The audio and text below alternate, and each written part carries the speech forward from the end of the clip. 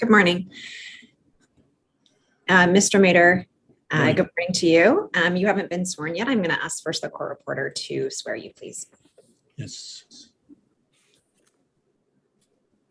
Morning, Mr. Mater. Morning. I'm going to ask you to affirm your evidence, so please raise your right hand. Do you solemnly affirm that the evidence you give in these proceedings will be the truth, the whole truth, and nothing but the truth? I do.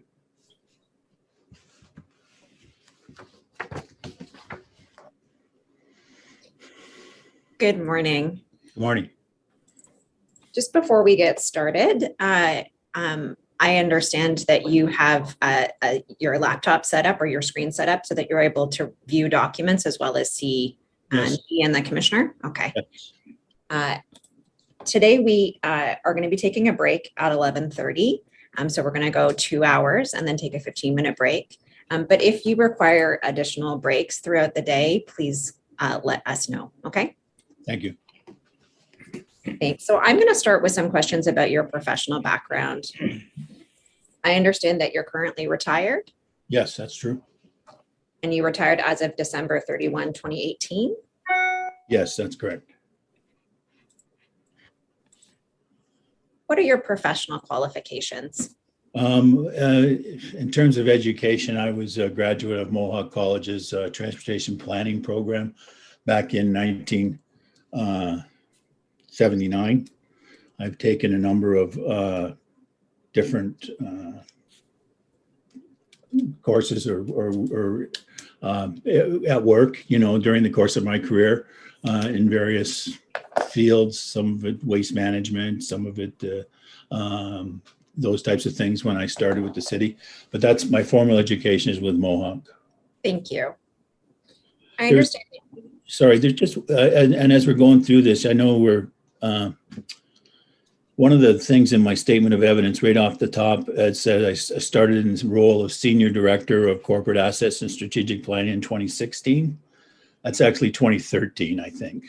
Okay, we're going to get there. I'm actually going to start a little bit earlier in time Okay. and walk through your history with the city. Okay. So I understand that first you worked with Stony Creek from June 1988. Is that right? Yes, I started working in 1980 with the city of Edmonton. I then worked with the city of Cambridge, and then I came to city of Stony Creek in 1988, June of Okay. 88. And you joined the city of Hamilton in 2001 with the amalgamation? That's correct. And from 2001, actually, I think even back to 88, you were in a role of traffic technician. Is that right? More or less most of those times. But yes, it was traffic technology was my main work. We've heard from other witnesses in the inquiry about the community traffic services group. Was that the kind of work that you were doing? In Stony Creek, we were a lower tier municipality. So our work there in terms of traffic would have related to concerns on our local streets, arterials, and those larger streets were the purview, if you will, of the region. So we would have worked on local speeding issues, local stop signs, local parking issues, things like that, local safety issues on City of Stony Creek streets. Okay. And I understand that you were promoted to manager of waste disposal in 2001. Is that correct? That's correct. And then you took another position, director of fleet and facilities in 2006. 3, actually. 2003. Okay, that was there. Thank you. 2003. I went through and made sure of my dates here. So I have, if you ask me, I'll update. Thank you. What was your portfolio as director of fleet and facilities from 2003? In 2003, I became director of fleet and facilities, and that looked after the city's corporate facilities from an operations and capital perspective, and our corporate fleet from an operations and capital perspective. It did not include HSR or police or fire, but the rest of the fleet. Okay. And then in 2007, you took on the position of director energy, fleet and facilities. Yes, so it was the same responsibilities with respect to fleet and facilities. And additionally, we created a position of an energy management group. And that was also part of my responsibilities there. Okay. And in that group was Jeff Lepton, your direct report on that? That's correct. He was the first manager of energy. Okay. And then in 2009, you became Senior Director, Transportation, Energy, and Facilities. Is that right? That's correct. And in that role, was that the first time that you had transportation, that is traffic engineering and operations, under your portfolio? No, I think that the title's a bit confusing. I was Senior Director of Transportation, Energy and Facilities. And within that portfolio, it included the HSR, Hamilton Street Railway, and Fleet were the, for lack of a better term at the time, the transportation component of that. Okay. So Fleet and HSR were the transportation, and then Energy and Facilities were the other two components of that. Okay.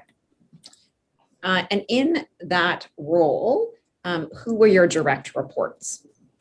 At the time, it would have been Don Hall would have been a direct report to me as I was a senior director. And he was the director of transit.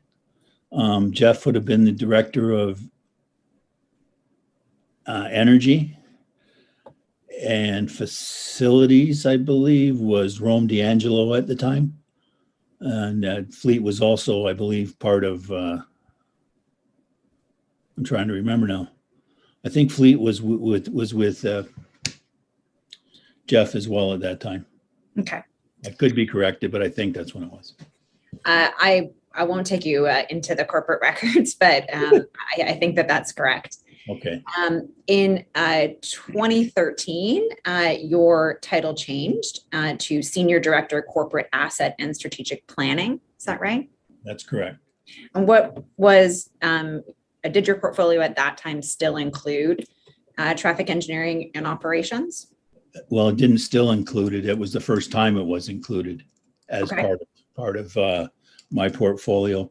And that was traffic engineering and the operations end of it as well, I believe.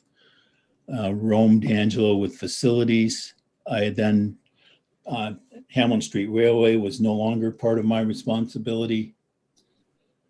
And I had still as part of traffic, it was traffic engineering and a Fleet, I believe, was Jeff Lupton's. Rome was facilities, Rome D'Angelo, and Rob Norman was parks design, and ultimately waterfront redevelopment group. A little bit down the line there, I think 2014, something like that. But 3 directors there reporting to me. And that's the first time that the traffic engineering group became part of my area of responsibility. Okay. And am I right that the line of the hierarchy within traffic operations and engineering was Martin White to Jeff Lupton to you? That's correct. I understand you were also acting general manager from April of 2016 to sometime in 2017. No, that's almost correct. Okay. I was acting GM for the period of time when the city was recruiting for a new general manager. Mhm. And that was, I think it was April, like you say, February to April, somewhere in that time frame when Jerry Davis retired. And the city was recruiting, and I think Dan McKinnon started in September of that year, same year. So it was about about a 6-month period, roughly. Okay. And it was in an acting role, really just really just temporary coverage. action, just covering while we were recruiting.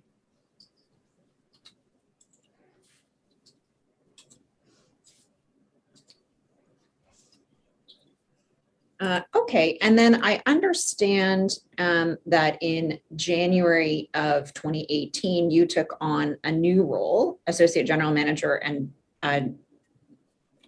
no, Yes. So I think I've skipped it. I've skipped one. you skipped one after the director of after the acting general manager role, there was a bit of, I'd say, flux in that time frame in terms of trying to determine where we were going forward as PW. But I took on the role then just specifically of director of transportation, which I think included at the time traffic and then the transportation planning group as well.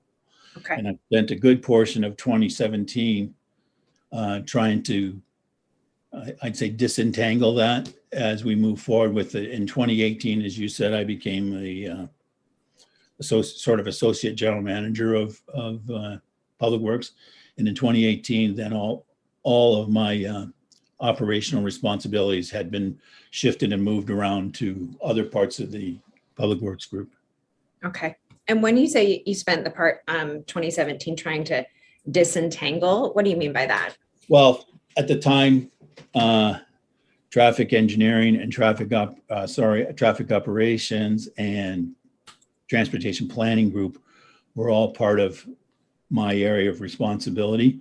And going forward, we had, in talking with the general managers and anticipating my retirement, we wanted to make sure those things were in the right spot. And so that was a question of kind of determining who and when we would move staff from the transportation planning area over to planning department, where they are now. And the traffic part became traffic engineering and operations group became part of roads and traffic. Okay. And so it was just making that split. Sure. And under roads and traffic, am I right that Betty Matthews Malone took over the role of director of roads and traffic? That's right. Did you have oversight of Ms. Matthews Malone in your role as associate general manager? My role as associate general manager was more of an assistant to Dan when he needed things. And I spent much of my time as associate general manager in that year working on waterfront evaluation of the teams for the waterfront redevelopment and things like that. So no, I had no day-to-day oversight over those directors, really. Okay. And just jumping ahead, we'll get to this at the end of my examination, but in your role as associate general manager, did you engage with any of the issues around the Red Hill that came up in 2018? No, I did not.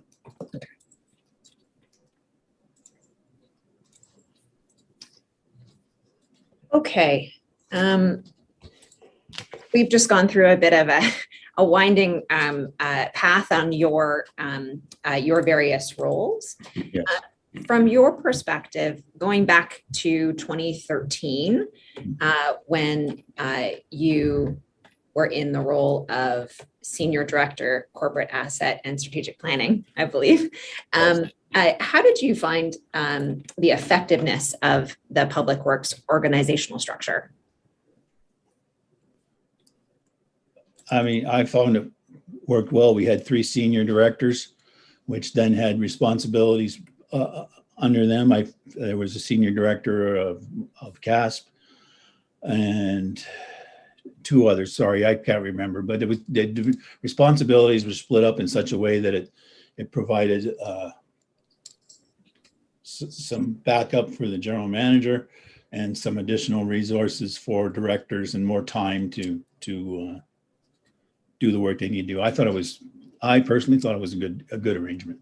Okay. And did that perception that you had that it was a good arrangement, did you continue to have that perception as you moved through your various roles and the various reorganizations that happened in Public Works? I mean, that's a complicated question. I liked the arrangement. I liked the way it was organized, but others within the specifically some members of council, I believe, and others thought there was other ways to do it. And so we had I wouldn't guess the number of sort of reorgs, both major and minor, we had in Public Works between 2001 and 2018. It was a lot. It does seem like it was a lot. Yeah. I understand that there were departmental management team meetings that occurred over time. And you attended those meetings, is that right? That's correct. Who else was invited to attend those meetings? Would have been it depended on when. Okay. I'm testing my memory here. Initially, when we did not have the senior director roles, it would have been the directors of all the other divisions within PW and the general manager, usually our communications persons, finance people, manager. When we were a senior directors group, I believe it was just the senior directors with the general manager and the communications and finance people. And other people, in all these cases, some people would be invited in if depending on the topic. But yeah, that's generally how it went. There was some variations on that depending on who was in those roles, I think, but it was always senior directors or directors is the gist of it. Okay. I'm going to ask you some questions throughout where I might raise departmental management team meetings. So at the time, I'll ask you, who were the normal attendees Yes. as we go through time. So turning now to the Red Hill, and in particular in 2013, do you recall receiving any expressions of concern about the safety of the Red Hill from anybody? Do I recall any? Not specifically. I mean, we're in general, we staff and I had talked about ongoing things at the top of the freeway, and so that was part of why we engaged SEMA. Okay. I don't have any specific recollection of a conversation. Were you aware of complaints from the public being submitted to community traffic services or anybody else within the city? Not specifically, no. Okay. And did you personally receive complaints from city councilors about anything to do with the Red Hill? Personally, I don't recall that, no. Okay, so I'm going to take you now into some of the documents that the inquiry has prepared and has collected. Mm-hmm. Registrar, can you bring up overview document 6, page 8, paragraph 11, please?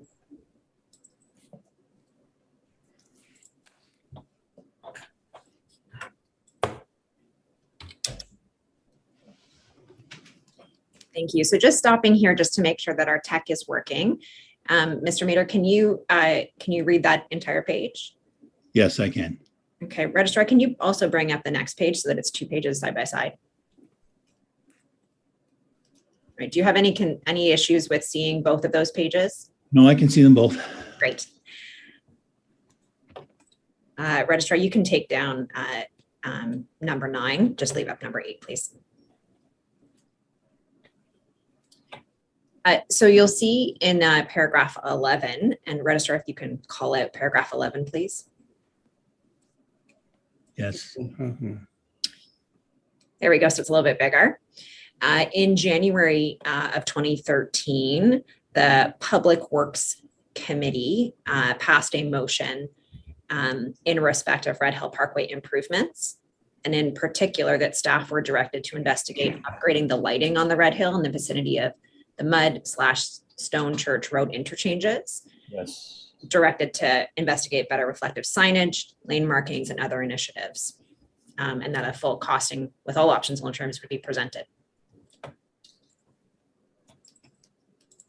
Do you recall in advance of this motion being passed, if you had heard from anyone that there were concerns about the illumination of that vicinity around Mud/Stone Church Road interchange?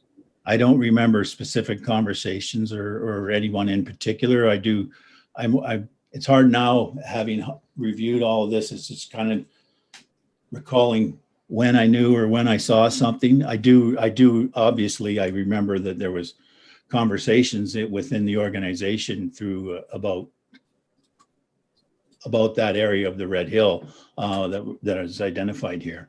I don't remember specifically if it was lighting or other things. Okay.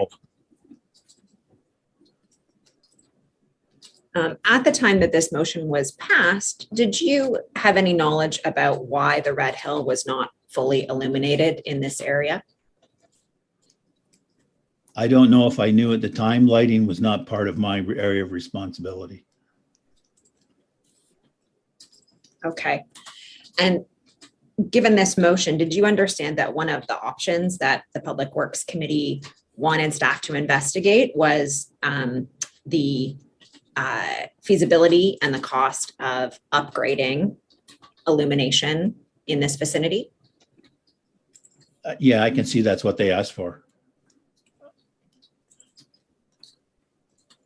At the time that this motion was passed, did you understand there to be any sensitivities about the prospect of increasing illumination on the Red Hill? I don't know if it was what the time when this resolution was passed, but at some point I became aware of some information that said that as part of the original approval of the Red Hill, that lighting was limited to the areas around the interchanges where it is as it stands today. Okay, but you're not sure when you came to. I'm not sure when I got, when that information came to me. Okay. It could have been after this. I don't know. Okay, and do you remember the source of that information? No, I don't. Okay. Registrar, can you close this down and go to page 10, please?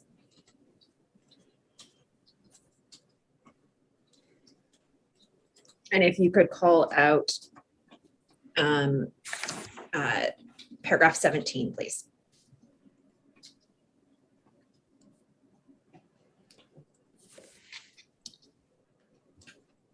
So this is a couple of weeks after the motion is passed, and Ms. Cameron, who is Gary Moore's assistant, advised Mr. Field, Mike Field, who was in lighting at the time. Do you remember Mr. Field? You know what? Sorry, I don't. Okay. I guess I knew Mike. I don't recall him. Sorry. Okay. The rest of the group I do. Yes. Okay. And do you remember that in putting together the project team for responding to this motion, that there was a lighting expert, an in-house lighting expert on that team? I was aware that lighting was part of the area of responsibility with Gary's engineering group, but again, I don't know Mr. Field's qualifications as an expert. Okay. Do you recall how it came to be that your group would take lead on this motion? Yes, I mean, in general, I would say one thing, it was part of my DNA, if you will, and at the time as a director there to try and take a lead where I could. In this particular instance, I would have, I believe, quite naturally have understood that, if we're doing something with respect to a roadway, there will likely be traffic engineering or traffic safety or traffic operations issues that come up during that review. And as well as there's potentially lighting, or council had actually specifically asked for lighting. So I guess what I'm trying to say is I knew there would be a range of things that would be looked at. And my role in taking our role in taking on the leadership of that was really to facilitate the engaging of a consultant to help us do the work and to gather the information and help put pen to paper and putting the report back to council. It was not a role where I would ultimately be held responsible for all the recommendations within that report. Okay. Mr. Field, who was on the project team and was working within engineering services at the time, he's testified before the inquiry that he described himself as a stakeholder in this process. How did you view the allocation of responsibility as between engineering services and your team on this project? Initially, when we started the work, I suppose if you're asking about the engagement of the consultant, I had no presupposed disposition on what the answers might be. That was the purpose of engaging SEMA. Ultimately, they came with a set of recommendations that crossed over divisional lines within our public works group. But I had no sort of preconceived notion of how that might turn out. Okay. But the motion did call specifically to upgrade lighting. Certainly. Yeah. It called for us to investigate the upgrading of lighting. You're right. I'm not a lighting expert, but upgrading, to me at the time, I wouldn't have had a clear understanding of what that meant by upgrading. That would have been what Mike or that Gary's group would have had that sort of conversation with the consultant. Yeah, so that's what my question was directed at. Did you see the lighting group as being a stakeholder to your group, or did you see them in some other more expansive role on this project? I don't know what stakeholder means. I don't know what you have to define that. I would say everybody who worked within our engineering services group or our public works traffic engineering group or even our maintenance group, depending on wherever the consultant felt they needed information, is where they would go. We were all stakeholders in that process. Okay, thank you. Not specifically Mike. Were you personally involved in setting the scope of the project for SEMA? No. Did you attend any of the meetings between SEMA and city staff in connection with the 2013 report? Not that I recall. Were you involved in the day-to-day work of the city staff in engaging with SEMA? No. Did someone keep you informed as to the progress of the work that SEMA was doing? Casually, I would have conversations at times, I suppose, with Jeff Lupton, sometimes Martin, but it was not a formal process for keeping me informed that I recall. Okay. While SEMA was doing its work on the project and before they finalized their report, did anyone raise with you any challenges around the issue of illumination? Raise them with me, challenges around illumination. I don't recall specifically, unless you have something that I can't remember that you can point me to, but I don't recall it. Okay. Is that to say you can't remember either way, or I can't remember either way, no.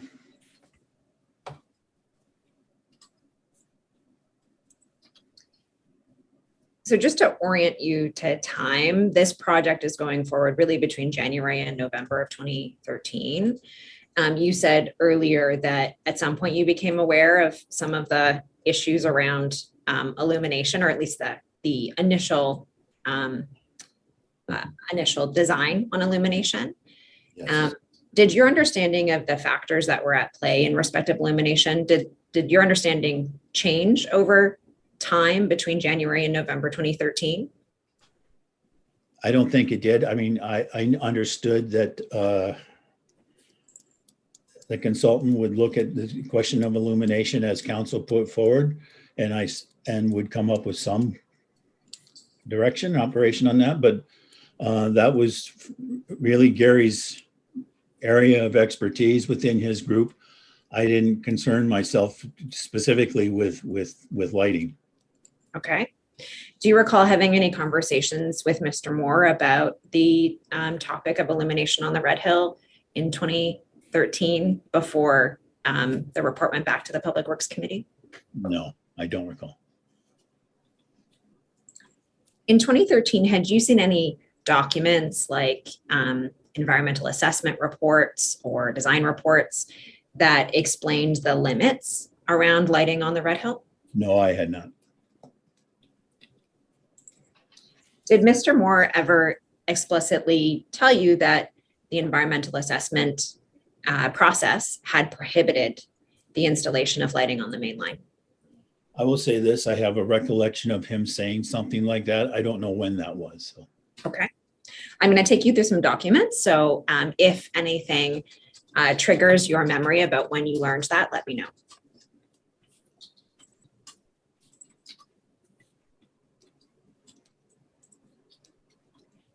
During the course of SEMA's work, again, January to November 2013, did any of your staff discuss with you whether SEMA should consider friction testing on the Red Hill? Not that I recall.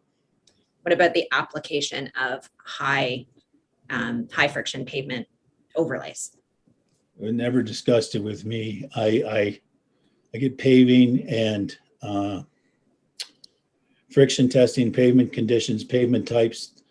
That's way out of my area of knowledge and responsibility. Questions regarding that would have been through with the engineering services group. And I don't recall any of my staff raising it with me there, no. Okay.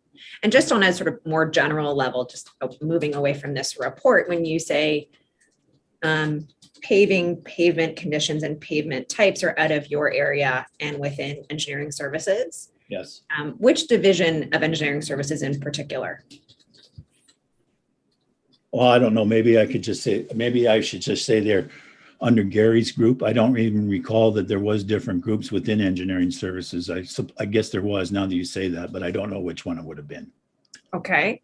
And are there individuals in particular who come to mind as having that kind of expertise or pardon me, that kind of knowledge that you don't have? Beyond Gary, I couldn't say who within that group had that knowledge. Okay. Registrar, can you close this out and go to page 21, paragraph 44 of this document, please?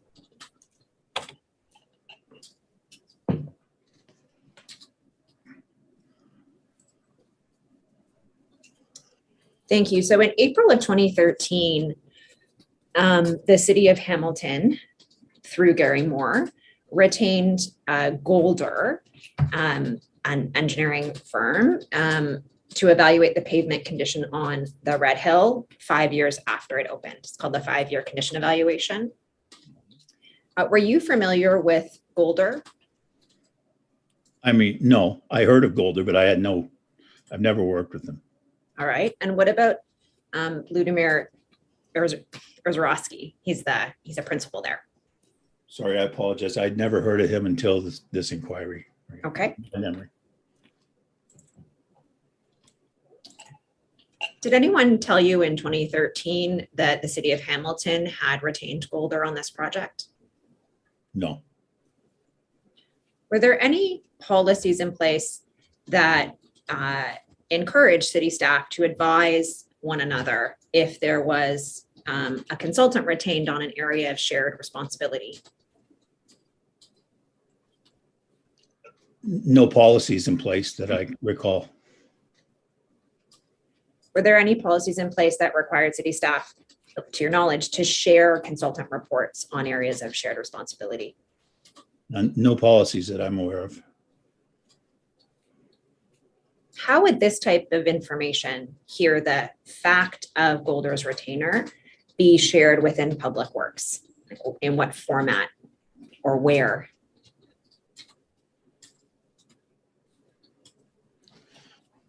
I don't believe we had a process for sharing that kind of information. I think I don't want to guess. We didn't have a process that I recall. Okay. And no repository of reports that would be relevant to particular assets like the Red Hill? No, not that I'm aware of. Okay. Registrar, can you close this down and go to page 48, paragraph 114 to 116, please?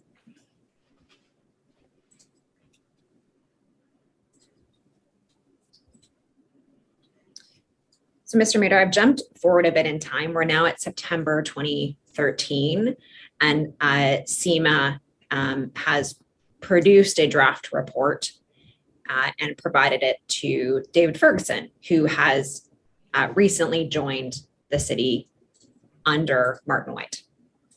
Just in terms of your orienting you to time. Yes.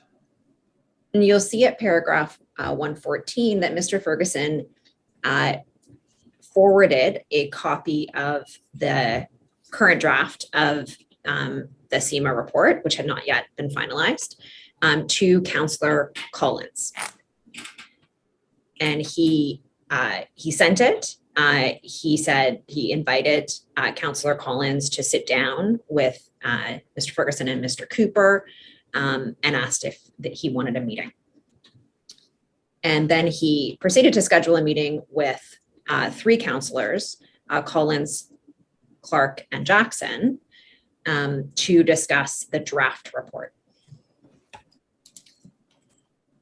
Did you know before Mr. Ferguson forwarded the draft report to Councillor Collins that he intended to do so? I don't know if I knew that or not. Is this the kind of thing you'd expect someone to seek your approval on before doing? No, I expected staff to, I had encouraged them since, when I came on in 2013, and I think Dave was new then too. I encouraged staff to try and work collaboratively with both other staff members and with the public and other members of council. So yes, this particular, in looking at this document here now, that the SEMA report touched on, or the area of the SEMA report that was concerned with touched within the wards of those three councillors. So it didn't strike me as out of the norm that they would do this. Okay. Did you have any concerns with staff sharing draft consultant reports with councillors? No, again, in the spirit of cooperation, I mean, at the end of the process of trying to bring the best report and best solutions we can forward to council for approval. So no, I didn't really have any concerns. Okay. Did you have any concerns with staff providing the draft report to certain councillors, but not all councillors or not all members of Public Works? No, I certainly didn't at the time, no. Do you now? No. I mean, looking at the reasoning for this, as I said, with that being the wards where that touched through, that logic is consistent with what I would have expected at the time. And I still don't have any concern with the way this was done, no. Okay. Just jumping forward, this report, once it was finalized, was not appended to the staff report that eventually went to the Public Works Committee. Given that context, did you have any concerns about providing the draft staff report to certain councillors? No, it never raised any concerns in my mind. Why not? Why not? It just didn't. I mean, this was the normal way we were trying to do business, or when I came on board. The traffic engineering group was not always, in my opinion, open to different solutions or new solutions at the time. It was a little bit closed off, and I was trying to change the culture a bit where they would work with people to find solutions, whether that be members of council, the public, it could be anyone I'll use the word stakeholder again, who had an interest in this. And so, no, I had no concerns with the way they did it, nor with the way it was reported to council. The reports, while not forwarded directly as part of this staff report, were always available to all members of council if they wanted to see it. Okay. Registrar, can you close this call out and go to page 51, please?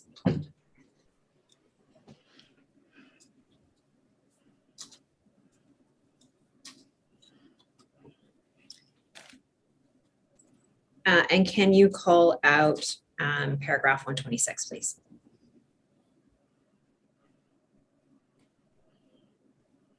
So we're in September of 2013. The draft SEMA report has been circulated amongst the project team, and Mr. Cooper, who is on the project team, wrote to Mr. Ferguson and to Mr. White saying that he was speaking to Mike Field, and he said that Gary Moore saw the report and was not pleased with the recommendations provided by SEMA. Have either of you spoken to him? Or are you aware of anything in particular that he does not like or agreed with? This eventually gets flipped to you, and we'll get there in a moment, but I'm just stopping here. Prior to receiving word that Mr. Moore was not pleased with the recommendations provided by SEMA, had you had any discussion with Mr. Moore or learned in any way that he was displeased? Not that I recall.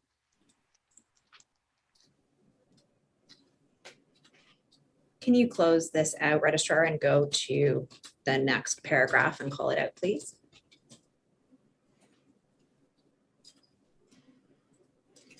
So Mr. White forwards the message to Mr. Lepton and copies in Mr. Ferguson. And he says to Jeff, Gary has a vested interest and has had a vested interest in this from the beginning and has influenced it somewhat already. Off the record, I think he even spoke to SEMA. Did you, and this gets flipped to you, did you ever discuss Mr. White's statements in this email with him?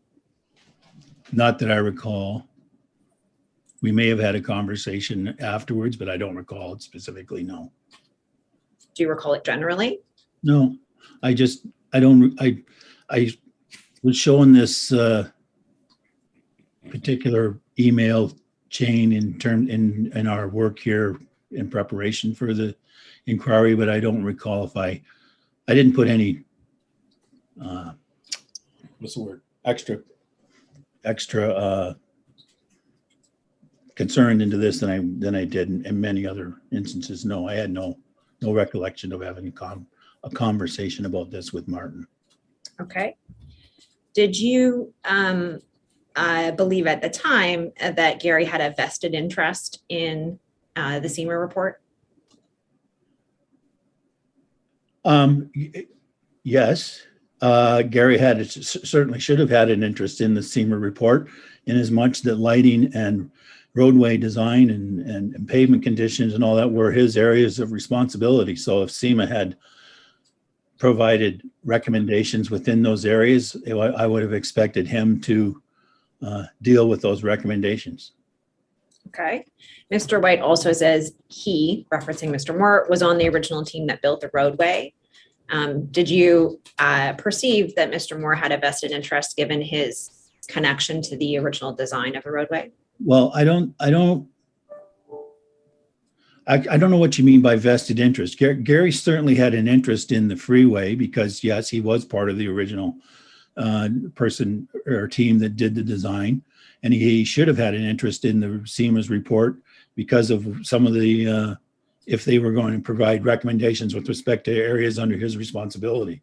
So when I say he had a vested interest, I say yes, but I mean that in a positive way. Okay. Mr. White says off the record, I think he even spoke to SEMA. Did you have any concerns that Mr. Moore had contacted SEMA, the consultant retained to deal with the 2013 motion? No, not at all. Why not? Because as I said, if SEMA, apparently at this point, Gary has seen the draft report and there are areas in there that are under his area of jurisdiction. So just like if I had concerns with my area of traffic engineering or operations and I took the onus as a director to go and talk to SEMA, I'd have the right to do it. Likewise, Gary, there were his areas of responsibility that ultimately he was going to be responsible for in terms of delivering either the solution or the information to council. I want to reemphasize my role in this. It was as a coordinator of the report, not the owner of all the solutions. And so if Gary went to speak to SEMA on this, I had no issue whatsoever with that.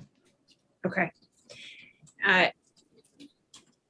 Put in a different way, would you agree that there's no ownership in a consultant retained by the city? That if it's a city consultant, it's a city consultant, not one division's consultant. That's correct. I mean, somebody within the division, somebody within the organization, be it one division or one section of a division, will engage the consultant, but with an initial scope of work. That consultant would be expected to look to see A, if there are any problems, and B, then to recommend solutions around them. And those solutions could cross divisional or departmental lines. And so those results get spread out amongst that. I don't know if that means no ownership, but what I mean to say is there's no possessiveness around an expert. no, not in my In best practice is what I mean. practice. No. Mr. White says that he deems this extremely sensitive, as I don't need any nonsense related to actions on Councillor Collins' motion. So that's the motion to investigate uprating lighting. Did you view the response to this motion to be extremely sensitive?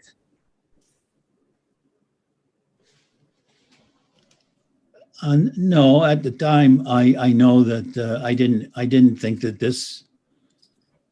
the topic itself was becoming sensitive, the Red Hill, but you'd have to ask Martin what he means by this. I don't really understand what he's saying. Okay, well, my question really, I'm just using the words that he's used, but I'm asking you about your perception. No, I didn't see this as an extremely sensitive issue at the time. Okay, so it wasn't politically sensitive in your view? I was getting that way ultimately, but not. It's hard to remember. I don't know if it was, 2013 that it was. This is the first study in the first area. I don't remember it as being extremely sensitive. No, sorry, I don't. Okay. Can you close this out, Registrar, and if you can go to the next page, 52. And if you can pull out paragraph 129, please. So this is when the chain gets forwarded to you and you respond that that's your staff, should talk to Gary and bring in SEMA if needed. And Mr. Lipton responded that he would do so. What did you think talking to Gary would accomplish? I would have hoped it would bring around a solution or resolution of whatever concerns he had. Were you looking to build consensus among the different divisions within Public Works? I mean, my approach to this and all types of work where it crossed divisional lines was act like professionals. You can't get a solution if you just hide in your office. So get together, talk, bring in the consultant if you need to, and let's find a solution. How would bringing in the consultant assist? What was that aspect of? The consultant was the team that was providing the recommendations, whatever they may be. So certainly they had to be part of that conversation. To bring understanding, could be to bring understanding to Gary, to bring understanding to my group, and vice versa with them. When you say vice versa, do you also mean that Mr. Moore could provide his views to SEMA with a view of SEMA changing their views? No, he could provide his views to SEMA. SEMA could then decide how to use that information. Ultimately, the report is theirs. Okay. Did you talk to Mr. Moore yourself at this point? No, not that I recall. Did you expect Mr. Lupton to follow up with you once he'd spoken to Mr. Moore?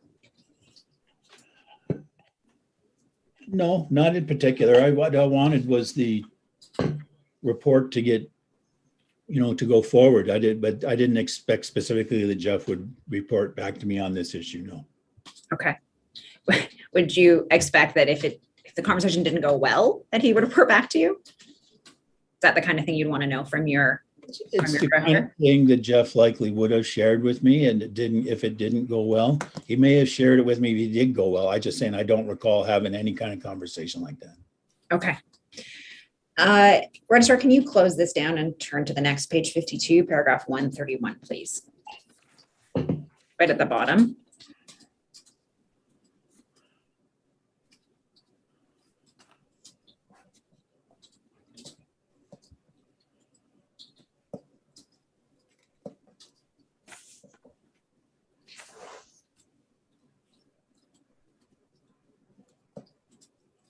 Thank you, Mr. Registrar. Okay, so on September of 2013, Hamilton experienced heavy rainfall, and there was a back and forth about the accidents that occurred during that rainfall. Do you remember that rainfall?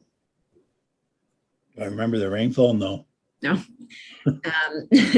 uh, you'll see that this discussion that's been called out is amongst people within operations. That's correct. About the road being very slippery. There was quite a few accidents with cars slipping, and in this email, which is from a district supervisor, I feel it's a pavement problem and a speed problem. This eventually gets forwarded to you as part of a chain. Do you remember the email discussions that this email kicked off? No, I don't. I remember seeing this when we went through the review for this inquiry again, but I don't remember if we had any particular discussions about it, other than I don't remember the timing of this, is whether before we had engaged SEMA or after, or this is a different part of the freeway. So yes, so this is September of 2013, and it's just very close in time to the back and forth that you were having with Mr. Moore being not pleased with the report, the draft report. This is just within days of that. Okay. You can close that out, Registrar. And if you can call out, actually, if you can go to the next page.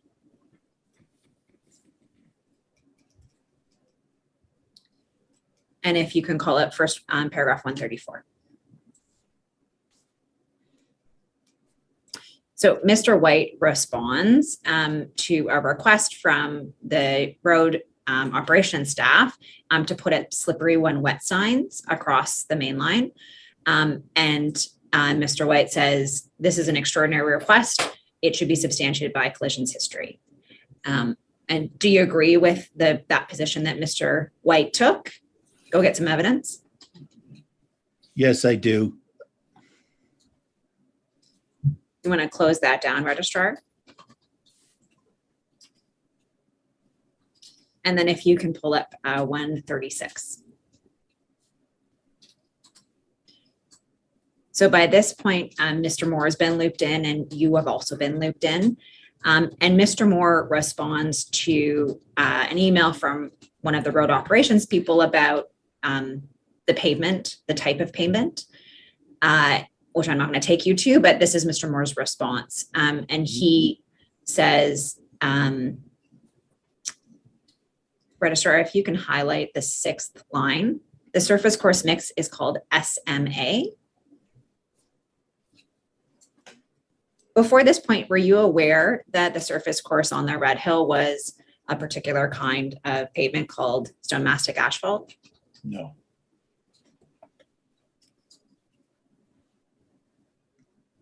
Thank you, Registrar. You don't have to highlight further. But if you can skip down to the next, not the next sentence, but the sentence after, there is no pavement that provides grip.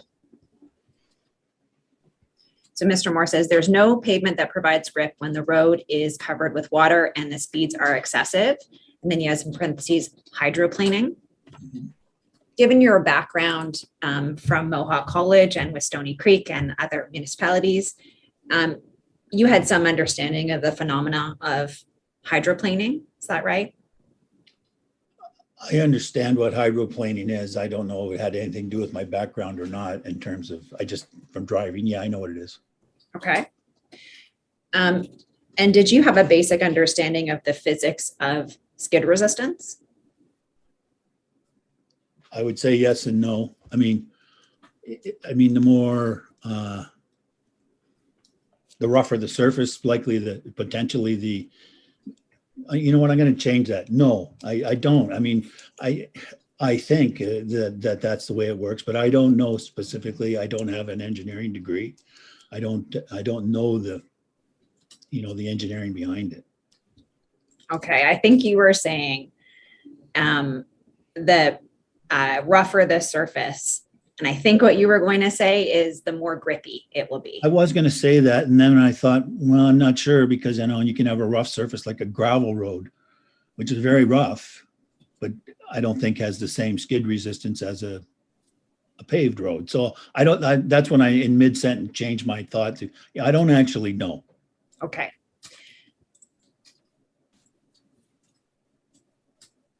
You understood at the time that low friction or low skid resistance could contribute to collisions?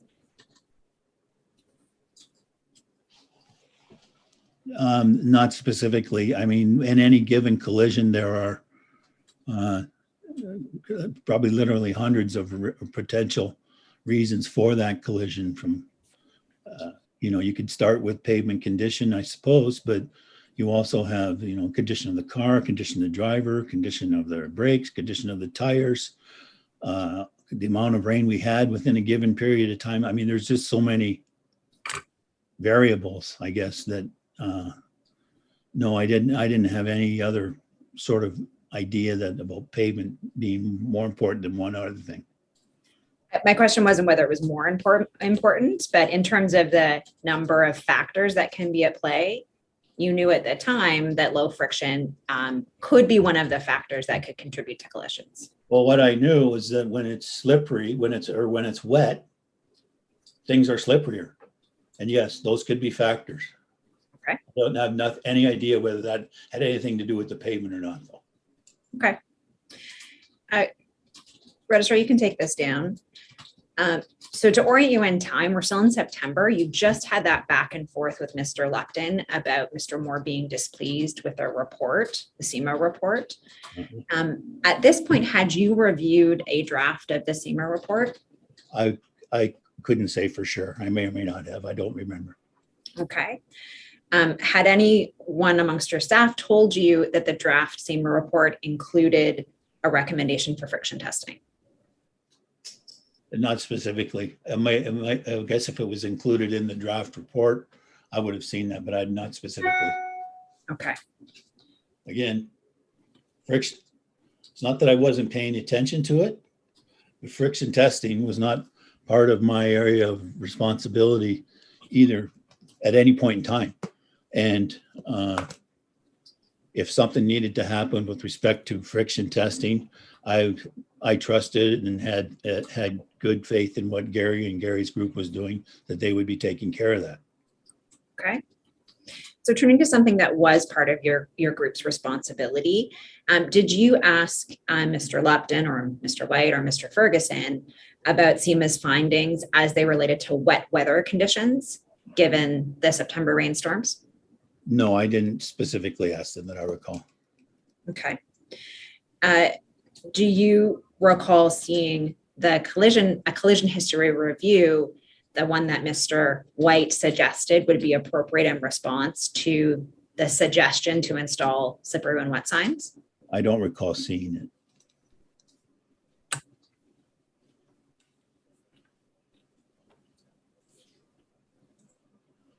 I want to put that in some context too, if I could. I mean, I had the 3 other divisions as part of my areas of responsibility. So my time on any given project was minimal and more in an oversight role than looking at details. I just was not, the structure was not arranged in such a way that I could afford to spend time looking at details of consultants' reports. Most of my time was, tried to spend, if it would be in review of, excuse me, reports to council and things like that. Okay. Registrar, can you call up page 58 of OD6, please?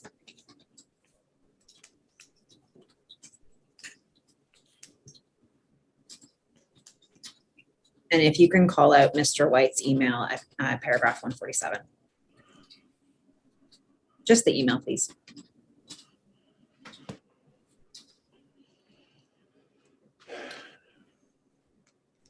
So 5 lines up from the bottom, Mr. White says, also installing the signs throughout the entire system. Sorry, I'm just stopping there. This is the potential of installing slippery and wet signs. May perhaps be construed as an admission that the roadway surface is systemically unacceptable.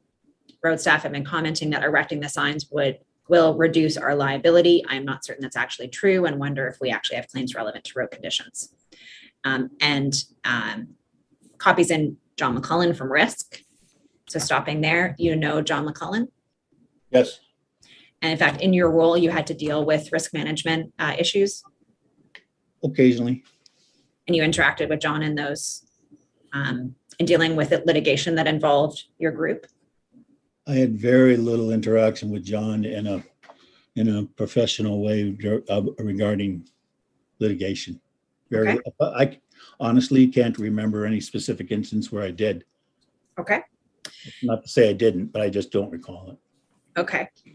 Turning to the email, or pardon me, the highlighted section here where Mr. White says installing signs could be construed as an admission.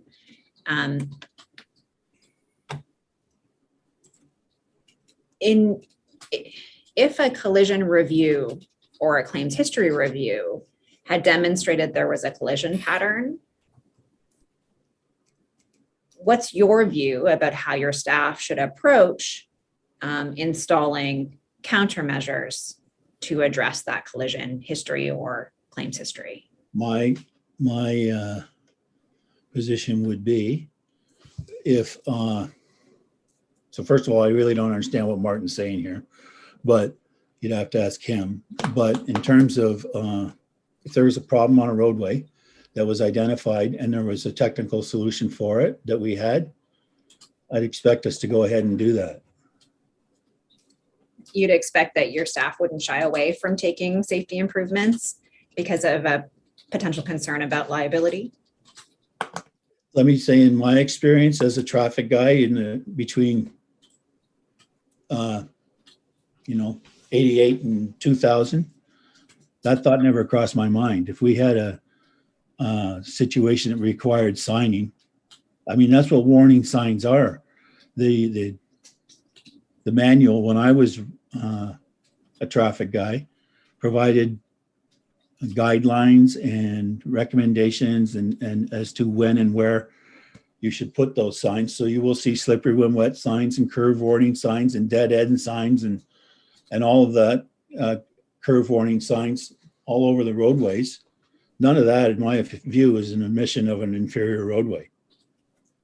No, I mean, it might be an admission that the road is slippery when wet. Is that fair to say? That's what the sign is trying to indicate? That's what it's trying to say. But again, all roads are slippery when wet. Right. The manual have criteria as to when and where those signs should go. Okay. And you'd expect that before installing signs that there would be some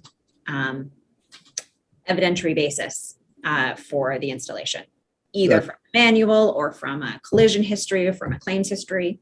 There'd be some basis for installing these, whatever sign it is we put in. Yes. Okay. So eventually, Mr. McClellan reports to the group that there is no significant claims history on the Red Hill. Mm-hmm.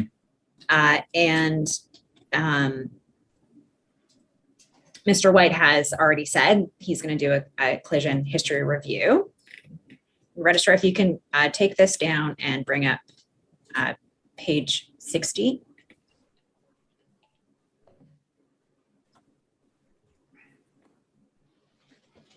And call out 151, please.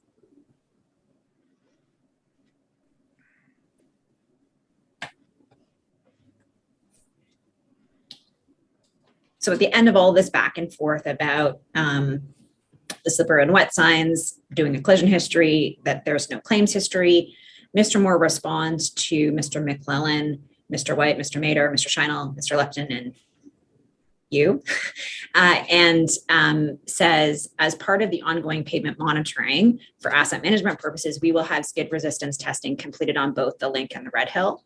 There is a standard by which we can report on the relative level of resistance and by which we can gauge the performance of each mix and road surface. This should be sufficient for any due diligence required, eliminating the ought to have knowns. And that's Mr. McClellan has said, lawyers love to say you ought to have known.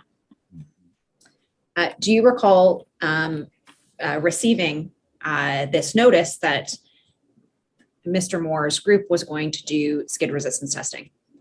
I don't recall receiving it at the time, no. And if you had received it, would you have paid it any mind? I don't think so. Again, I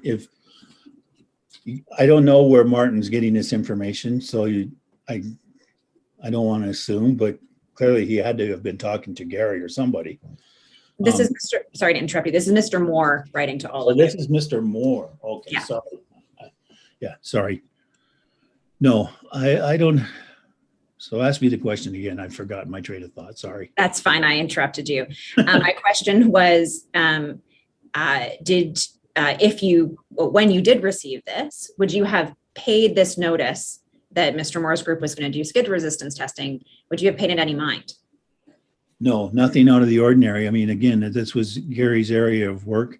I trusted he was doing, I trusted Gary, let's put it that way, and that he would have been doing what he needed to do. And particularly in this message, he says, we're taking care of it. So no, I wouldn't have had any issues. I wouldn't have. Okay. Would you have expected Mr. Moore to provide an update once the skid resistance testing had been completed? An update to me? Yes. No, Why not? it wasn't my area of responsibility. I couldn't, even if he showed me the skid testing results, I wouldn't understand them. So no, I had no expectation that this would be shared with me. Okay. So Mr. White is going to get a collision history review done because Road Ops has said they're concerned and they want slippery and wet signs up. In your view, would it have been helpful to have confirmation about whether skid resistance was a factor that your group should look at? We would depend on Gary's group to provide us that information. If it was pertinent or not, it would be their decision. Right. My question was, don't you think it would be pertinent to know that information? Again, it depends. If I'm depending on the expertise of Gary and his group, and I trusted them. And if they said there's nothing to worry about, I wouldn't. I mean, he designed every other road in the city, and it didn't raise its head as being out of the norm for me. No.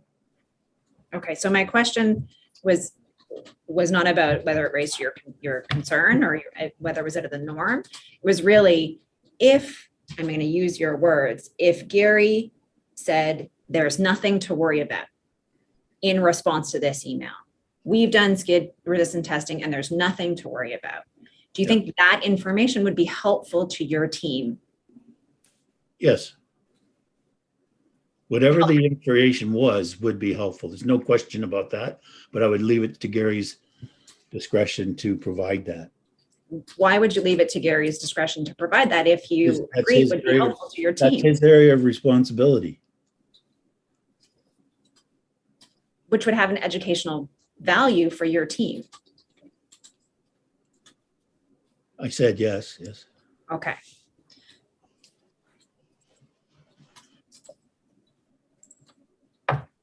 Turning now to the report that eventually goes to the Public Works Committee meeting in November of 2013, the staff report that is in response to the Councillor Collins motion. Yeah. Registrar, can you bring up RHB 668, please?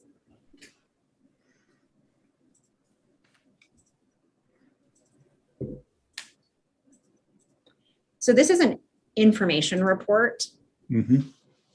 And it is prepared by Stephen Cooper and Dave Ferguson, and it's submitted by Jerry Davis. So starting with the title at that top, we're going to come to some examples of recommendation reports later. In your view, what are the differences between an information report and a recommendation report? We would take it, a recommendation report would have the highest priority, I guess, in terms of what council deals with. We'd take a recommendation report if we needed council direction or funding, or we had to have council take some action to allow us to do the work. We would take a recommendation report. An information report would be just exactly what that says, just providing information to council. We didn't need them to take any action or do any, give us any further guidance. We were just providing them with information.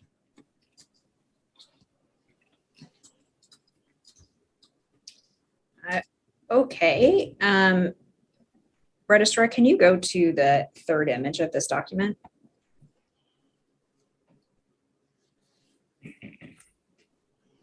So this staff report pulls from the recommendations from the SEMA report. And I'm showing you this in particular just because it's the same color format as the SEMA report. Did you review the SEMA report as the staff report was being drafted? No, I would have likely confined myself to the staff report. Okay. I may have skimmed through, but to say I reviewed it in detail, no. Okay, because you have Mr. Ferguson, Mr. Cooper, Mr. Yeah, White, I depend on Mr. Upton. there's 4 people ahead of me who should be reviewing the details of this. Okay. At least. So here, this is what I'm showing you now is the recommendations that SEMA made about the study area as a whole. Yes. And there's a bunch of costs here. Yeah. And so where there's costing, how does that relate to whether you're going to be seeking an information report or a recommendation report, if it does? It would depend on whether or not we had budget to do this. Okay, I understand. Like a lot of this is signage, lane markings, that kind of thing. I don't recall what PRPM is. Cat's eyes. Oh, cat's eyes, yes. Most of this, as I look at this list, would have been within the purview of our division to do, with the exception of the friction testing. That would have been Gary's, and I assume he would have had $10,000 somewhere. He wouldn't go to council and ask for that. So that's why all of these things could go forward as part of an information report. We didn't need council's approval to do things that, frankly, we were already charged with doing as staff. That's what the traffic operations and engineering group's role is. In large part is to, review any given piece of roadway, and if it needs signs, markings, whatever that is, do it. But we have already the authority to do that. And as well, as a practice, I would never, as much as possible, ever take recommendation reports to council if we already had authority and responsibility for doing it. Okay. Because it could cause conflict. If for whatever crazy reason they said, no, don't. I already have authority to do, and they say, don't, you don't want to end up in that position. So it was very clear to me, if we had authority already, we didn't need to take a recommendation report. Okay. Also, on the flip side of what you just said, an information report means that the staff retain discretion about what they're going to do and what they're not going to do, right? It could, yes, that's true. Whereas a recommendation report, then council is directing you to your team to do something. Recommendation report, you have specific direction from council to do a specific thing or things. Okay. Registrar, can you go up to image 2? Mr. Mader, this is relatively short. I hope you had a chance to review it recently. If you'd like me to scroll up or scroll down, just let me know. So this is a report, and I took you to that first page that Jerry Davis signed off on. You would have reviewed this before it went to Mr. Davis, is that right? I believe so, yes. Unless for some reason I wasn't around, but yes, generally that's the process. Okay. And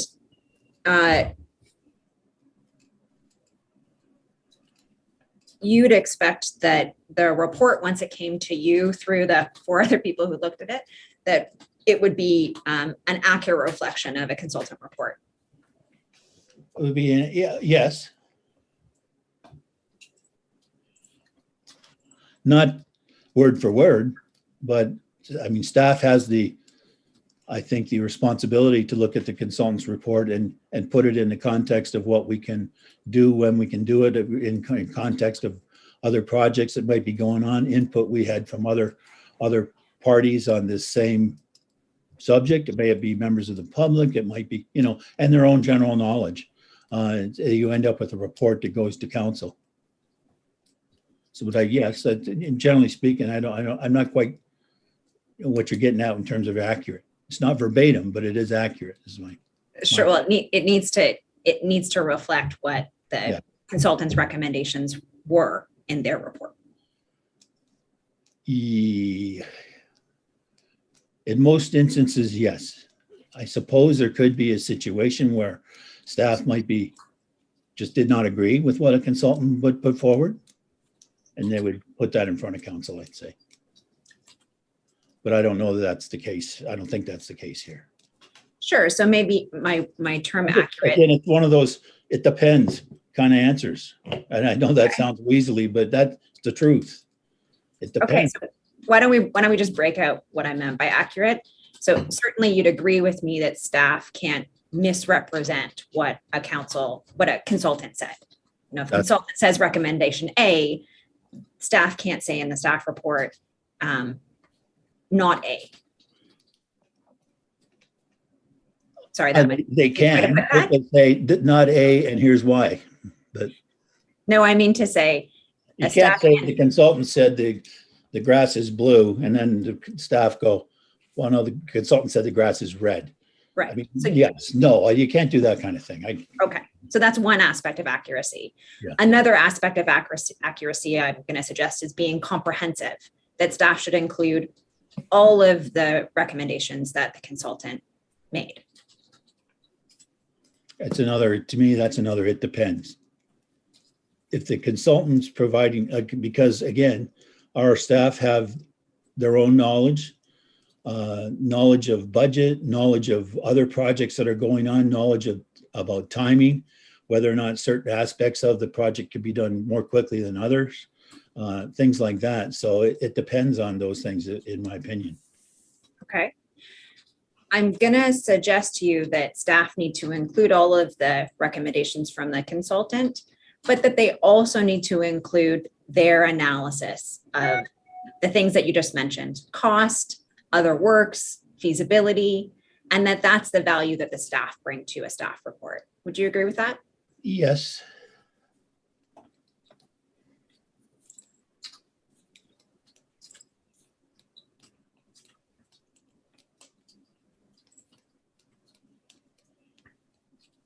In this case, the SEMA report was not appended. We talked about that a little earlier.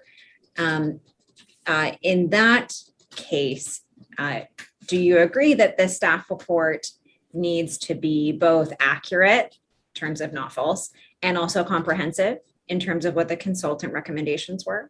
Well, I believe that any report, like you said, should be accurate, not false, and should be overall reflect what the consultant, or provide information to council at least as to what the consultant said. Yes. Okay. And do staff have discretion about whether or not to append a consultant report? In 2013, to the best of my knowledge, there was no policy in place about whether or not to append a staff report, a consultant's report. And I believe that's the same still. On a practical level, it's an untenable situation to provide all consultants' reports to members of council. And quite frankly, I think we're not doing our job if we do that. A part of staff, I mean, there are so many consultant reports from so many different sources that if we just flipped them on over to council and said, read it, the value of staff wouldn't be very much. So I think it's part of our job to make that and have that discretion. And I don't believe there was any policy in place in 2013. Okay. And given that staff discretion, who particular within staff gets to exercise that discretion? Is it the project management staff or is it someone more at your level? I would think that anyone along the way could make the recommendation one way or the other. Ultimately, it's the decision of the general manager. but anyone along the way can make a recommendation for or against that. Okay. You know, Registrar? within my division, it would have been me. Okay. Registrar, can you close this and go back to OD6, paragraph 62, pardon me, page 62, paragraph 159, please? Thank you. Mr. Mater, can you read at this font size, paragraph 159, or do you want us to call it out? Just give me a second, please. Sure.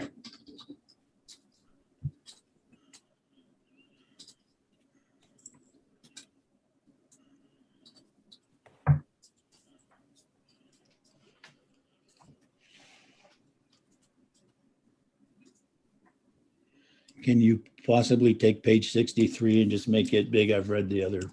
Sure, great. Yeah, let's blow that out. Thank you. You don't have to review all of it. I just wanted to make sure that you could, but I'm actually gonna ask you a question about this. So you'll see at the top, this is Dave Ferguson in this email exchange. And he says the report is gonna propose a phased approach, easy items first, and then evaluation to be completed after 1 year. Did you understand that there was gonna be a phased approach in respect of SEMA's recommendations? I don't know if I understood it or not at the time, but there had to be a phased approach. We couldn't do everything at once. Okay, and Someone's got it first. in particular, the phased approach was going to be to hold off with one of the recommendations about illumination on a ramp for a year. Do you remember that? No, I don't. Okay. Again, I would not have, I don't want to keep beating the dead horse, but when it came to issues with respect to illumination and pavement markings, I would not have, I would have left that to Gary's group, the group that's responsible for it, to make decisions around that. And their decision would end up in our report. They had to substantiate it. They would have to live with it. They'd have to explain that to council, whatever not our traffic engineering guys. Like we are, again, caretakers of this report, but not in terms of whether or not lighting went in. That was not something that the traffic engineering group would venture into. Okay. Registrar, can you close this down and go back to 159, please? So you'll recall early this morning, there was, you told Mr. Lupton to bring Gary in and talk to Gary and bring SEMA in as needed. Yes. We're in October now, and Gary is asking, pardon me, Jeff Lupton is asking for confirmation from his team about the actions. And he says, I'd like to get a sense of this before we arm wrestle Gary. So in October of 2013, were you aware what items Mr. Moore took issue with in the SEMA report? No, I was not. Okay. I don't think I was. Were you aware that Mr. Lupton was going to go arm wrestle Mr. Moore on metaphorically? I don't know, unless there are some other emails in and around this where I was copied, which I'm not seeing. You know, I'm not sure what Jeff means by that. You'd have to ask him. I'm guessing that Jeff or the Lupton, White, and Ferguson knew at least what the recommendations from SEMA were being. There must have been something in there that they thought they needed to talk with Gary about, but I don't know what that was. Okay. Mr. Moore was not a member of the project team. You know, it was Mr. White and Mr. Ferguson. What did you understand Mr. Moore's role in the 2013 SEMA project to be? I don't know. I don't believe there was you can correct me if you have other information, but I don't believe there was a specific project team. We were leading this in terms of, like I've said, getting pen to paper, but we would accept anybody who had pertinent information or responsibility as part of that team. So yes, I would expect Gary is to be part of that, and looking at whatever recommendations came that were under his area of responsibility. I would expect him to support or not support, not the traffic engineering group. There seems to be a theme here that somehow I should have held Gary accountable for those particular things, pavement. I had nothing to do with it. I never did. Gary never worked for me other than that short period when I was associate general manager. He never worked for me. I never worked for him. I was slightly higher in hierarchy than him as a senior director. He was a director, but we did not travel in the same circles, I guess, when it comes to that. He had his areas of responsibility, and so did I. It was a big organization with lots to do. So I didn't step over in there and say, Gary, why didn't you do this? Because that's not my role.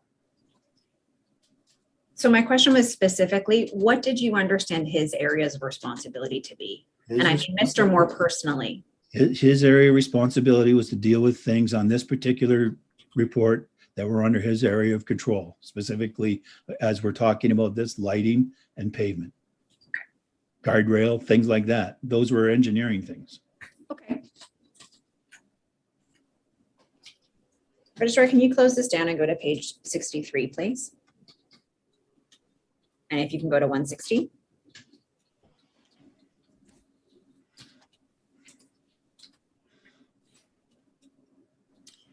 So the initial draft of the report that eventually went to council in November was, the initial draft was 10 pages long.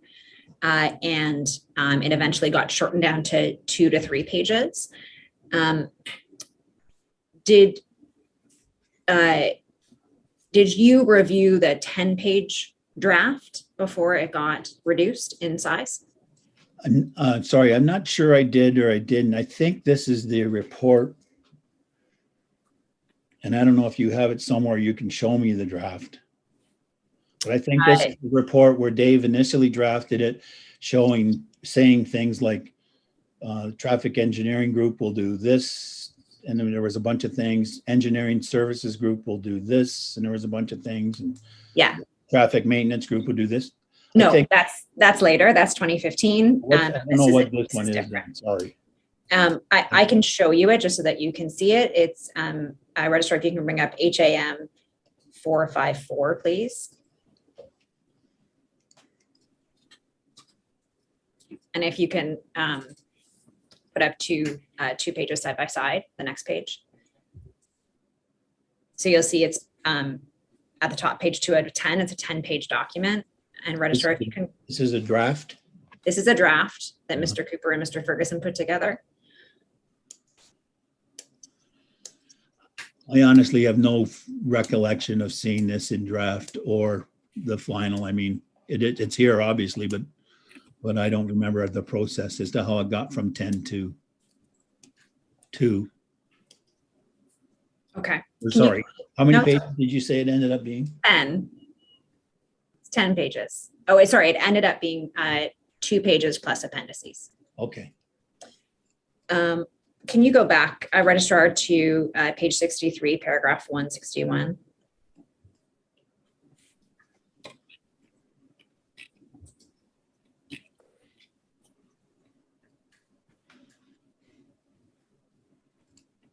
Sorry, I misspoke. 162, please.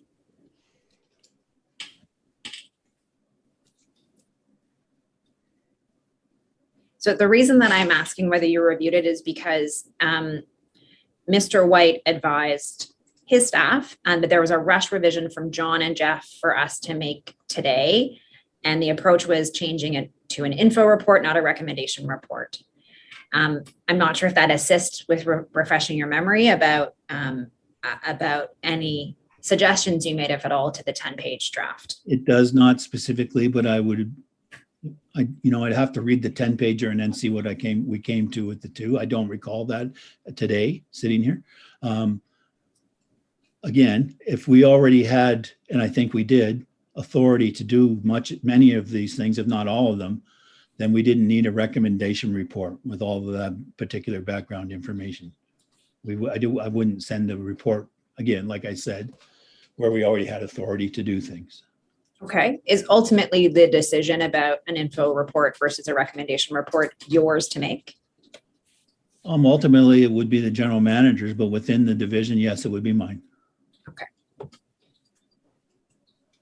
Registrar, can you? And that decision would be based on perhaps my own reading of the reports and or recommendations from Jeff or Martin as directors and managers in the group.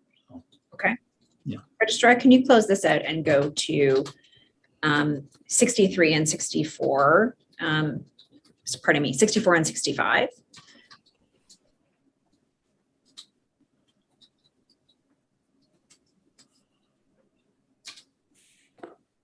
I think you have 60. No, sorry. I'm sorry. I'm confusing your registrar. I meant page 64 and 65. Yes, thank you. So you'll see on page 64 that Mr. Lupton sends some instructions to Mr. White and Mr. Ferguson after he says there's this rush revision coming.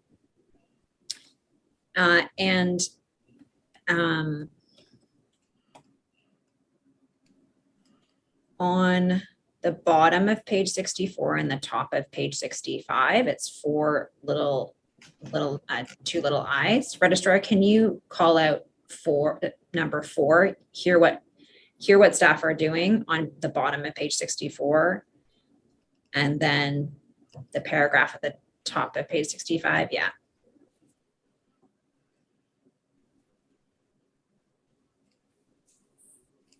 So this is about timing. And then Mr.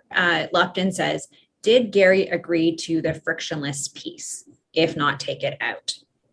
So just to orient you, SEMA has recommended friction testing in the study area. And Mr. Lupton has confirmed that this here, he means, did Gary agree to the friction testing piece or the friction piece? In your review, leading up to the staff report being finalized, were you of the view that Mr. Moore could veto whether or not to conduct friction testing? I don't know if I'd say he had the right to veto friction testing, but what he did have was the right and the authority, in my opinion, to include or not include information with respect to that in the report. Again, we are the gatherers of the information, but he would have to defend issues with respect to friction testing. Okay, so just so I can understand that better, SEMA has recommended friction testing. And then that recommendation is referenced in the staff report. Yeah. Do you agree that the staff report should reference SEMA's recommendation? Well, yes, and I think it does in the listing of projects. It does. So my question here is, if Mr. Moore didn't want to do friction testing, do you think it would have been appropriate, as Mr. Lupton suggests here, if not, take it out? That there shouldn't be a reference to friction testing in the staff report if Mr. Moore didn't want that in. I honestly, this is a question that I think Gary's responsible for anything with respect to friction in this report. Should he take it out based on what Jeff is saying? I don't know. I don't understand what Jeff is saying here exactly. I guess what I think, I don't want to guess what he's saying, but I would say it should be included. And at the end of the day, it was included. So whether Gary agreed, I don't know what mechanics happened in there that Gary agreed or didn't agree to that. Okay, so your view We is put that it in at the end of the day. your view is that if a consultant makes a recommendation, it should be in the staff report, even if staff ultimately don't think that it should be done and aren't recommending it to. Well, if staff has some valid reason and says, we can't do that because it's unsafe, or the consultant's off base on it. But hopefully during your back and forth with your consultants, you resolve those kinds of issues. So you may be something the consultant's not aware of.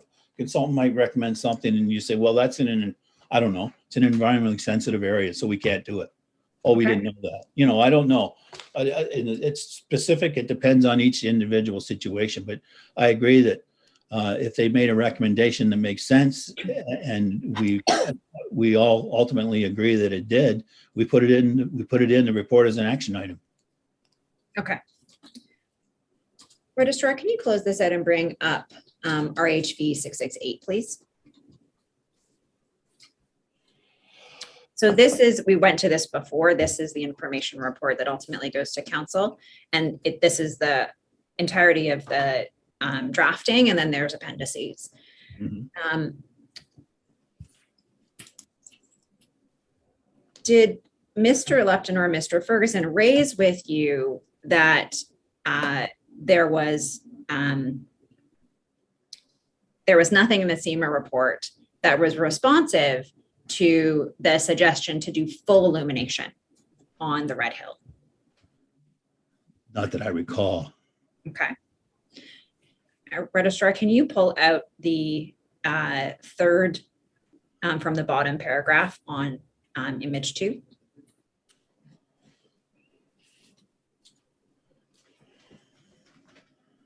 So I can direct you to the lighting issues. So the consultant report did recommend that lighting be installed on the West Van Street ramp. Yes.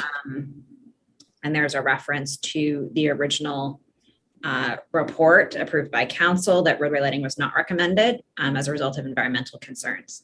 So by this point, had you had any discussions with Mr. Moore about the initial design of lighting on the Red Hill? I don't think I would have had any discussions with him. It's not like I said, at some point, I became aware of the limitations on lighting as a result of the original approvals. And as I had said to you earlier this morning, I have a recollection of Gary telling me something like that. I just don't know the timing of when he'd said it. It had to be before this. Okay. Can you close that? Or we wouldn't have had this information in this report. Well, your staff had the information in the report. I was asking more specifically about you and discussions that you and Mr. Moore had had. No, I never really talked. Like I said, Gary, we may have had that conversation at some point. I have a vague recollection of him telling me about the lighting could not go because of what was, but it never really beyond that. Like, okay. Lighting was Gary's area of responsibility, so I trusted that he knew what he was doing when it came to that. I mean, okay. I think this paragraph reflects that accurately. I don't understand. We told council they recommended it. I mean, council can ask for anything. They can ask us. They can ask the consultant, but that doesn't mean that the consultant will necessarily agree or support that ask. Because I mean, that's part of what we hire consultants for, right? Okay. I mean, I'm not sorry. I'll stop. I just don't understand the lighting question. Okay. Did any of your staff advise you that SEMA had concluded earlier in the work of its project that full illumination was in fact warranted for the main line? Not that I recall, no. Okay. Registrar, can you call out the second to last paragraph, please?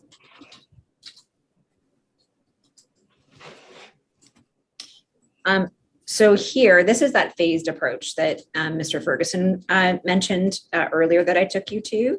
That is countermeasures be implemented and monitored prior to any further consideration of the installation of new roadway lighting. Did Mr. Lupton ever update you about whether he'd had discussions with Mr. Moore about the talk to Gary and bring SEMA in if needed?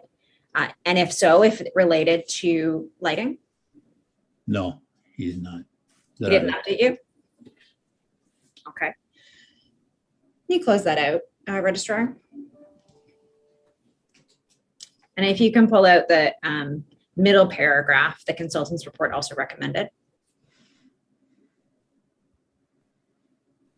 Mr. Mader, if you look at the last line, it says, staff will also review further countermeasures such as friction testing with construction engineering. And so in this sentence, construction engineering is Gary Moore's group, is that right? That's correct. Engineering services. Yeah. And so staff at the beginning of that sentence, that's traffic engineering staff, is that right? Staff will also, Where are we reading here? Traffic instruction. Yes, I assume it does. And did you expect your staff to review the potential countermeasure of friction testing with Mr. Moore after this report was sent to Public Works Committee? No, I understand what I see this sentence. It looks like a bit of a throwaway, but no, I would not have expected my staff to hold Gary's staff accountable with respect to friction testing. I wasn't saying holding accountable. I said, do you expect your staff would review, just like it's worded here, that countermeasure with construction engineering? Not on a formal way, no.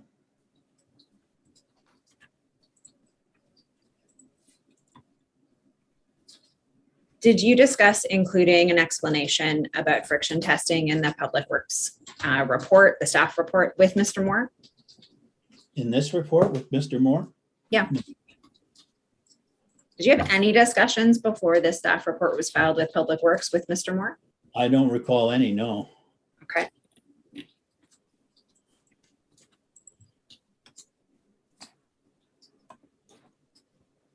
Registrar, can you close this out and go to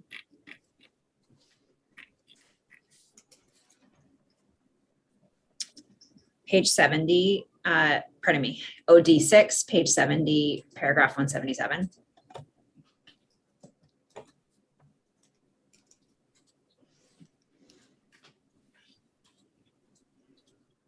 I think you had said earlier that you didn't recall Mr. Lupton updating you. And this is not an email that is sent to you, but it's sent to Mr. White and Mr. Ferguson. He says, I've reviewed with Gary. He's good, but he suggests we manage the final version of the report. Does that refresh your memory about whether Mr. Lupton updated you about any discussions with Mr. Moore? Is this in reference to that report we were just looking at? Yeah. No, this doesn't, no. Okay. Mr. Lupton goes on to say that Mr. Moore said, it's not uncommon to get an FOI for this type of thing. I'm not asking to change opinions, but to soften and stage the report similar to what we have done with our info report. In your view, what do you think about managing softening and staging a consultant's report to reflect what staff has said in a staff report? I think it's reasonable to go back and forth with the consultant to discuss the report. I don't know about softening it or staging it. I think what Jeff, I'm not going to guess what he says, but when he does say, for example, do this first and measure results, I assume I'm assuming from that he's looking for the consultant to talk to the consultant to try and put the recommendations in an order that's doable. I don't know. I'm just looking at this and I'm saying that's what possibly happens here. I don't see any problem though in sitting down with the consultant and discussing what it should look like. At the end of the day, SEMA or any other consultant is responsible for what they put on paper and sign out. So how they are influenced, whether that be staff or others or information they find on the internet, I don't know. But ultimately they sign that report. And I would expect stand behind it. Okay. Mr. Lupton reports that Mr. Moore referenced getting an FOI for this type of thing. Did you have any concern at the time that members of the public could have access to this staff report and see that it didn't fully mirror the staff report? Well, I don't know that that's true, but I'll say I had no concerns about members of the public seeing it. No. Okay. You mean the SEMA report? Yeah. No. And that's how I interpret what Mr. Lupton is saying is that if there's an FOI, not asking to change opinions, but can we soften and stage the report similar to what we have done? So that the SEMA report. If the SEMA report said, do all these things and do them right now, clearly that's where staff's input comes in. It says we can't do them right now. We need to put some order to this. Some what can we do first and measure? What can we? And I think all they're trying to probably do is to align that, ask SEMA to talk to SEMA in that way and see what, if changes could or should be made. Again, at the end of it all though, SEMA can print and sign off on they must sign off on their report. So my I don't question, have any, I guess the short form is, I don't have any trouble with staff talking to the consultant to try and convince them of their logic, but ultimately it's the consultant's report that they sign. We're not forcing anybody to sign something they don't want to do. okay, and my question was really about FOIs and whether you had any concern that a consultant's report might not mirror exactly a staff report. None. I mean, no, none.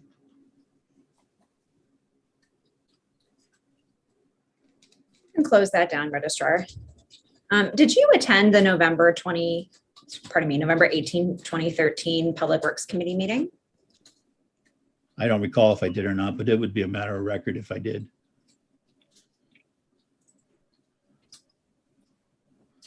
Is it a matter of record to all of the staff who attend Public Works Committee November meetings? 13, 2018? Yeah. Sorry, November, not 2018, November 18, 2013. That's right. Honestly, I have no recollection. I attended mostly all Public Works Committee meetings if I was at work. And even if I didn't have reports on the agenda, I usually attended. So in all likelihood, I did. I just don't remember. Okay.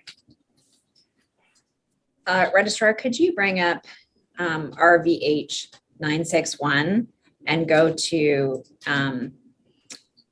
the second hour and 3 minutes and just do a screenshot of that video?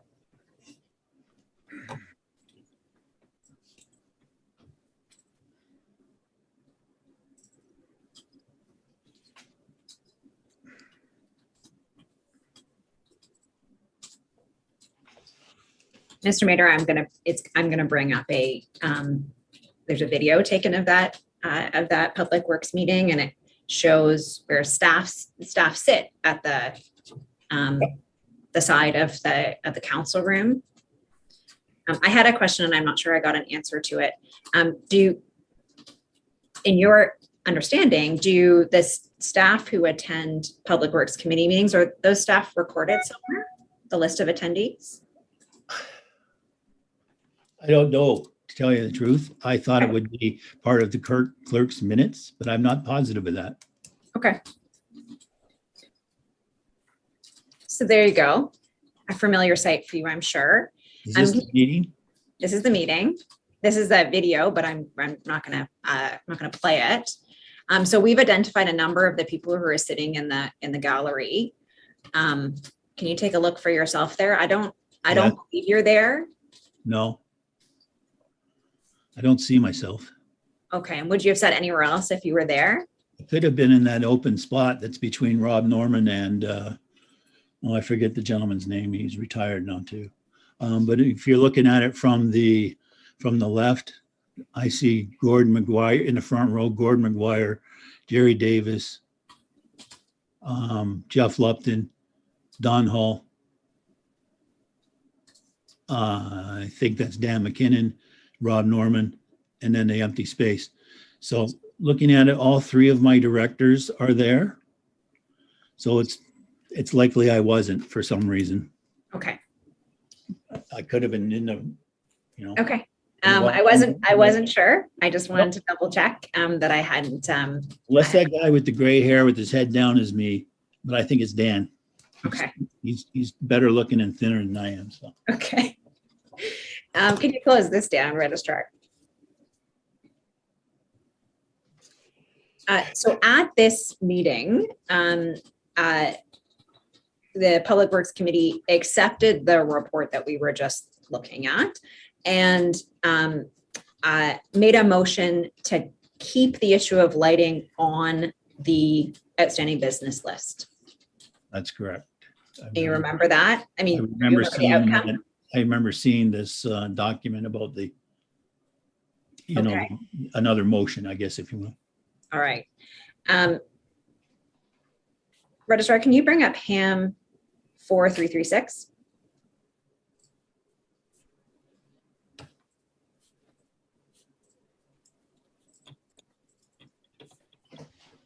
And if you can scroll into image 2, please.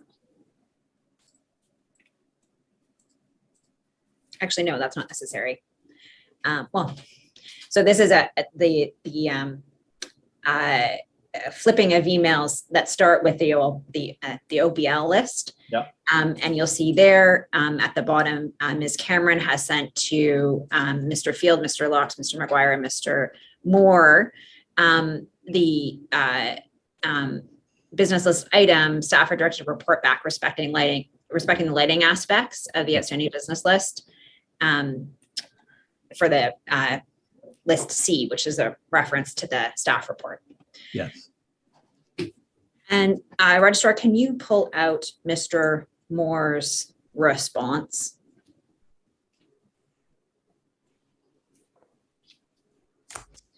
So you'll see this is an email in the same day copy to you. Yeah. Also to Mr. Lupton and Mr. White. Yeah. And Mr. Moore says, and I'm going to do it this way first. What part of, and then he has 5 points, did the committee not get? Yep. Do you remember receiving this this email? No, I don't. I have seen it obviously as part of this process. The previous screen where we looked at who was at the meeting is illuminating because it looks like Gary wasn't there. So It does look that way. If this conversation came up at, and it looks like I wasn't there either, but if this conversation came up at committee, and he was there, he could have, and I think would have addressed it at committee. And I don't know what Gord McGuire may or may not have said at committee about it, because again, I wasn't there either. But so this to me is this, you can go ahead and ask the question, I guess, with respect to this. Okay. I don't know what that is, but.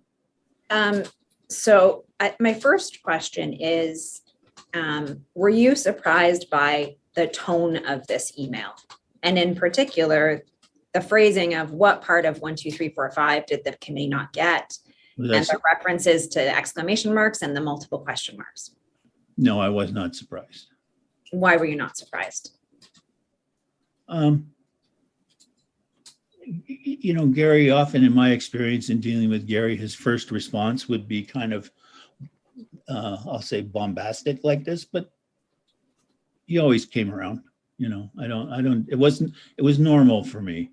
I had known him and his way of working for a long, long time. So it was not alarming to me. Let's put it that way. Okay. So he says under number 1, the road was approved environmentally, not only without lighting, but specifically not to have it. So you've said a few times that you learned over time about the original design constraints. And I think you said that you knew that before the Public Works Committee meeting. Was this the first time you'd heard that from Mr. Moore directly? This? I can't say. Like I said, at some point in time, I heard it from Gary. I don't know if this, I doubt that this was the first time. I must have heard it from him, I think, prior to that report going. Okay. It defies logic to say that I didn't. I don't remember it though. Okay. He goes on to speak about some of the constraints, and then also under number 5, we can't afford it.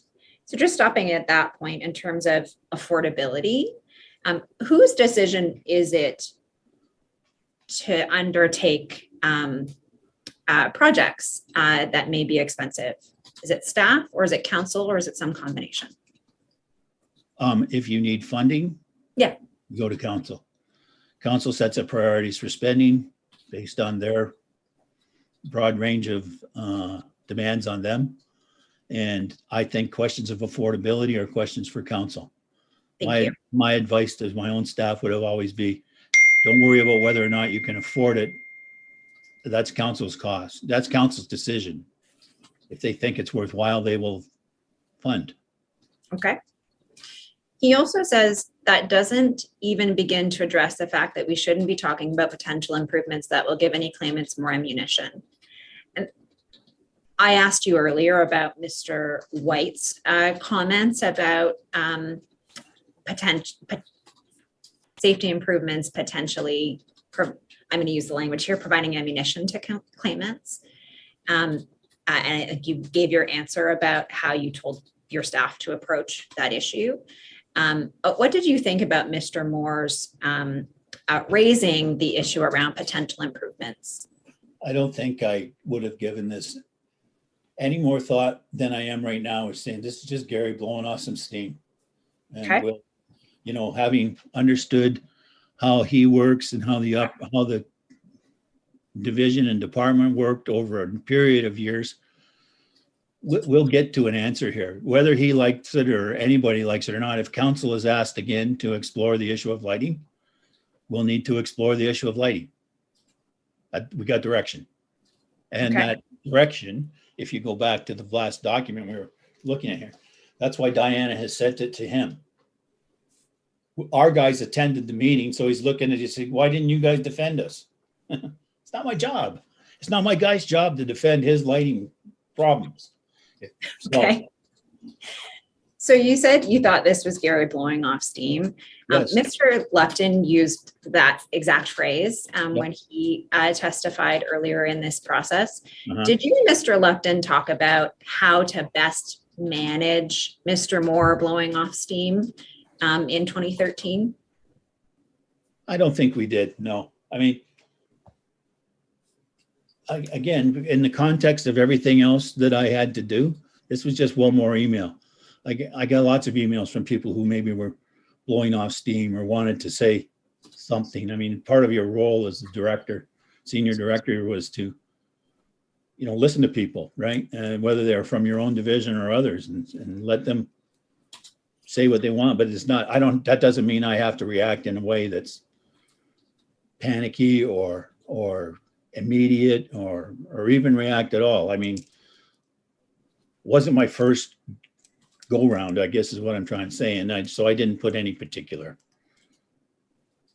Okay, and I think importance at this at all. Okay, I think you said this was also something you'd experienced with Mr. Moore, that he blows off steam.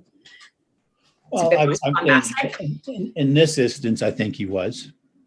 Yeah, my question was, is this the only time or the first time you'd seen that? Or was this something you had to experience with Mr. Moore? I think you said being bombastic was your. Did I say that? I think so. It must have been someone else. Gary was passionate about what he does and proud of what he did. And I think was confident in his positions. And so, yes, he could be come across as loud that way. But again, for myself, having been his equivalent or better in terms of sort of rank, I hate using those kind of terms, but I don't know what else to say. I didn't assign any particular issue to Gary's behavior at all. It never struck me as out of line. Let's put it that way. Okay. He could be enthusiastic, but I don't think that's bad. His enthusiasm could sometimes travel over into what we see in this email. Okay. Not limited to 2013. Did you ever receive information or complaints from any of your staff that they took a different view, that they actually did find the way he interacted with them around the Red Hill to be upsetting to them? Our staff interacted with Gary and his staff on a pretty regular basis in terms of dealing with roadway reconstruction, and then part of roadway reconstruction often involved, you know, the traffic signals or other traffic crossings, things like that, to be included as part of the project or not. And so there were times when they had differing views on that. And I would hear that from Martin at times like that. But again, that was, in my opinion, a normal way of doing business. I expected them, there's always going to be some differing views on projects, not just between traffic and engineering, but within the other groups that I had too. That was sort of common. every day there was problems with our customer groups and facilities, for instance, where they didn't agree. But that was part, you work it out. That's part of what you do as professionals. And that's where I saw these issues with Gary's group, if you will, being resolved and working that out.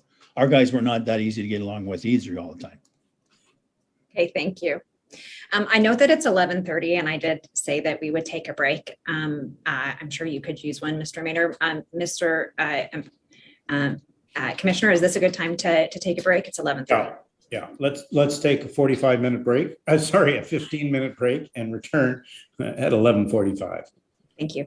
Thanks. All right, thank you.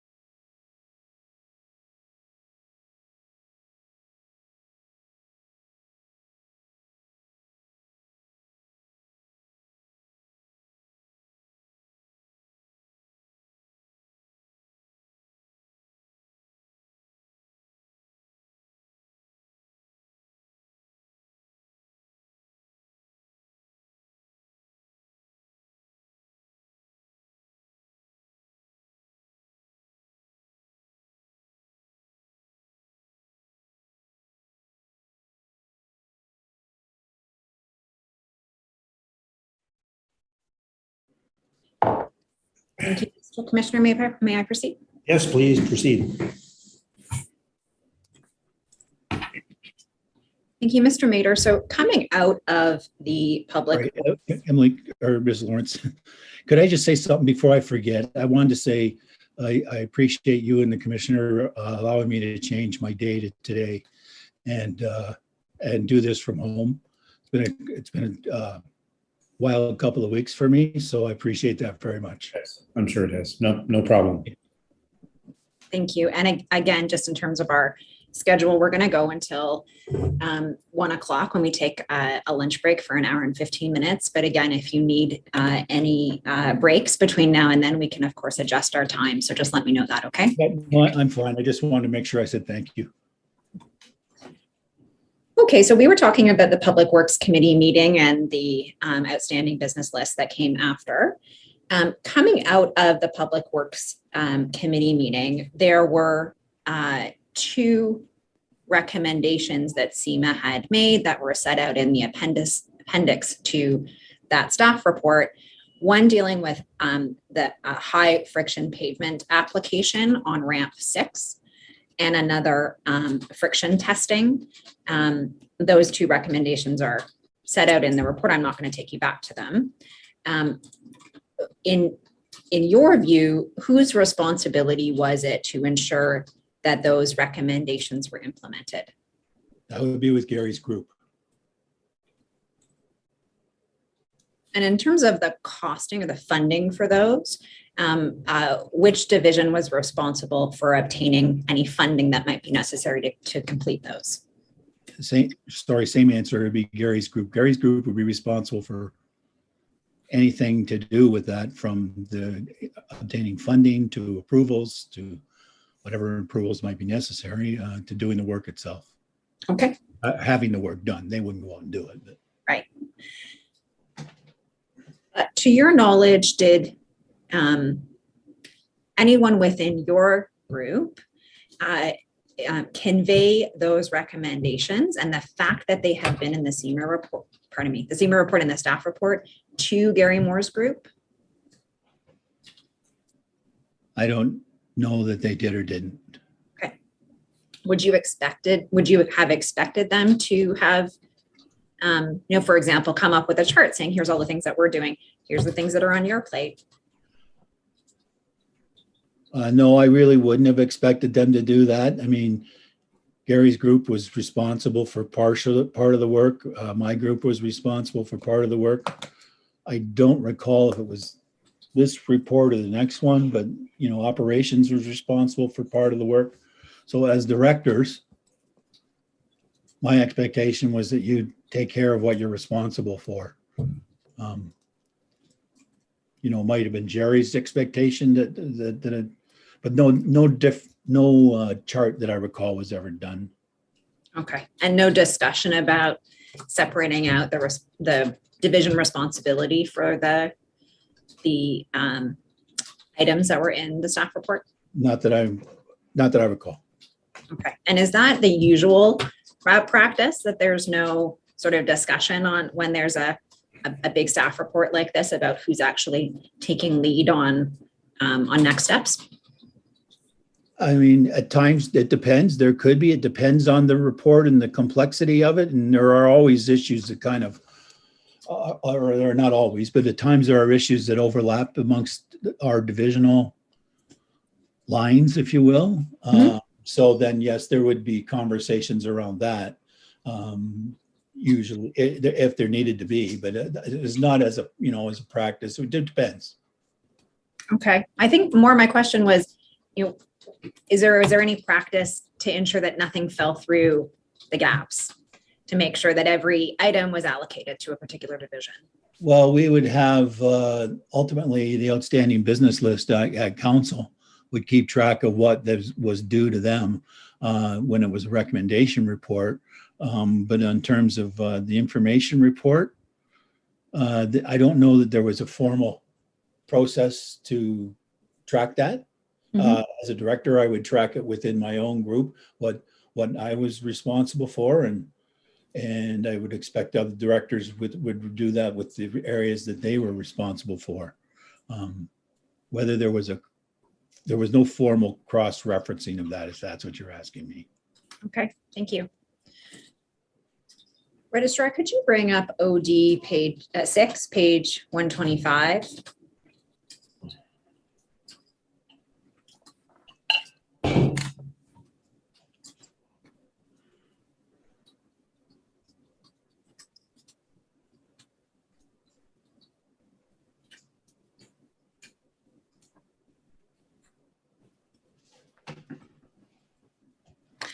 Mr. Mater, sometimes after we go into our breakout rooms and come back, the Zoom can be a bit different. Can you see that on the screen? Yes, it looks the same. Great.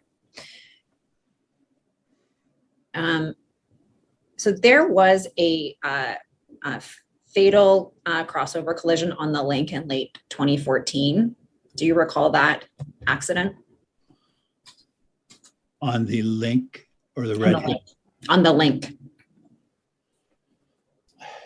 You know, I recall that there was a collision and a fatal, but I don't recall details of the accident. No. Okay. Registrar, can you pull out, call out 351, please?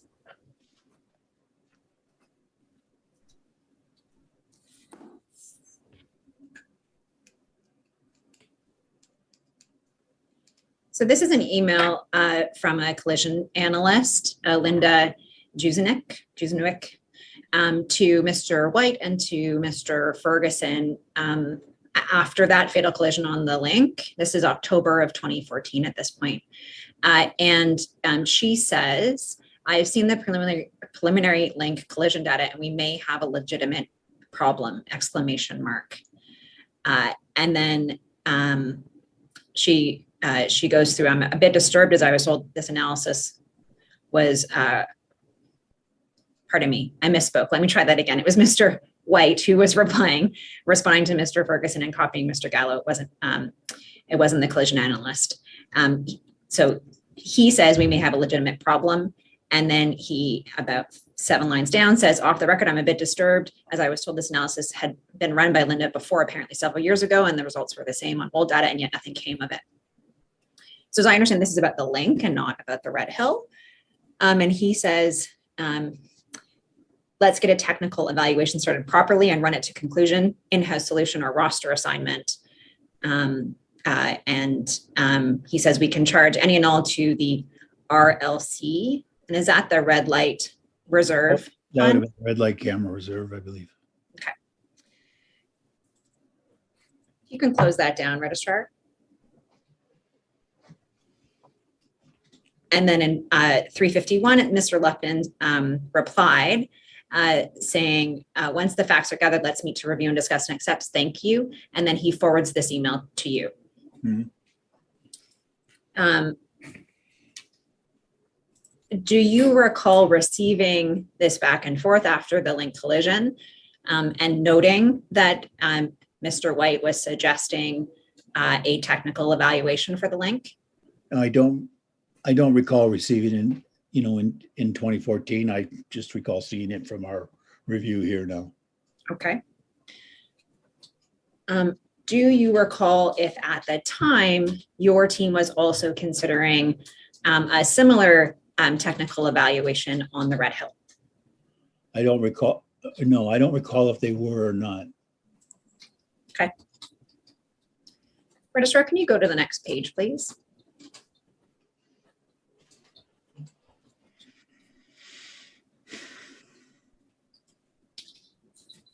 So to refresh your memory, one of the things that came out of this fatal crossover collision on the link was a renewed discussion about barriers and having median barriers. Does that, do you remember that, the beginning of that discussion?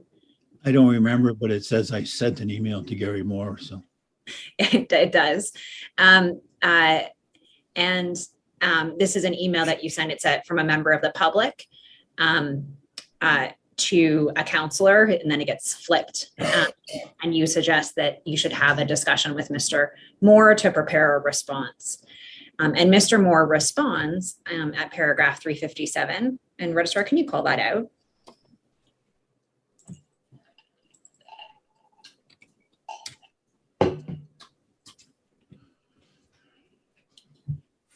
So he says that it would require the existing curbs and the existing median to be removed. It would also require the removal and replacement of every overhead sign. And he puts the rough budget at 25 to 30 million. Mhm. He also says it would also require special end treatments at every overpass and would have a significant impact on maintenance. He goes on to say the current design met all warrants for speed limit. The problem is enforcement, not design.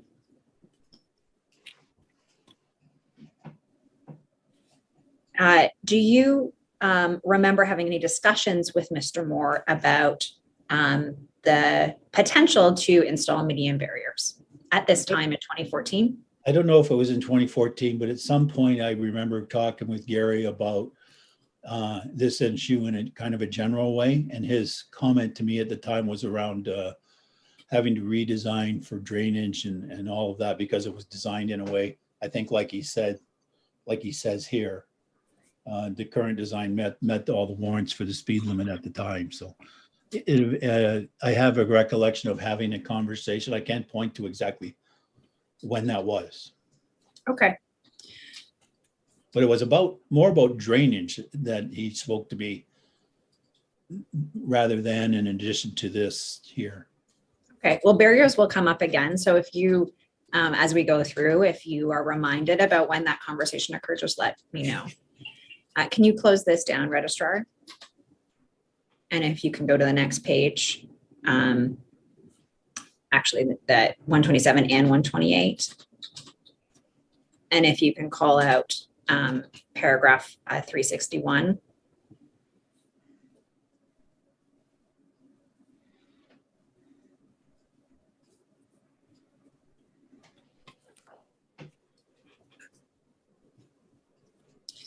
So now we're in November, and you email Mr. Davis with others copied, and you say, as per conversation, staff has been reviewing the collision history on the Red Hill /link.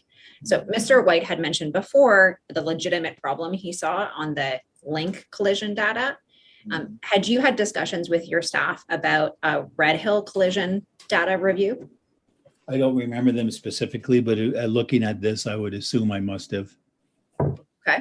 Talked about, what's going on. I don't recall that. I recall there was a bunch of media attention, obviously, and council kind of talk about it. I don't know if it's necessarily at the council table, but just sort of an ongoing theme about looking at, and I don't recall in relation to the comments from operations, whether that was before this or it's all kind of jumbled in my head in terms of timing. But yes, I mean, I would have had by this point a picture some of my mind that we probably should do an overall review. Right. In fact, you say there's enough of a concern that I believe we need to do a more in-depth review. Yeah. Do you know at this point whether the review would encompass both the Red Hill and the link or just the link? I'm looking at the title. It says Red Hill and Link. So Yeah. I believe the thinking was maybe both at this time, but I don't recall for sure. Okay. Can you close this down, Registrar, and go to pull up 362 and 363? So Mr. White emails Mr. Ferguson saying, did you and JM, which I think is you, talk about this today? Are we going to go to the roster for a solution? SEMA, and what about the cable idea? And Mr. Ferguson says it came up. He mentioned that Jerry brought it up and told him to do something. And his thought, and I think this is referenced to you, is to have a review complete and a recommendation, not to tie it specifically to HTCs. So just stopping there, does this refresh your memory about discussions with Mr. Davis about the political or the pressure to do something in response to the link crossover collision? I kind of remember having a conversation with Jerry, probably at my regular meetings with him about this topic. And it sounds to me like something I would have said. Normally in this case, I'd say to Jerry something like, I think we should do further review, right? And that's how that would, he'd say, okay, go ahead and do. But I don't remember it being for political reasons beyond what we had been asked by, I think it was Councilor Jackson, I read in the last meeting. But I mean, I wouldn't want to overemphasize that. We get political questions all the time. It's not that we ignore them, but it's just part of the job. It's part of the business. Yeah, sometimes the requests come from council, sometimes they come from the public, sometimes they come from all directions, right? And so I think in this particular instance, given that things seem to be kind of coming from all directions at this time, was part of why we were, and quite frankly, based on our own review, we felt it should do something. It's not like we were just waiting around to do nothing. I don't know what HTCs, I think high tension cable is what he means. Okay. So just on that point, and Mr. White did say, I'm a little disturbed that Linda did this analysis and nothing came of it. So just stopping at this point, what was your understanding of the proactive work of the traffic operations department as it related to the Red Hill and the Link in 2014? In 2014, I believe it was, as I said, we had done the work 2013.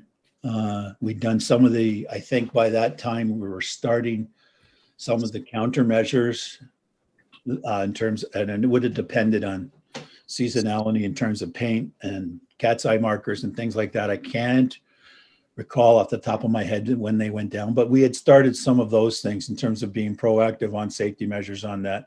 And I think as time was going on and we had the fatal collision that you just raised, the idea here of having an additional safety review done on the north-south portion, and I think the Red Hill, the Link as well, was, I'll say, formulating in our heads. Sure. So my question was, I am probably not well worded. To your knowledge, within the department, the traffic operations and engineering, was there some routine monitoring of collision history on the Red Hill and the Link in 2014? I don't recall if there was a routine or a regular monitoring of that, or whether that was something that was started. Martin's email about work that was done before, I don't know about that. It was before my time, I assume, I believe. Were you aware that under Hart-Solomon, there had been a more regular process to take locations within the city that had a collision history and proactively try to implement countermeasures? Only in a general way. I knew that that's part of what they were doing, and Wayne Hart had it. Yes. And I understand that dropped off as a task out when Mr. Solomon retired. Is that your understanding as well? I believe so. I mean, when Mr. Solomon retired, the traffic engineering group was part of Gary's group. So I don't know exactly the timing as to when that was discontinued or was not, going forward. Okay.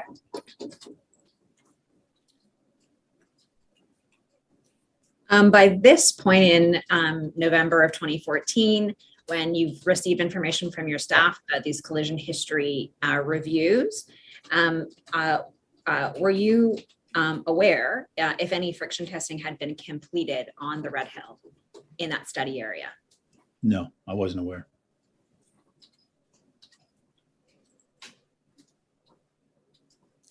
Registrar, can you go to page 136 of this document, please?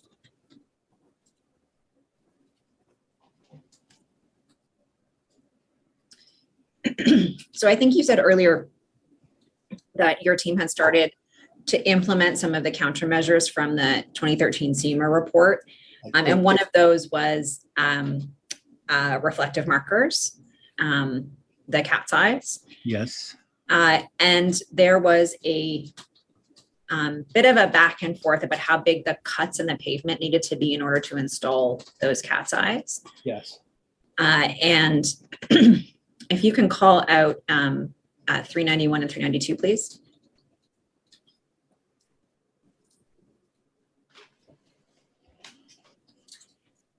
So here, Mr. Ferguson emails Mr. Moore, and he confirms we need to not go below the length of 4 feet for the cut. And Mr. Moore replies, okay, but when the pavement fails prematurely because of the cuts, I'll be asking you to provide an explanation about this need for both the reflectors and the cuts. I'm going to close that down, registrar, and go to the next page, please. Excuse me. And you'll see at the top of that page, you say, just let it go. And was that your, why did you say just let it go on that issue? Honestly, because just talk, we had direction from council to put in pavement, or not direction from council, that's wrong, I think, because we took an information report. But in my head, taking that information report to council means we did have direction to do, we told them what we were going to do, we were doing it. Okay. It's just a little buzz fight. I didn't really assign that, and I think that's reflected in my comment. Let it go. Just, we're going to do it. Okay. Registrar, can you call out 396, please?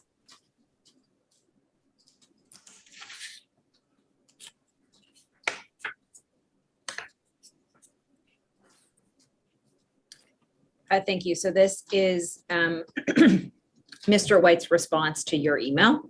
Yeah.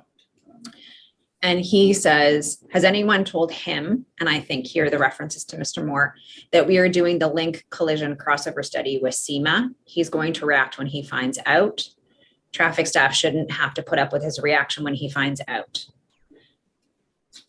So by this point, your team has started the process of retaining SEMA to do a collision crossover study on the link in particular. Did you have reason to believe that Mr. Moore would react badly to the idea of doing a safety review on the link? No, other than what Martin's telling me here, I did not know. Mr. Martin goes on to say Malone, who is a principal at SEMA, even told me he's charging us a bit extra due to Gary. Had anyone on your staff I previously told you that SEMA would be charging additional fees because of Mr. Moore's involvement in a project? No, I never did. Did your staff around up to this time and before this time, did your staff express concerns to you about working with Mr. Moore's section on Red Hill matters or link matters? Like I said before, not specifically that I recall Red Hill or link matters, but just in general, when they had, sorry, I'm just reading that too. Sorry, in general, when they had reason to deal with each other, at times they had differing views and different opinions, and sometimes our guys were resistant. Sometimes it could be Gary's, sometimes it could be both. But specifically with respect to the Red Hill, I don't recall there being conflict on that. Other than Gary was, like I said, always passionate about defending his areas of responsibility.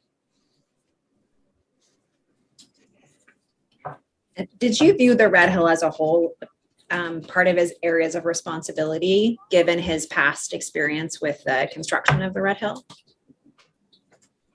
I think I would say it's accurate to say that I would look at the Red Hill and say there are aspects of it that are clearly were part of his responsibility. Pavement design, guardrail design, those kinds of things. That's all part and parcel of the freeway design.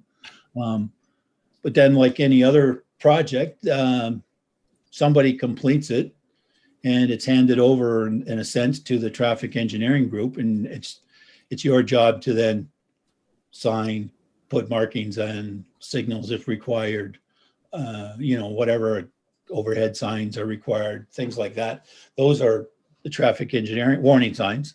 Those are the traffic engineering group's responsibility. So, and then further to that, there's the maintenance aspect of it that is part of the road operations group's responsibility. So I think I always would looked at that corridor, and there's certain aspects of it that are, that there's aspects of that road that are divided up. It's no one person's complete responsibility. That's maybe the way we wish it were, but we were not structured that way. Okay. So you said that Gary was always passionate about defending his areas of responsibility. You said he was always that way. Did you notice in particular he was passionate about defending his views on the Red Hill? Not in particular. He's just, I mean, it could be with respect to any piece of work that they were doing.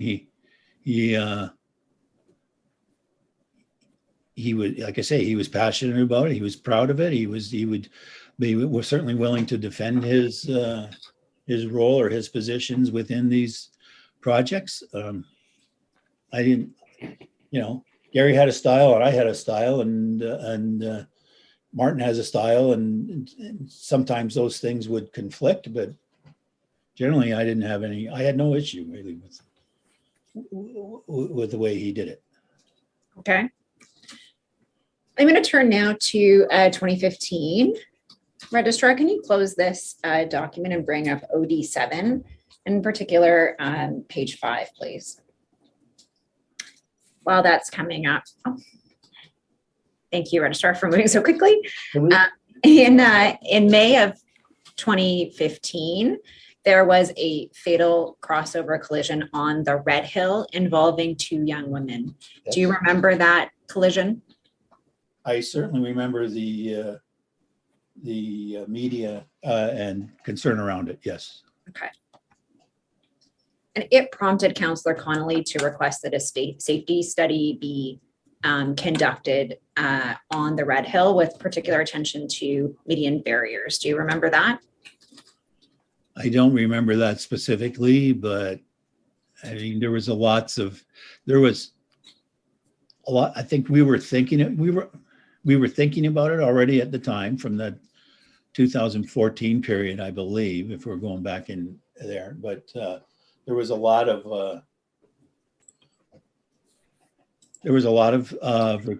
requests, if I'll put it that way, to look at what's going on the Red Hill after that collision. So I just don't remember counselors specifically. That's all. Sure. And I asked the registrar to bring up this page. I actually meant to bring up page 8. So hopefully that wasn't confusing to you. Registrar, can you bring up page 8 of OD7, please? Thank you. So you'll see at paragraph 19, Councillor Connolly emailed Mr. Ferguson and said, Dave, I want a safety study done specifically about barriers. Registrar, can you go to the next page, please?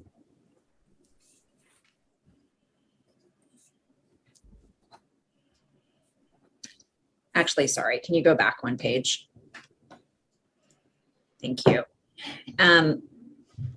Just stopping here, Mr. Ferguson provided Councillor Connolly with some draft language for the motion. Was that common for your staff to help councillors with the language to be used in a motion that they wanted to bring? Yes. Yes. I mean, it could, excuse me, we did help them with that kind of thing. Okay. If they asked. Registrar, can you go to page 10, please? So just to orient you, the language of the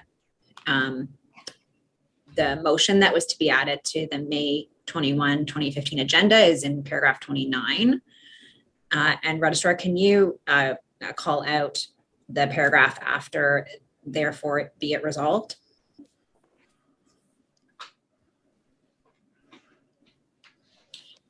So this motion, unlike the 2013 motion, was for the entirety of the Red Hill and also to investigate the link. investigate additional safety measures, including guardrails, lighting, lane markings, and other means to help prevent further fatalities and serious injuries. You can close that down, Registrar. And if you can go to the next page. And if you can call out paragraph 32, please.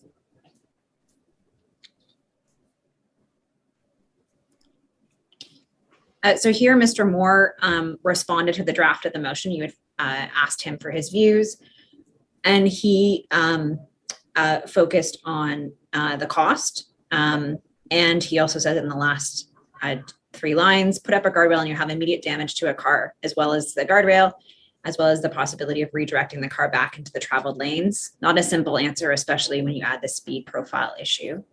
Yeah. Do you remember Mr. Moore conveying these views about barriers to you at the time?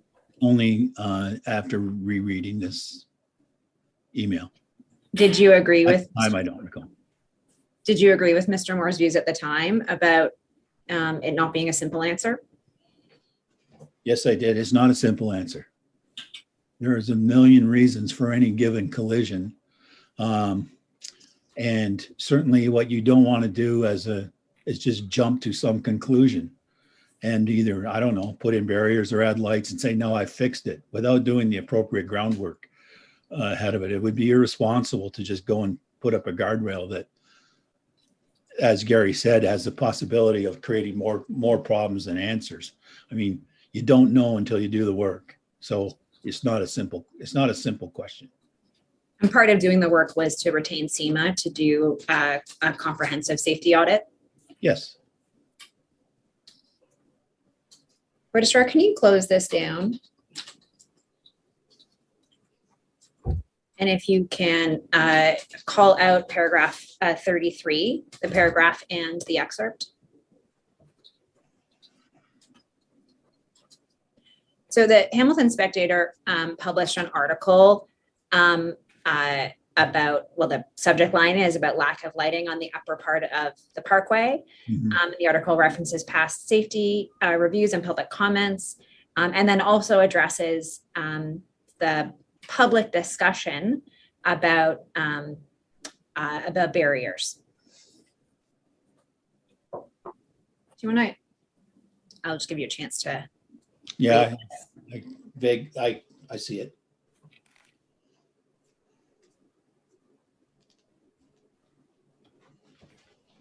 And if you want to just close this down, because it actually does go on to the next page. Just want to make sure that if you can call at the top.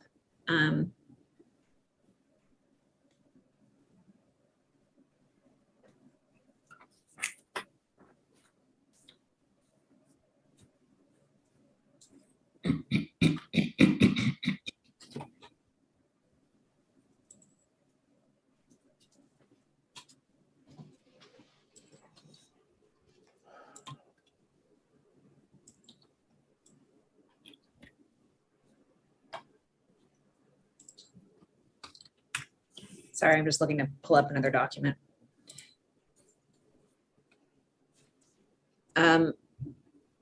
Registrar, could you pull up RVH 669, please?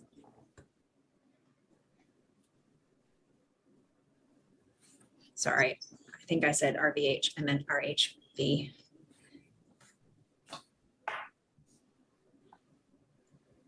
So this is a Spectator article that is around the same time. It's March 25, whereas the one we were looking at before was March 13, pardon me, May 13, and this is May 25.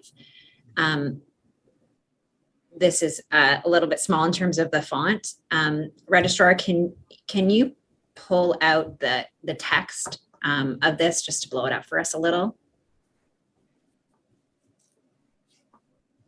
So this is just to orient you, this is going to be after the March 21 meeting where Councillor Connolly brings forward the motion that we were just looking at.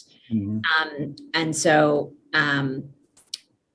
another thing that he did at that meeting was to raise the issue of enlarging the Red Hill and the link to handle growing traffic volumes. Mm-hmm. Registrar, could you highlight, it's about 10 lines down, according to City Manager Chris Murray?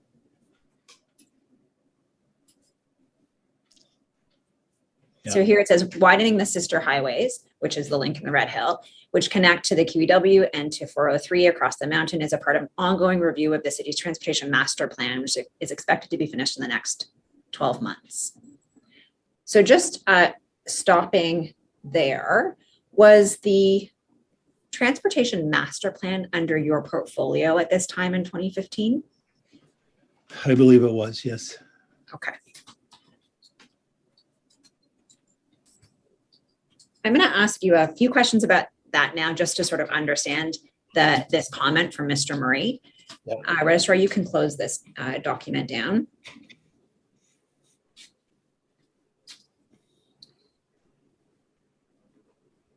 So prior to the issue of median barriers being raised at that 2015 meeting, was the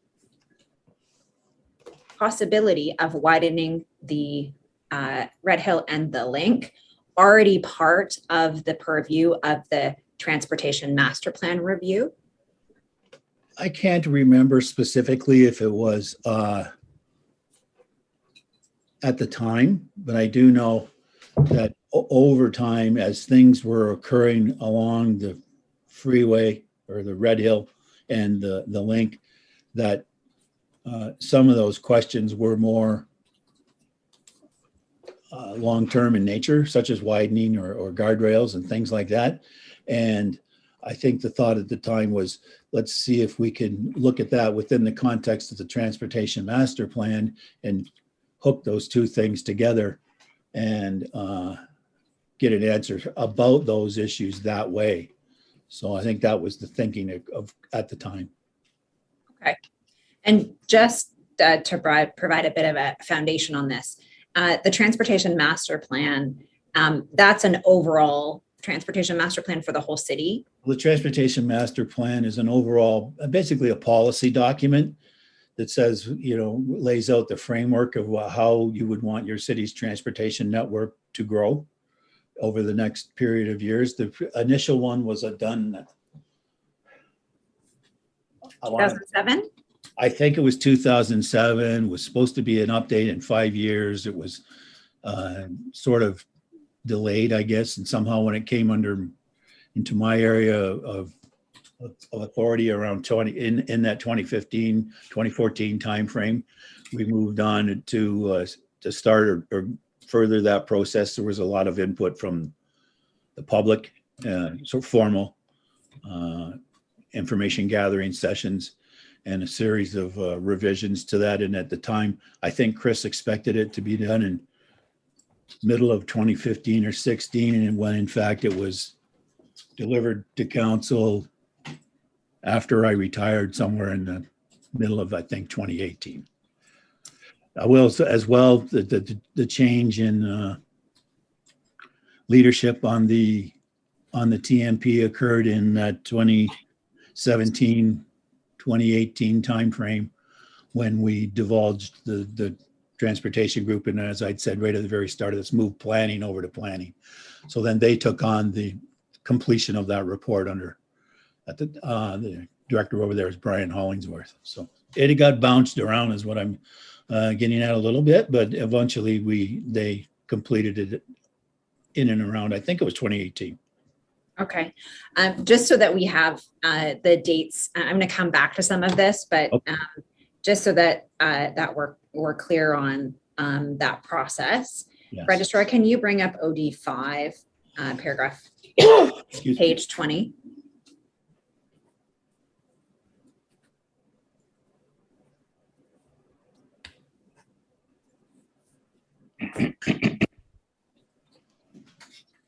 And if you can call out paragraph 40 and 41.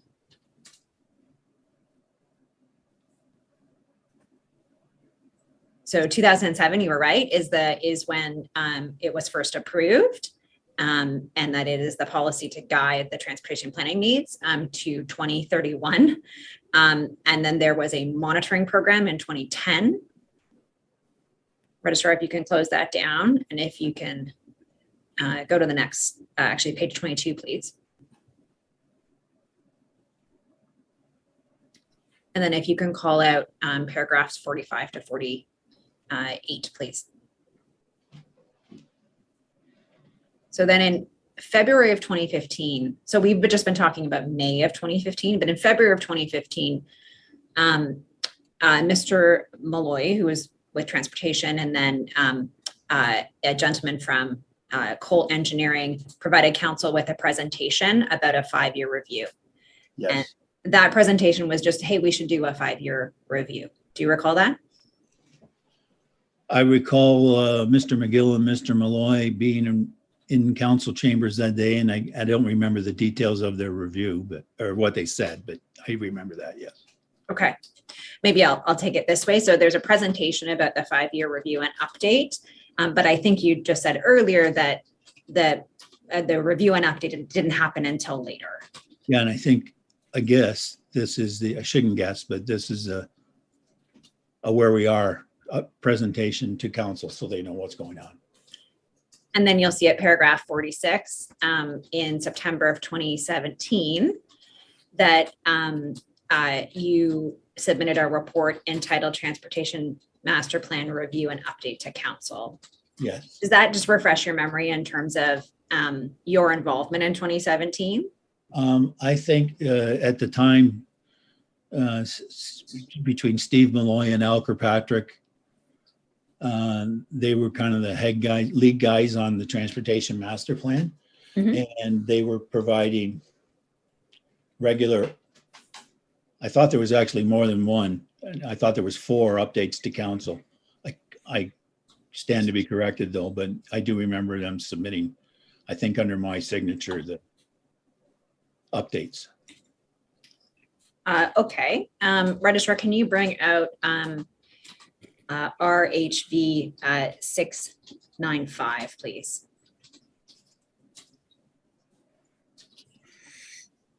And this is really just to refresh your memory. So this is the what was attached to that September 2017 master plan report.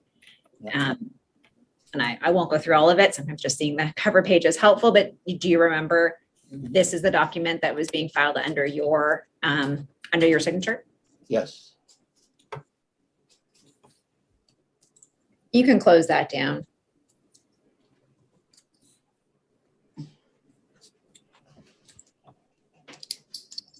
So we'll come back to that when we get to the 2017 time period, but just going back to 2015, the widening of the link in the Red Hill, I think you've said was in part from the public suggesting the inclusion of medium barriers. I think so. And I say the public, I mean, through the media, through. Yeah. I don't exactly recall. I think any of us here can recall the kind of, there was a lot of information through the media and members of the public at that time after that we were hearing.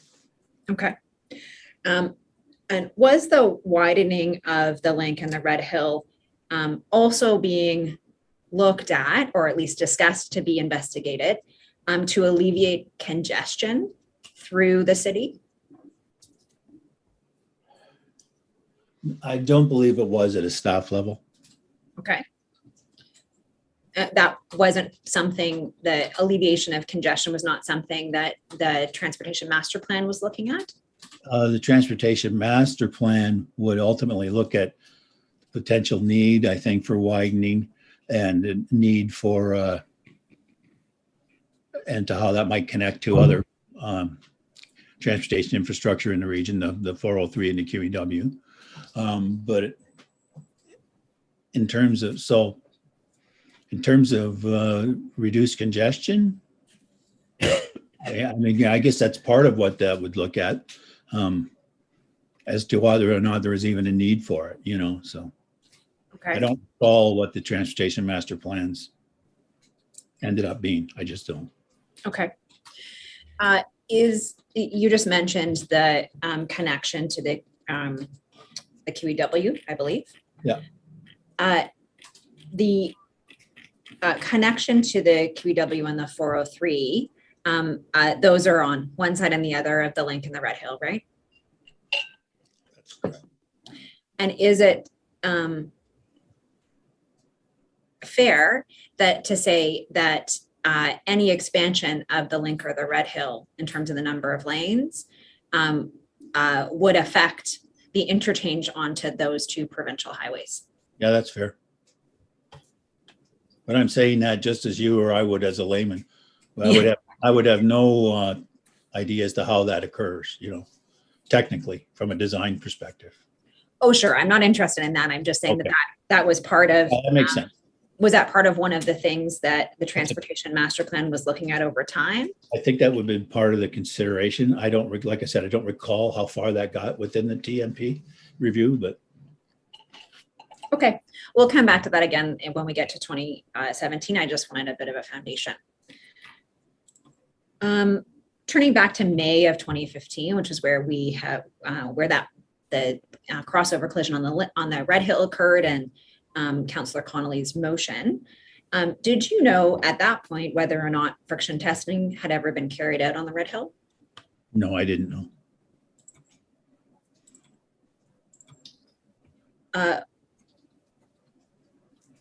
Were you aware that at the May 21st, 2015 meeting, that Mr. Moore advised the Public Works Committee that wholesale resurfacing was going to happen on the Red Hill in 2021?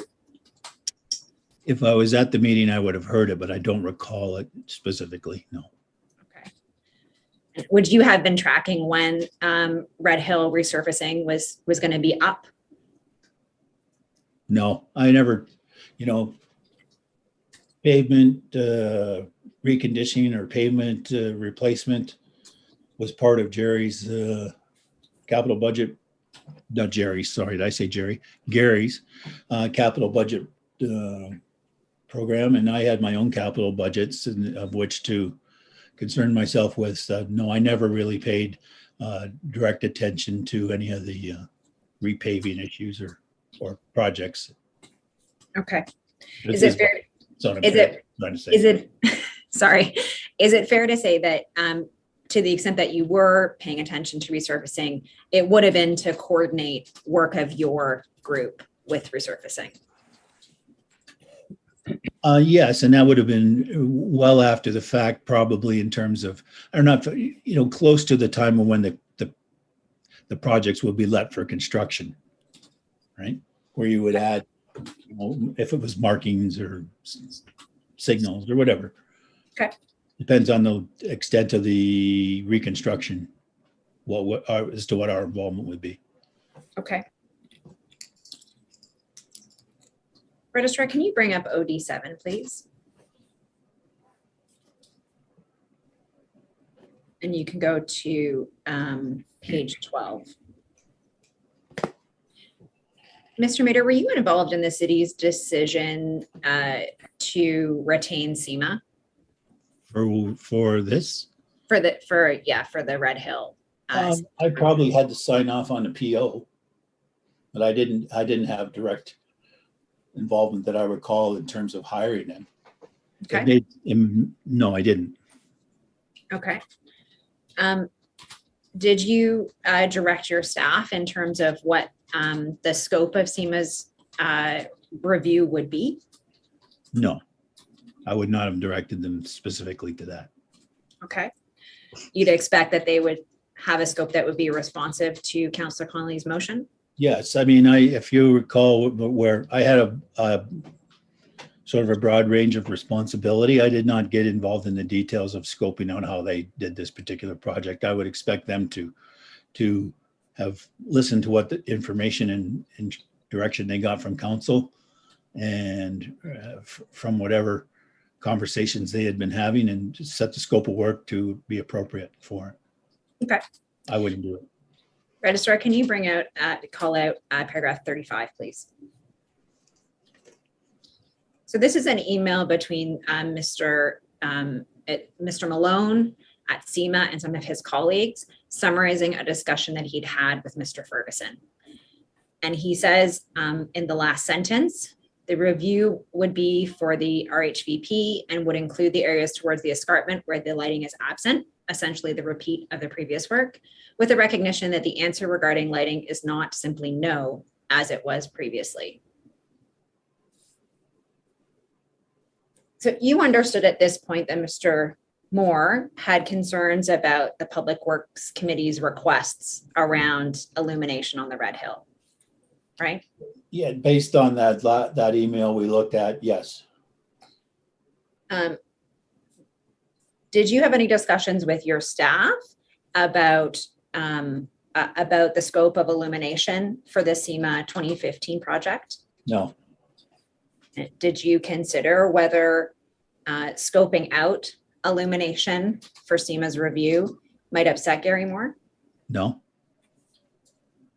You just weren't concerned about that, or you just didn't turn your mind to it? Neither. I was not concerned about it. I mean, council told us to do it. Okay. You It's can pretty close clear that to me. It's pretty clear to me what I have to do. Were you involved in the day-to-day work in connection with the 2015 SEMA report? No, I was not. All right. On September 22, there's an email exchange that you're not copied on. Registrar, can you go to page 44, please?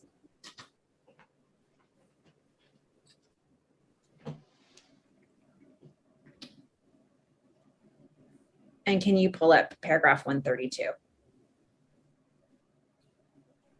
So I think that you mentioned this before, Mr. Mader.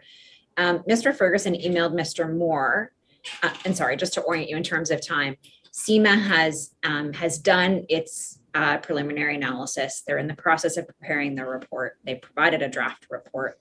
And this is leading towards the December Public Works Committee meeting. Yes. When the motion, they're required by that date to come back.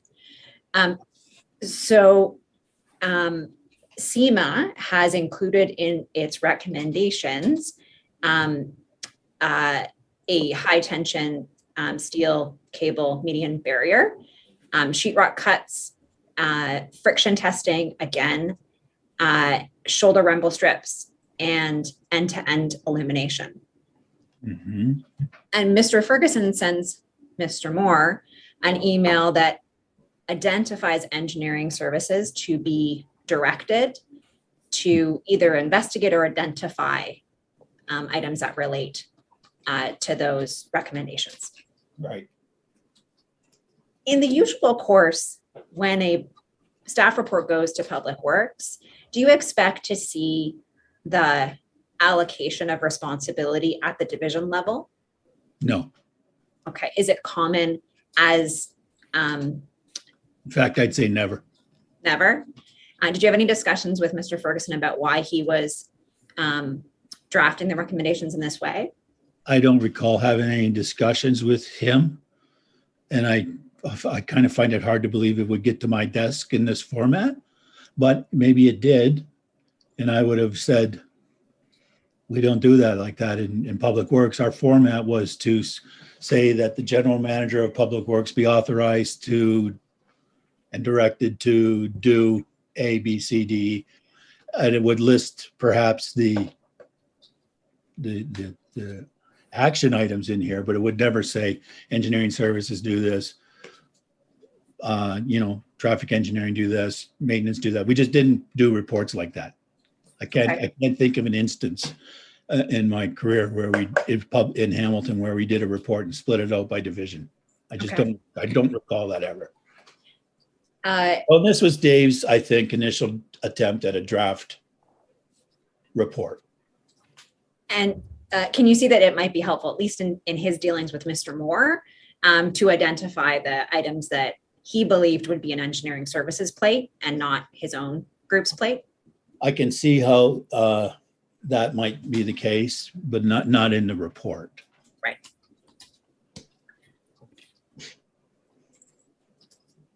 Can you close that out, Registrar? And go to the next page, please. And call it 134.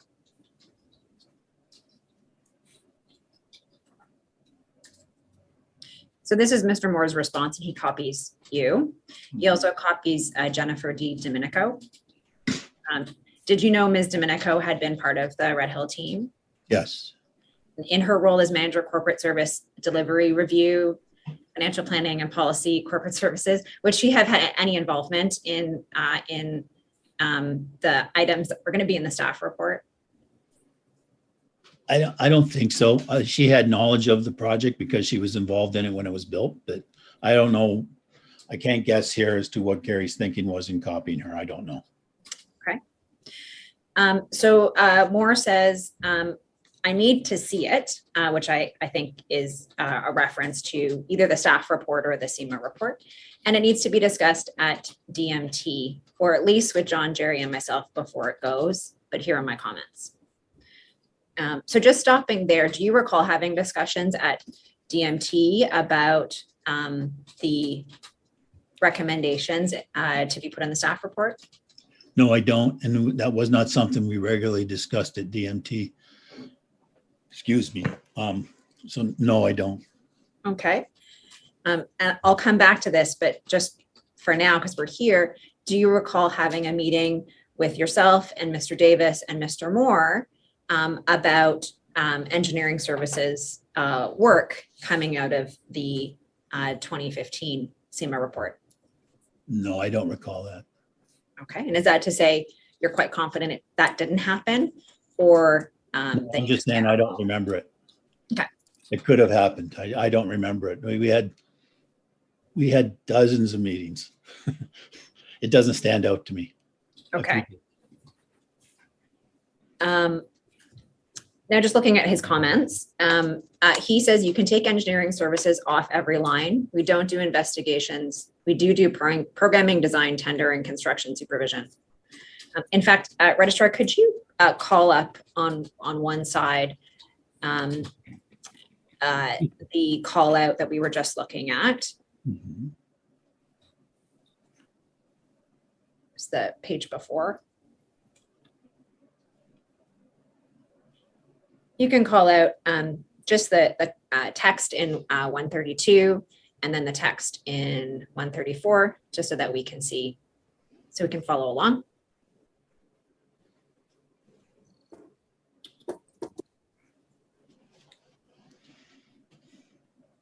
So, Mr. Mater, did you agree with Mr. Moore's view that engineering services was not responsible for steel cable medium barrier installation investigation? I don't think I agreed or disagreed at this point, but it'd be my understanding that that was part of their area of responsibility. Okay. And in terms of identifying a funding source to complete pavement friction testing, did you agree with Mr. Moore that engineering services was not responsible for that item? I'm not sure where he said that. Sorry, so looking at on the left-hand side under item C, Yeah. engineering services be directed to identify a funding source. Yeah. And if you look on the right-hand side under number 1, he says you can take engineering services off every line. We don't do investigations. We do programming, design, tender, and construction. Well, the way I interpreted that, I would interpret that first line. I would agree with Gary in that you can take engineering services off every line, but not for the reasons we're kind of talking about here. Comes off every line because that's just not the way we write reports. With the decision about who does what is not done at this stage of the process. It's after council approves a report and it says the general manager shall, those conversations, if they would take place then. And if there was some like we had spoke before, where I said it depends on the complexity. If there was some issue about any of these that we couldn't agree to at a staff level, then yes, we would have that conversation, but it would be well after this. So when I say I agree with Gary, I agree that engineering services should come off every line at this point in the process. So from a drafting perspective, you think engineering services, that phrase shouldn't be there? It should not, no. Okay. I mean, I think he had, I won't ask you to find the whole thing, but I think there was another part of this that said roads maintenance should do this, and traffic engineering should do this, and engineering services should do this. Those particular directions to the divisional names should come out of every one of those. And it says the general manager of public works, and then list your action items. Sure. So And leaving those us, decisions about who does what and funding fall out of that, not at this stage. So when I'm looking at this now, and when I would have looked at this point in time, I wouldn't have concerned myself with any of it in terms of Gary's comments, in terms of all of this. Okay, thanks for your comments. We're going to go ahead and write the report and go to council. okay, so just stopping there, I get the drafting issue, but in Yeah. terms of the actual allocation of responsibility, so this has not gone yet to the Public Works Committee. No. I think you said earlier, you'd want input from anybody, any division that will eventually have responsibility. Yeah. To Yeah. make sure that they understand what that responsibility will be. You see, when I read this, I don't look at it and read that Gary's saying that him or his group's not responsible for it. I'm just not reading that into this. I think our conversation about who's responsible for what will take off after council approves this report. But it's very clear in my mind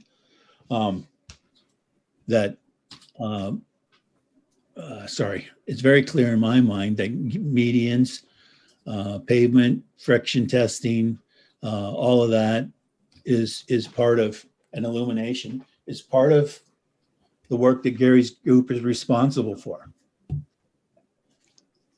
Okay, so turning to number 2 on here, what is friction testing going to tell you? Yeah. Did you read that as Mr. Moore telling Mr. Ferguson that his group was not going to do friction testing? No, I didn't really read that. And my understanding from previous information that we've looked at here was that they said they were going to do it. So. Okay, let's look at number 4. He says, we have said over and over, illumination on the Red Hill and the Link is never going to happen. So stop asking. Well, he can say that. He's welcome to stand in front of committee and council and say it. But it was not my call or my decision to make. Lighting is clearly part of his area of responsibility. And I'm not saying that to say he should do this and I'm just putting up a wall so that I'm not responsible. We had a ton of work to do, our own group, my own staff, my own areas of responsibility with respect to traffic, facilities, parks design, our corporate or our public works strategic planning, the new work that's going on down at the waterfront. I had a whole whack of things on my plate. And so when it came to these issues about illumination, and particularly at this kind of stage of the game, I would not concern myself with this kind of an email. It just, that's him talking. We know at the end of the day, as an organization, we knew who was responsible for what. You look in your budget and you see where's the line for lighting? Not mine. You look in your budget and you see where's the lighting for friction testing and pavement design? Not mine. So, I mean, it's pretty clear as an organization. We could wish it was differently, but that's the way it was. I did not have direct or even indirect responsibility for lighting or pavement or friction testing. Okay, so it is at this point, your group is going to be submitting a report to one, finalizing the SEMA report, and 2, submitting the staff report to Public Yes, Works. and again, yes, and again, I go back to the very start. It was my job, the job we took on was to just draft this report and put pen to paper so that the report got to council. But that didn't mean we automatically took responsibility or even as the authors of the report for ensuring that everything was done within that report. I haven't even asked a question yet on that. I know. Just if you can let me ask my question. Yeah. Okay. So here you have Mr. Ferguson, I think you'd agree, smartly going to Mr. Moore and saying, here's what the recommendations are going to be in their report. Here's the things that I think engineering services is going to have to do if Public Works Committee approves this report. And Mr. Moore is coming back and saying, on illumination, stop asking. So I recognize that your view is that it wasn't your responsibility over illumination, but aren't you in a bit of a inflection point here that a director in another division has what appears to be some concern about the staff report that your team is drafting?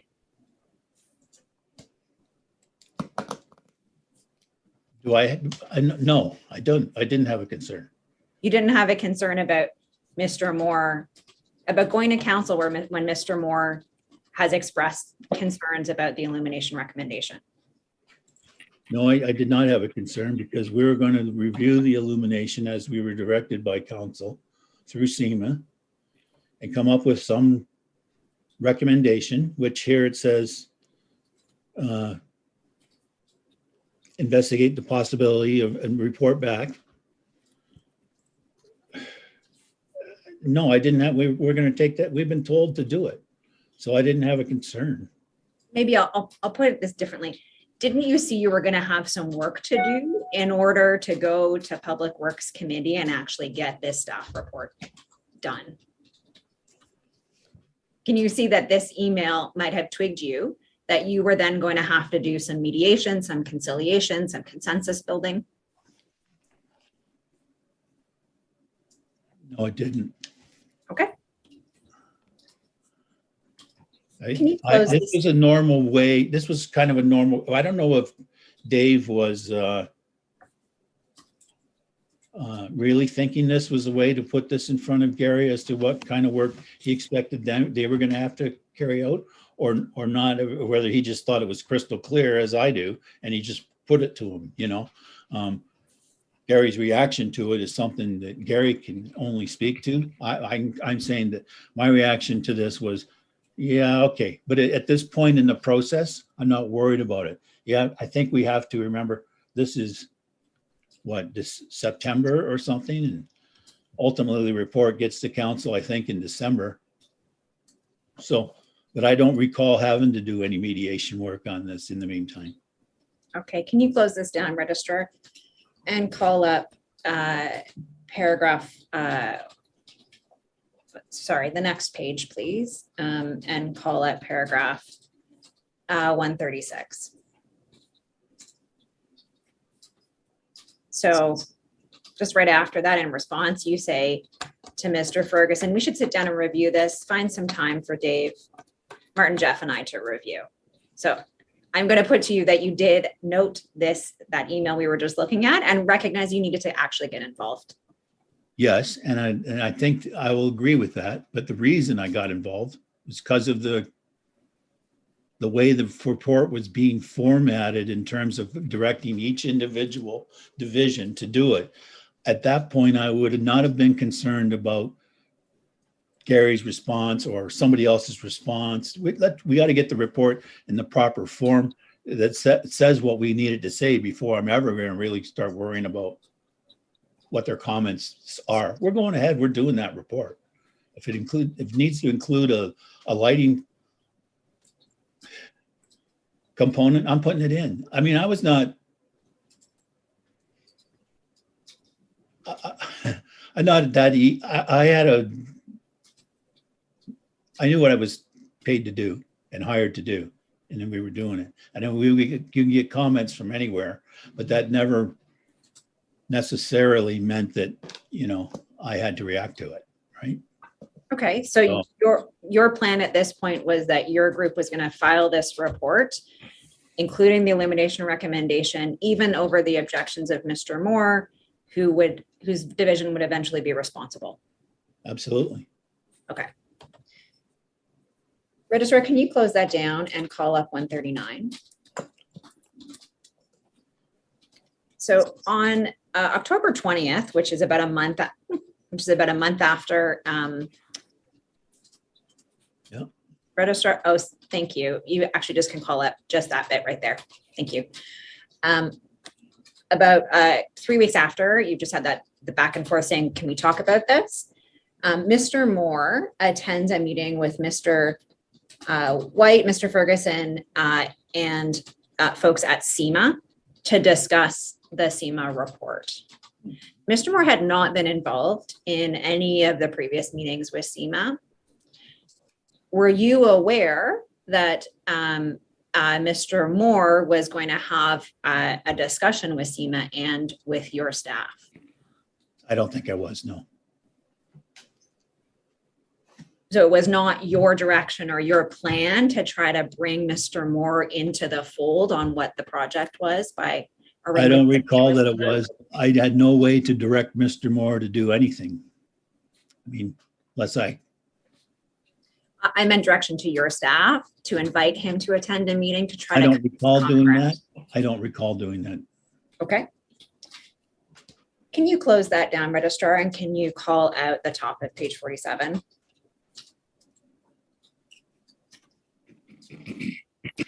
In the second bullet, this is the minutes from that meeting. Mr. Moore is recorded as stating that friction testing had been conducted recently following standards and results satisfactory. Was that reported to you? Not that I recall. Okay, you can close that down. Actually, sorry. Can you go into that document, which is CIM 9287?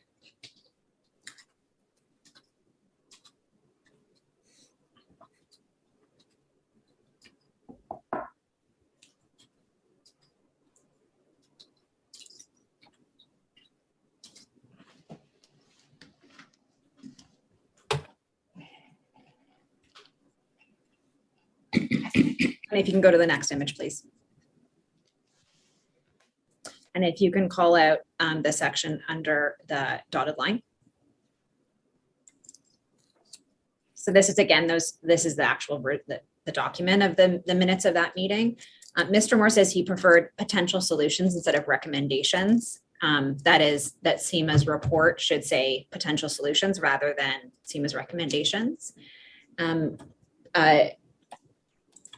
Do you agree that the average reader might see the phrase potential solutions as less directive than recommendations?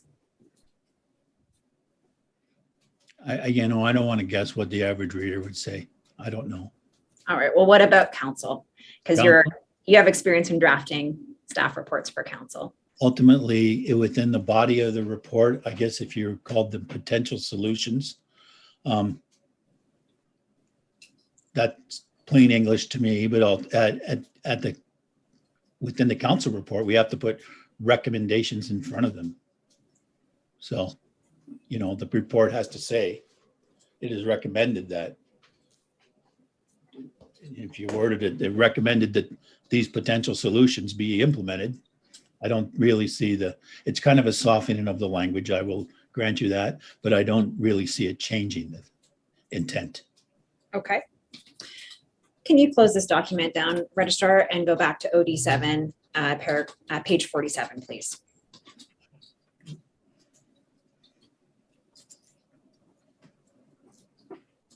And if you can call out paragraph 141. So on October 20th, after that meeting with SEMA and Mr. Moore and some of your staff, SEMA flipped a revised version of the 2015 SEMA report, and then Mr. White forwarded it, including the attachments to that email, to you and Mr. Lupton and Mr. Moore. Do you recall receiving and reviewing a draft of the 2015 SEMA report before October 20th? No, I don't. When you received it on October 20th, would you have reviewed it promptly? I likely would have taken a look at it because I knew we were trying to hit a deadline for getting this report to council. Okay. And so I think that deadline was in December sometime. It was. So this is not. It was a pretty significant lead time to get a report to council. Yes. So we would have been running up against it in October, I guess. Pretty close. So this is the consultant's report rather than the staff report. Yes. Would you have reviewed Would you have reviewed the consultant's report in this case? And not in detail, no. I would have probably looked at the executive summary, went through, looked at recommendations, but I don't think, the work, I don't think I wouldn't have done it in detail. I just wouldn't have had time. Okay, can you close this out, registrar, and go to page 56? And 168, please. Sorry, if you can call out 168. Thank you. So this is the following week. And this is an email from Mr. Ferguson to Mr. Murray, and it's in response to a public complaint, but related to the Red Hill. And he says, I'll discuss this with our senior team. We had a meeting last week with John Mader and Gary Moore. And then he goes on to talk about the timing of the report. Do you remember a meeting the week before October 30th with Mr. Mader and Mr. Moore and Mr. Ferguson? Senior team. No, I don't. Do you remember having any meetings with Mr. Moore about the 2015 SEMA report? I don't remember having any meetings with him myself.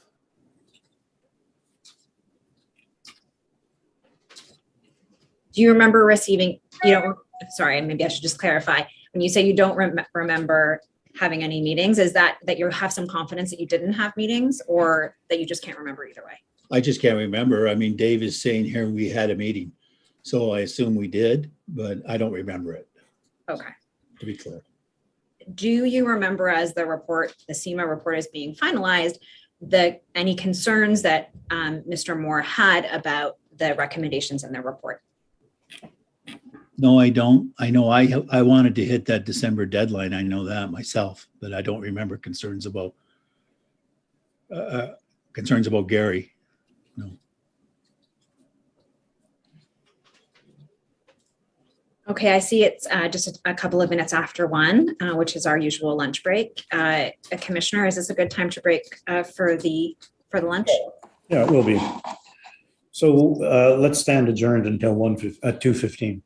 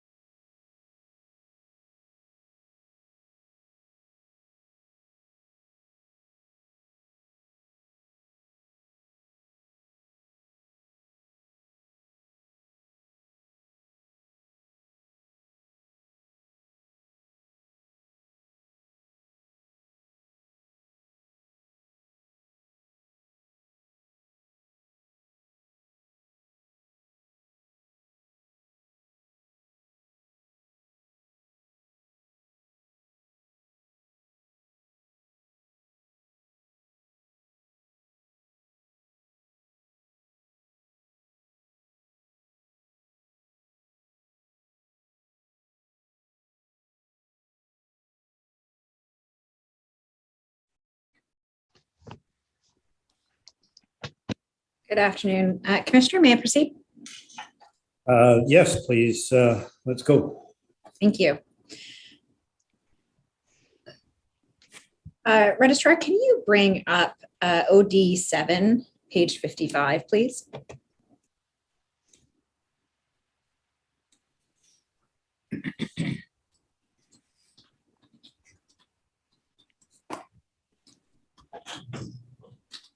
And if you can call it 165.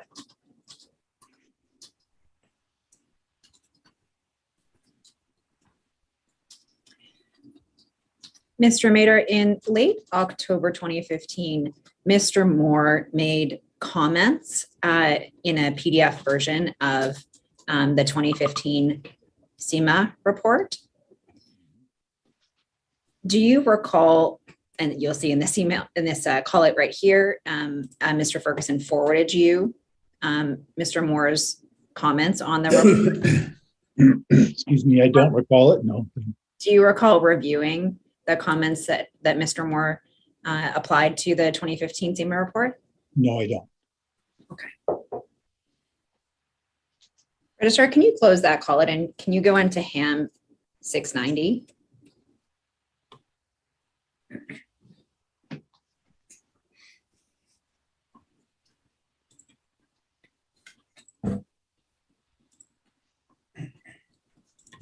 Actually, you know what? I'm going to close this call out.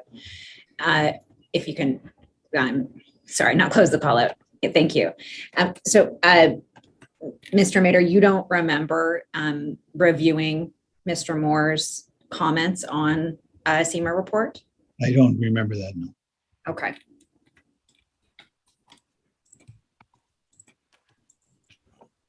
Rather than spending the time going through comments that you don't recall reviewing, I'm going to take you to OD 7, page 56, please.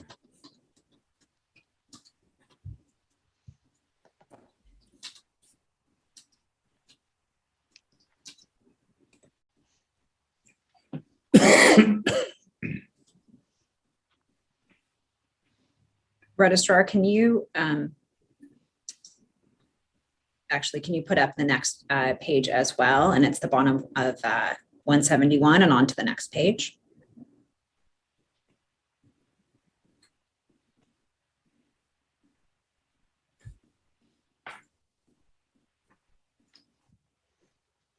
Thank you. So this is the day after Mr. Ferguson sends you Gary Moore's comments. And there's some back and forth about finalizing the staff report. And Mr. White forwards your last email to Mr. Ferguson and Mr. Lepton. This is again just in trying to finalize the materials. Mr. White in the middle paragraph there says, after that, I'm not sure what to say.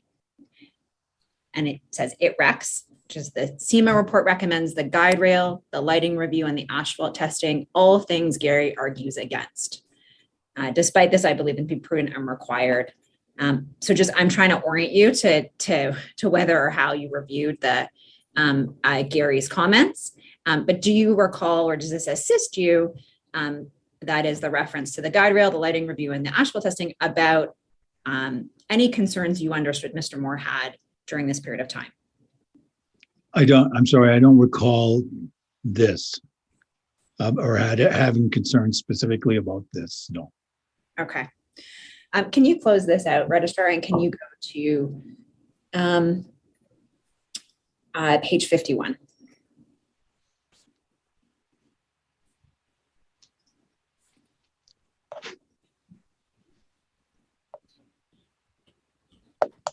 So I'm just going to give you an example. I'm not actually going to go into the native version of the document. This is from the OD. So one of Mr. Moore's comments was to strike through the entire section on perform pavement friction.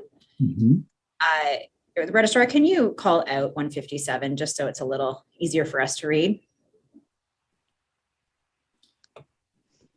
Does that refresh your memory as to whether you reviewed Mr. Moore's comments on the 2015 SEMA report? I'm sorry, it doesn't. Okay. You said earlier in respect of lighting that you were going to take a report to Public Works, even if Mr. Moore objected, again, in respect of lighting. Did you view Mr. Moore suggesting to delete a large section of a page of this report as him blowing off steam? I don't recall this, and I don't recall what my reaction to this would have been, blowing off steam or not. I'm sorry. Okay. Do you recall whether you intended to move past Mr. Moore's comments, despite his indication that this section, perform friction testing, should be deleted from the report? I don't recall, no.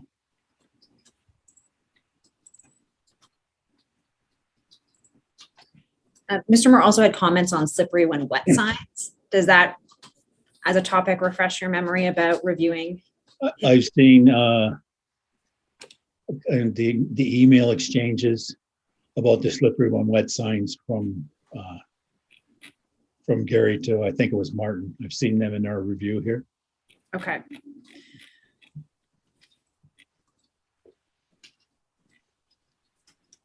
Registrar, can you go to page 54 of chapter overview document 7? I'm not sure if this is what you're referring to. If you can call at the top of this page, Registrar.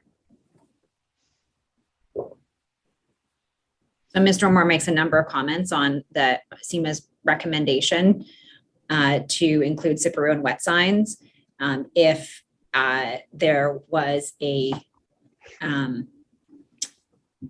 need for it.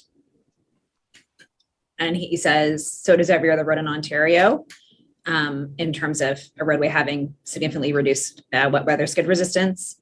And he says at the bottom, we know the reason excessive speed. Does that assist your memory in whether you review these comments? No, it doesn't, although I would look at this comment now and say that was, thanks, but that was our decision to make. That slippery and wet signs would fall under traffic engineering's purview. I mean, he could provide these comments, but that, that's our decision. Okay. And how would you contrast that, if at all, with his suggestion to remove friction testing from the report? The difference is that's his area of expertise. I had neither the education or the experience to question him when it comes to skid testing and pavement design. That's not, I wouldn't know what to do with it if I got it. So this is our area of, when I say our, I mean traffic engineering's, our area of authority with these slippery when wet signs, any kind of signing, frankly. Skid testing, pavement testing, that's his.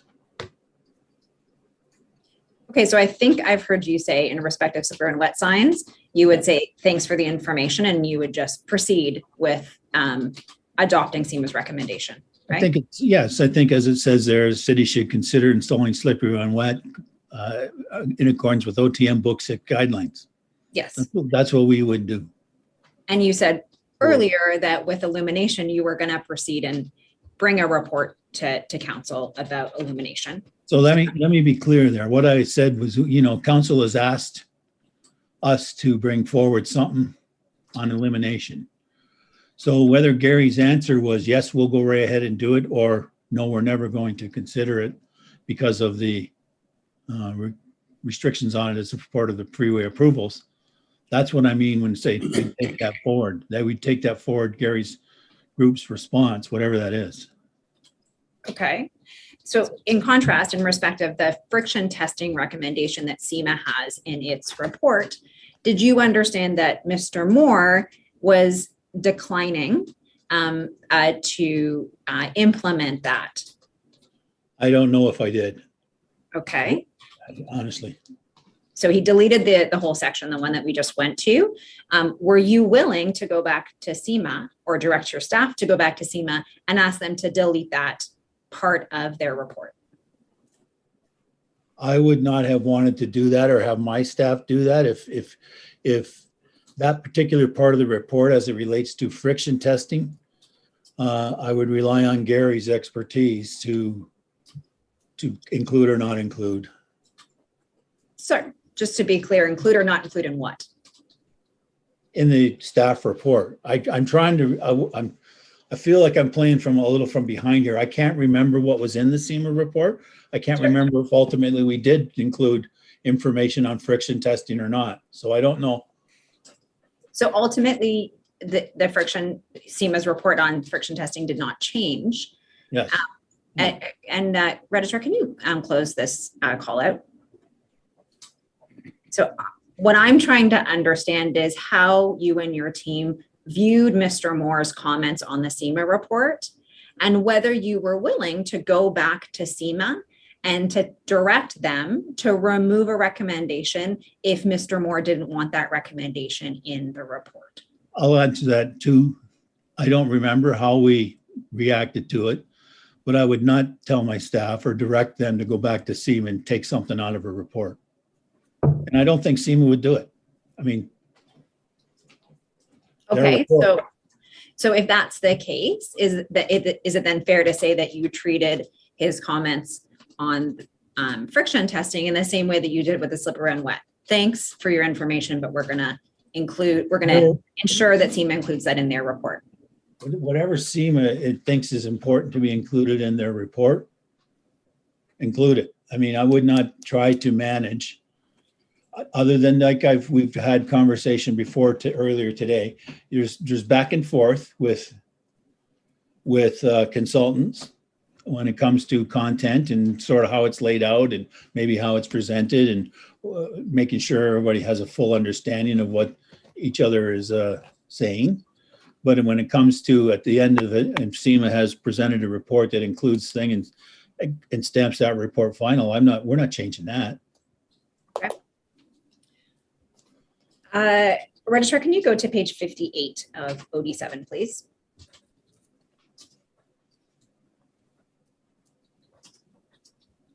So you'll see at paragraph 176 on November 4, Mr. White and Mr. Ferguson email, and Mr. White asked, did Jerry, John, and Gary approve the last draft of the report? And Mr. Ferguson says, yes and no, let's say I have some work to do tonight. Do you recall meeting with Mr. Davis and Mr. Moore in early November to discuss either the SEMA report or the staff report? No, I don't. Do you remember ever having a meeting with Mr. Moore and Mr. Davis about anything to do with the Red Hill? Mr. Moore, no, I don't. I know I've asked you this before, but when you say, no, you don't, are you I'm confident not saying that it didn't didn't occur. happen? I didn't, not saying it didn't occur. I'm just saying I don't recall it. Okay. Mr. Ferguson testified that he recalled a meeting within this window of time with Mr. Moore, Mr. Malone from SEMA, Mr. Lupton, Mr. White, you and Mr. Ferguson at the Civic Center. Does that ring any bells for you? At where? The Civic Center. It doesn't, honestly, no. Okay. With Brian Malone from SEMA? Yeah. Yeah. It's not ringing. I'm sorry. It's not. I'm not remembering that. No. Okay. Do you remember meeting at all with Mr. Malone during the 2015 SEMA report project? No. Okay. Registrar, can you go to HAM 24700?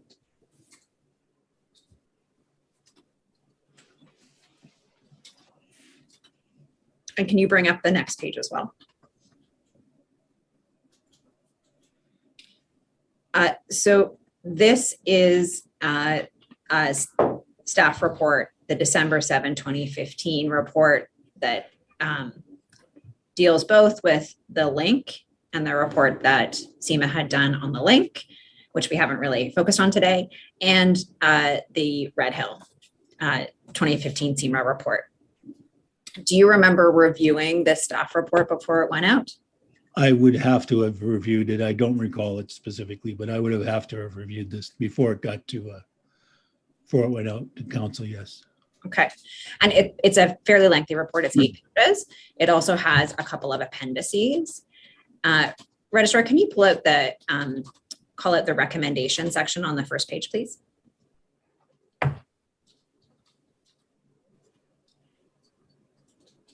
So after all that back and forth with the engineering services being part of the recommendations, where the report lands is the first recommendation is that the general manager is directed to implement short-term safety options set out in Appendix A, funded by the red light camera reserve, and that the design with requests to the medium and long-term items in Appendix B be deferred pending the outcome of the transportation master plan update. And then there's a reference to police and police enforcement, and then a copy be provided to the Joint Stewardship Board. Mm-hmm. Registrar, can you bring up, you can close out the call out, and if you can bring up on the second page, so keep up the first page, second page, HAM 24702. So this is the medium and long-term safety options. It's Appendix B, which is referenced in Recommendation B. And you'll see the medium-term options are set for 2 to 5 years. And the first is conduct pavement friction testing. Mm-hmm. So that is from the SEMA report recommendations.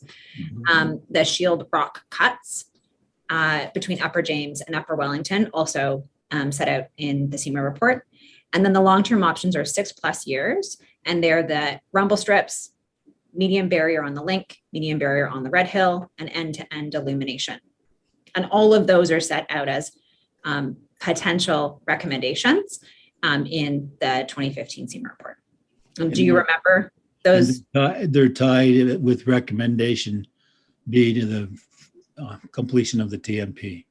That's right. So that's actually the question that I have for you. Mm-hmm. So both the medium and the long-term options are the design with request to the medium and long-term options are being deferred pending the outcome of the transportation master plan.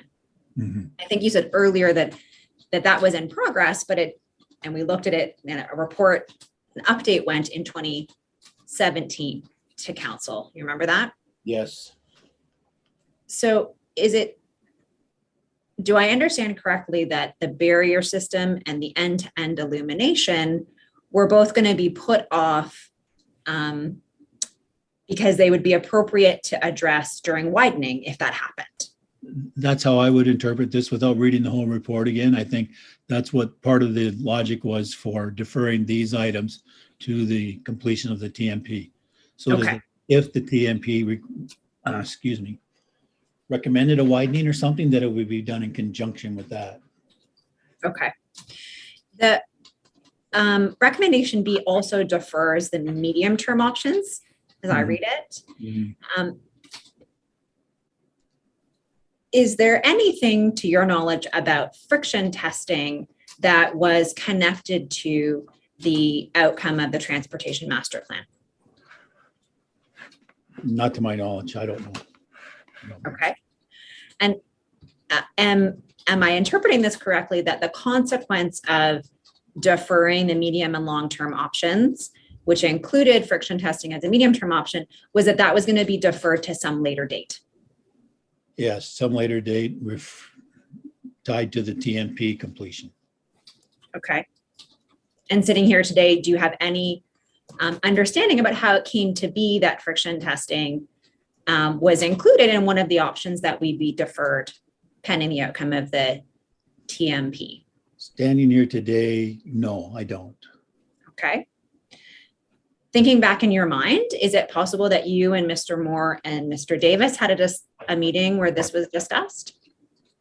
No. Okay. It was not. Did you get any input from Mr. Moore that the barrier system or the end-to-end illumination should be deferred until the outcome of the transportation master plan? No, I don't think I got. No, I saw the staff report and looked at the staff report, but did I get any direct communication from Gary about the illumination or this, none that I recall at all. However, it makes sense to me that you'd talk about illumination and delay that until you understand what I don't want to put poles in the middle of the road in 2017 and in 2018 come to council with a report that says move the lanes back. Okay, I just, it's a coordination thing. sure. At this point, so this is December 2015, did you personally think that widening of the link in the Red Hill was actually going to happen in any sort of way that was sort of time? I have no way of knowing that. I mean, it was a technical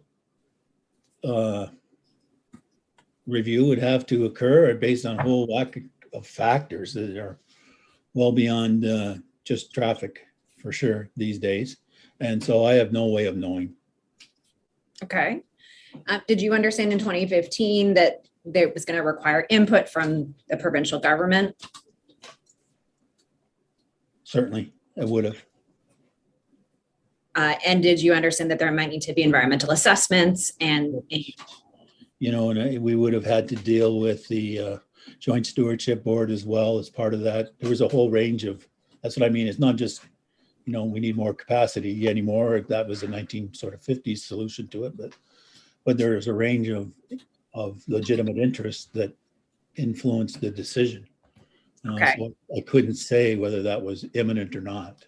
Okay. But if you've been a betting person, would you agree that it might be years, even decades before widening was going to happen if it happened? I'll just say that in any big project like that, and given the history of the Red Hill Valley from its inception to when it was finally constructed, it would not be unreasonable to expect that might take some time. Okay.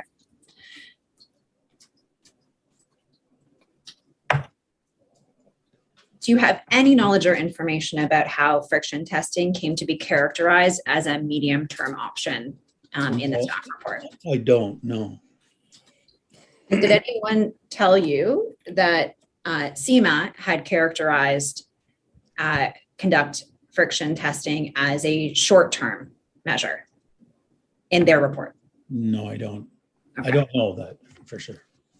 And I'm just talking about the characterization, not the number of years or anything like that, just in terms of characterization. No one told you that? No. Would you have concerns if there was different characterizations of that item in the CMA report compared to the staff report?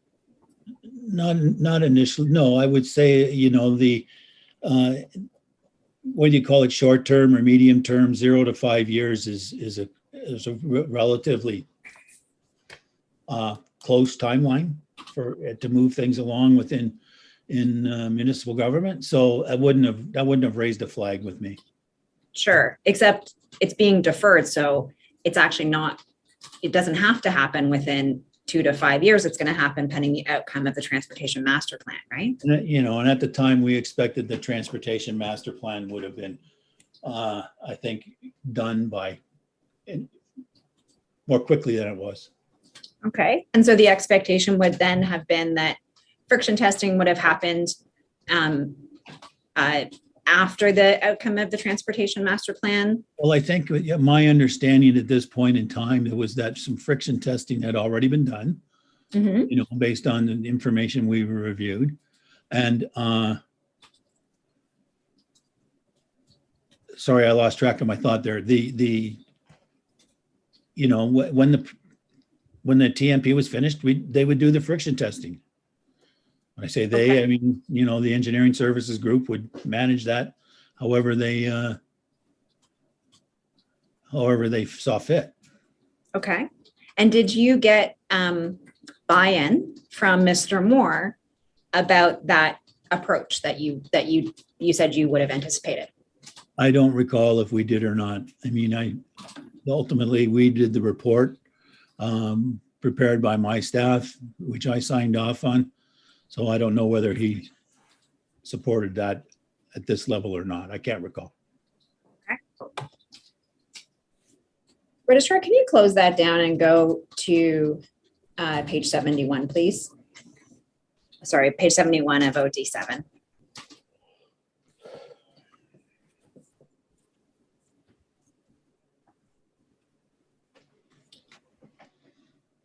And can you bring up 72 as well, please?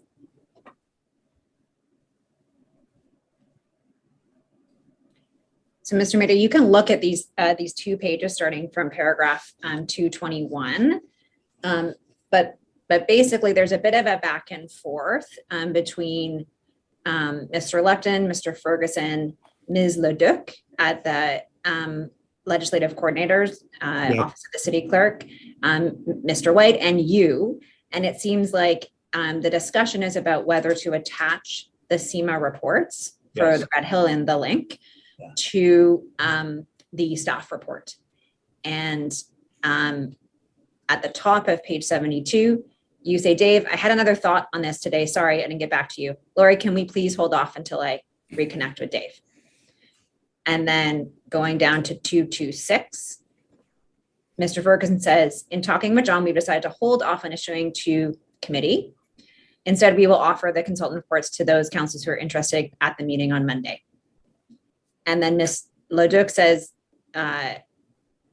no, that it was indicated that the copy was available, so I'm going to send it to the councilors. Mhm.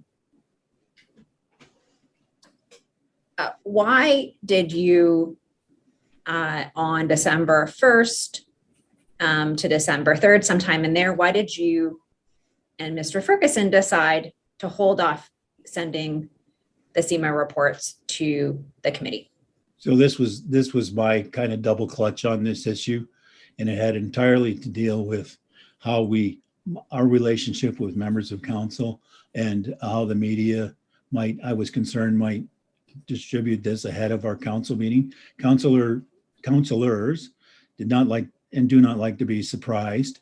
And I was trying to manage that message, I think, with the media, misguided as it may have been. I was just trying to I wanted to make sure that initially that council saw the report before it got into the papers, and then they read it in the papers. And then I knew if that were to be the case, that come Monday when we're at committee, that it would likely not be pretty. They'd be upset by that, and you'd be talking about that instead of the report. So I was trying to kind of manage that situation. But in terms of the content of the SEMA report, that had nothing to do with my thinking. That report was coming Monday, at least. And then in the fullness of time, Lori was able to point out that we had already said we were sending it out. So at the end, I was fine with that. I was just trying to manage that media message so that they didn't get, staff or myself didn't upset council members unnecessarily. As it turned out, it was fine anyways. Okay, so just so I understand, you were worried about councilors leaking the report to the media, and then other councilors being I don't want to concerned? characterize it as councilors leaking the report. I mean, if we put the report out on Friday, it's public. It's part of the, public domain. They don't have to leak it. The press can just pick it up. Okay. So I'm not saying, I'll be clear. That was my question. I I didn't. did. They're leaking it. I just Okay. said they like to see the information up front, and I was just trying to manage that. But it wasn't, like I say, I want to emphasize it was not related to the content of the SEMA report. Okay. Did you attend the Public Works Committee meeting on December 7th? Again, I can't recall. I think I probably must have, but I don't know for sure. Okay. Registrar, can you go to page 74, please?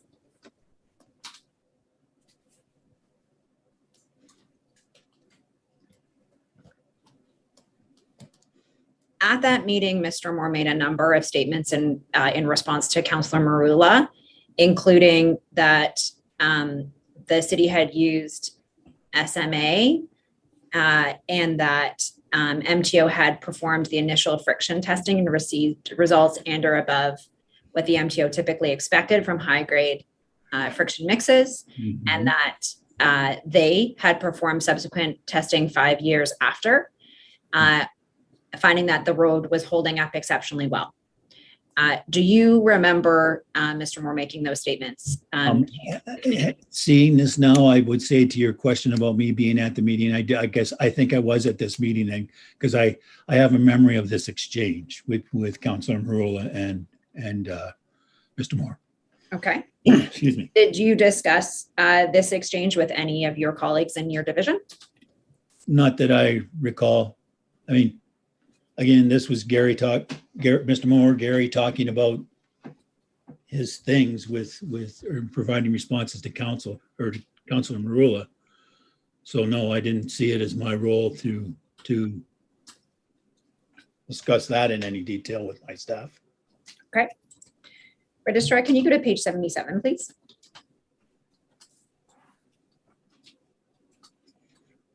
Pardon me. Oh, no, I'm at 77. That was right. Thank you. So on December 9th, which is just an advance of council ratification of the PwC decisions, the Lakewood Beach Community Council wrote to the mayor and members of council suggesting that friction testing be moved from a medium-term characterization to a short-term characterization. And actually, Registrar, can you show 78 as well? That's at the bottom of 77 and the top of 78.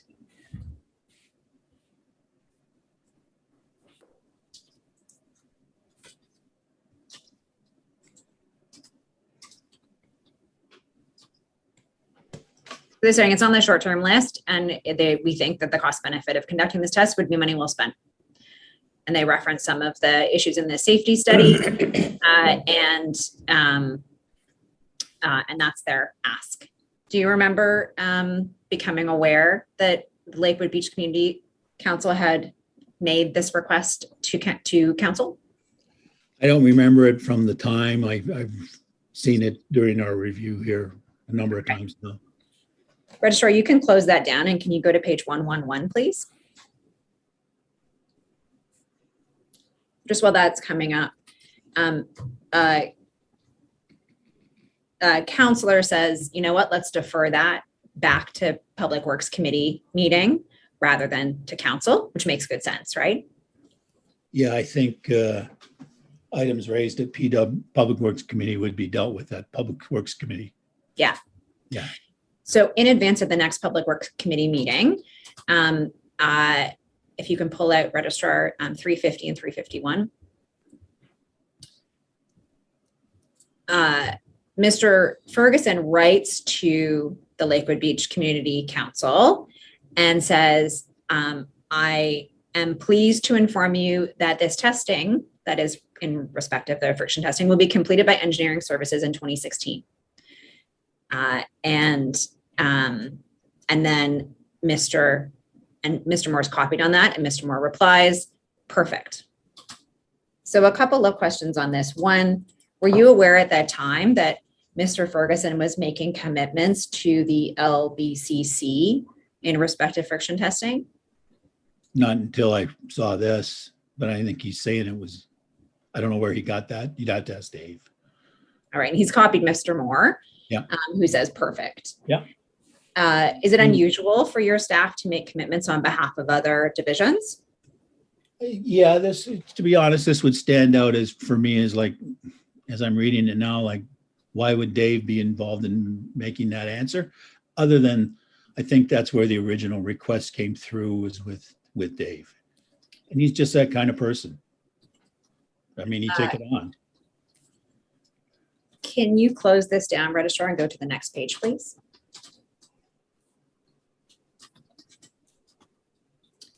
And if you can call out 354 and 355, please.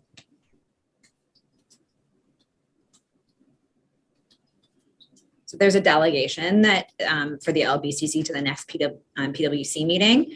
And Lupton says, guys, let's make sure we attend. We have some history. And then, and you're copied on that. And then Mr. White responds and says, without looking at it, it's RHVP safety staff. Dave provided this group and council with an update last week at Councillor Jackson's request. That's an update in respect of the countermeasures. The issue is mostly the asphalt friction test, which Gary says is done.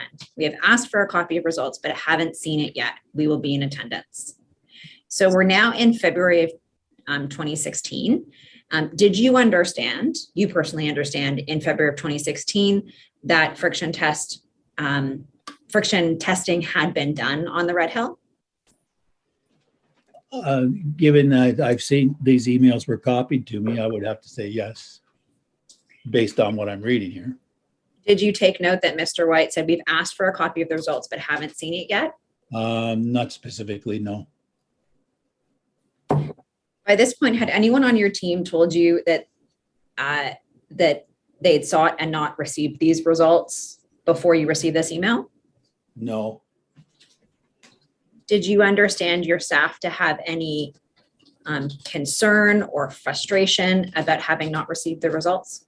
No, in fact, you'd have to ask Martin. I don't know why he would want the results. Okay.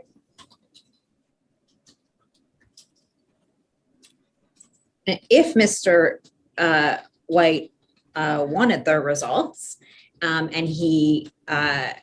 Mr. Moore did not provide them, what would you expect Mr. White to do?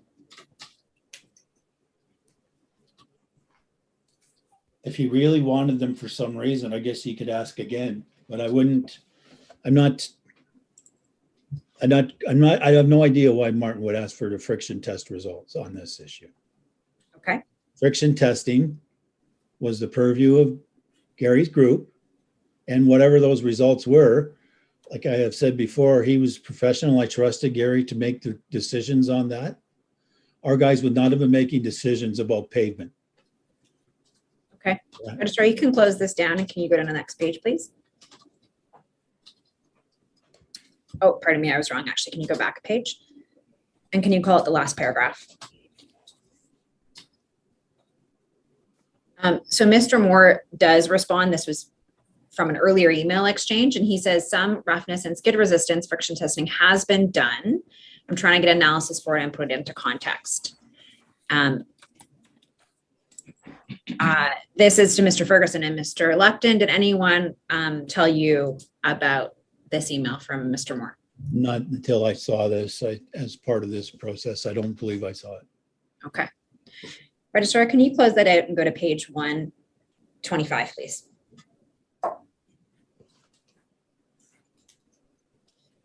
So in May of 2016, your group provides an update to PwC about the status and timing of a number of countermeasures from the 2015 SEMA report.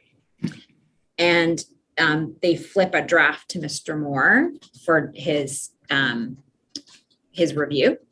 And Mr. Moore responds at paragraph 397. Registrar, if you can call that out. And you'll see, he says, we're possibly looking at having pavement rehab done on the Red Hill in 2017. You can close that out. Did Mr. White tell you about the possibility of pavement rehab work when he received this email in May of 2016? I don't recall if he did or didn't. Okay. Do you recall when you first became aware that pavement rehab work might be planned on the Red Hill for 2017? No, I don't. Okay. Can you go to page 156, please?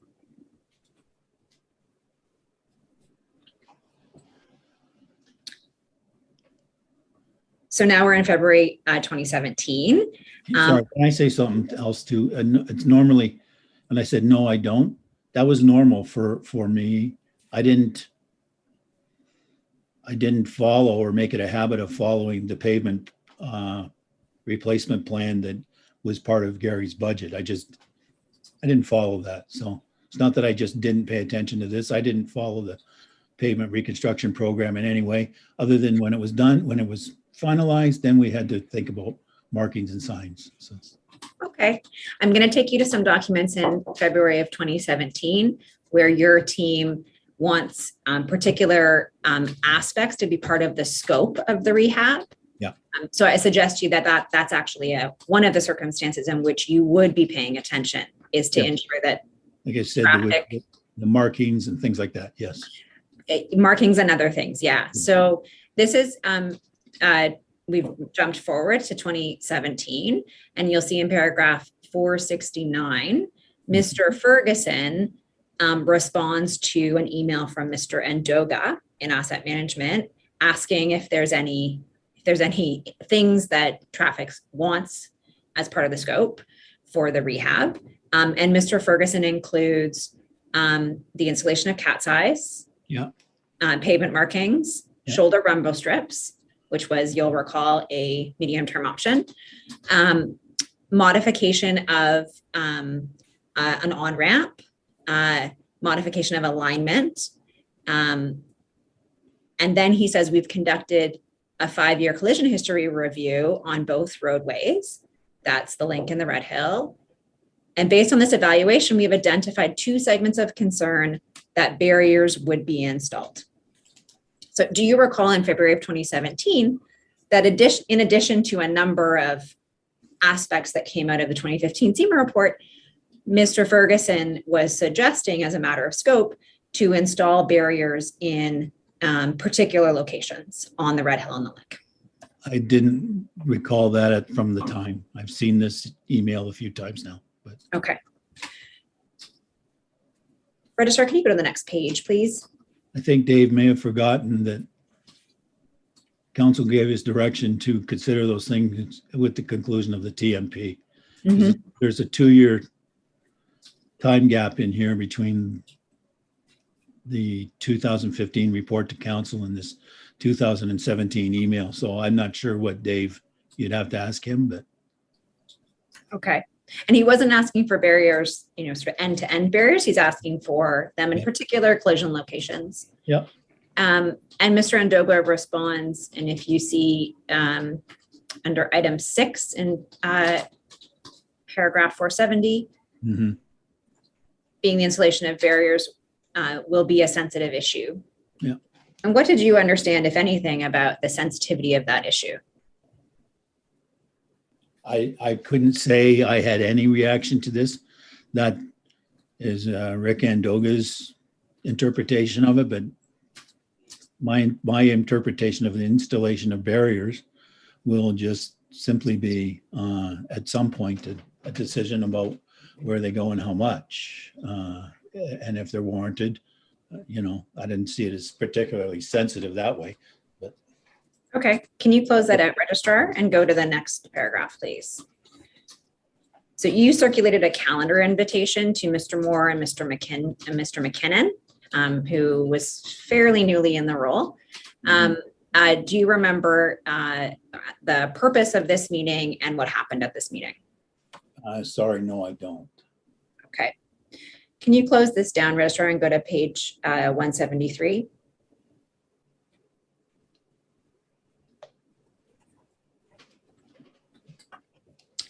And can you call out paragraph 509, including the chart? So in March of 2017, your group prepared a update for PwC about the status of the short-term options that we've been looking at. We've now seen a few different charts, and also included this appendix that had conduct pavement friction testing. This is coming out of the 2015 report, as says competed. I think eventually it gets to say completed. Yeah. What was your expectation of your staff to confirm the accuracy of this statement? I had information that they would do that. This information would be provided by the engineering group, and we would rely on them to be. My staff was not. I would not expect them to be checking on the information provided by engineering. Okay. Can you close this, Registrar, and go to page 178, please?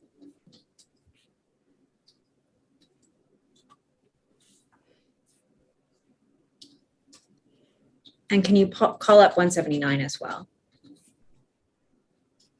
Thank you.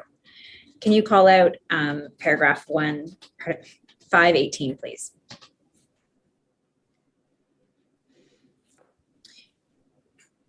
So in March, you circulated a calendar invitation for a meeting entitled Link/RHVP Plan for May 1st, 2017. And the attendees in the invitation were to be Mr. McKinnon, Mr. Moore, Ms. Matthews Malone, Alan Kirkpatrick, Jason Warren, and Dave Ferguson. Okay. You attached an agenda, which is here, and I think it actually goes on to the next page.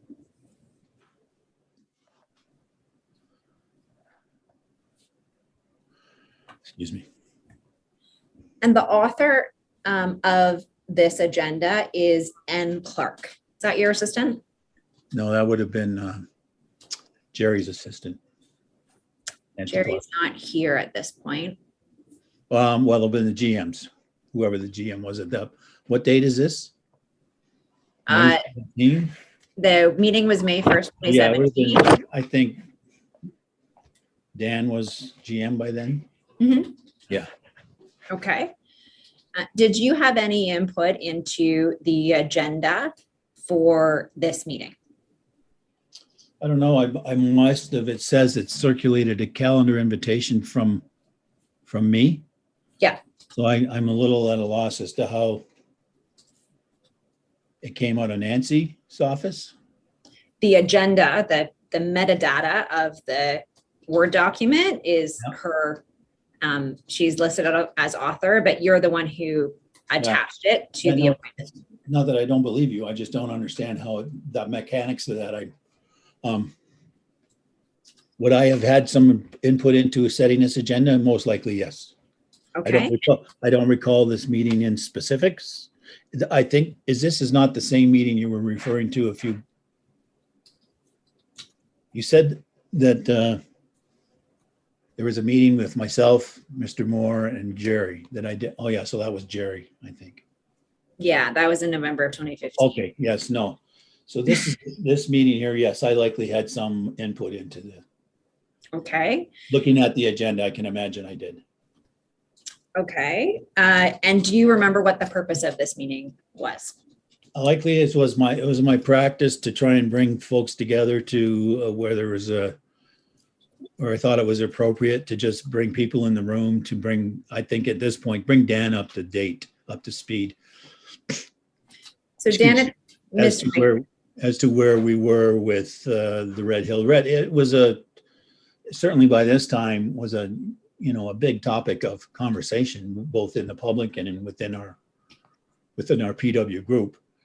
Crossed a lot of boundaries or divisions, as you can see from the folks that we invited to the meeting were from across the department. To bring Dan up to speed is the best I can say is what this would have been about.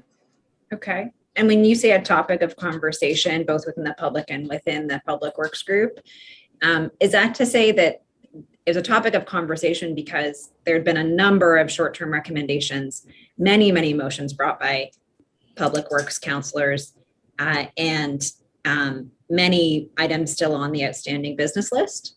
Yes, I mean, there was a lot of moving parts to this project over the past, 2017, over the past 3 or 4 years. Dan being new, I think my goal here would have been to bring these people in the room and say, okay, here's where we are on this, what has become a fairly significant public works item on our agenda. Okay. And bring him up to speed on that. Who put friction testing results on the agenda? Well, I probably did. If I wrote this agenda, it would have if this came out of my office like it says it did, I would have been the author of the agenda too. Okay. And do you recall why you put friction testing results on the agenda? Well, in as much as friction testing is part of the Red Hill Valley story, if you will, at this point, as well as all the other medium and long-term improvements that we were doing, the reports, the outstanding business list, what was left, all of that was part of part of the mix, including friction testing. So I put it on. Okay. Wasn't a deep thought put into that positive. These were items that came to mind as regards to Red Hill, and I put them on the agenda. Okay. And when you say this is something that came to mind, is that because some of your staff, including Mr. White, had said we'd asked for results and we haven't received them? I don't know if that's why I would have said that. I just know that friction testing results would have been part of what, it was, you tell me, it's 1 minute, it's sort of on the short-term agenda, then the medium term, and then the next report, these reports said it's completed. I think it was just looking for clarity. Okay. Registrar, you can close that down, and can you open up HAM 25976? Do you recall asking Mr. Warren to prepare a presentation for this meeting? No, I don't recall asking him specifically to do that. Okay. Him or perhaps Mr. Ferguson? I don't know. I probably, like the way the organization worked, I might have talked to Martin about it. Sure. It's conceivable I could have talked to Ferg about it too, but I don't even know for certain that this, I would have said, give us we need an update at the meeting. How you do it is not where I would get into. Okay. Registrar, can you pull up the next page of that presentation as well? I think Mr. Warren's evidence was that you did direct him to do this. It may have been. Either way? Okay. It may have been.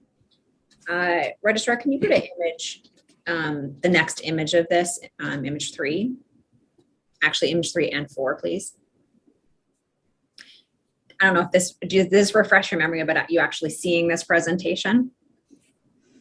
I know it's very small, but it's basically a timeline of all of the external things, the motions that came, the responses to the motions, really over the period of 13 years. Yeah, no, I'm not really. I mean, no, to be honest, I don't remember it. Okay. Do you remember Mr. Warren presenting this slide deck at the meeting on May 1st? No, I don't. Okay. Can you, Registrar, go to slide 9, please? Actually, we can put up slide 9 on one side and slide image 17 on the other. So here's two examples of the 2013 SEMA report and the 2015 SEMA report, well, the staff reports that relate to them. And you'll see in both friction testing is set as complete, and then there's aspects that are incomplete. And do you recall if you directed Mr. Warren or any of your staff to particularly highlight what was still outstanding and hadn't been completed and what had been completed? No, I would never get into that kind of detail. Okay. Registrar, can you close those out and go to image 31, please?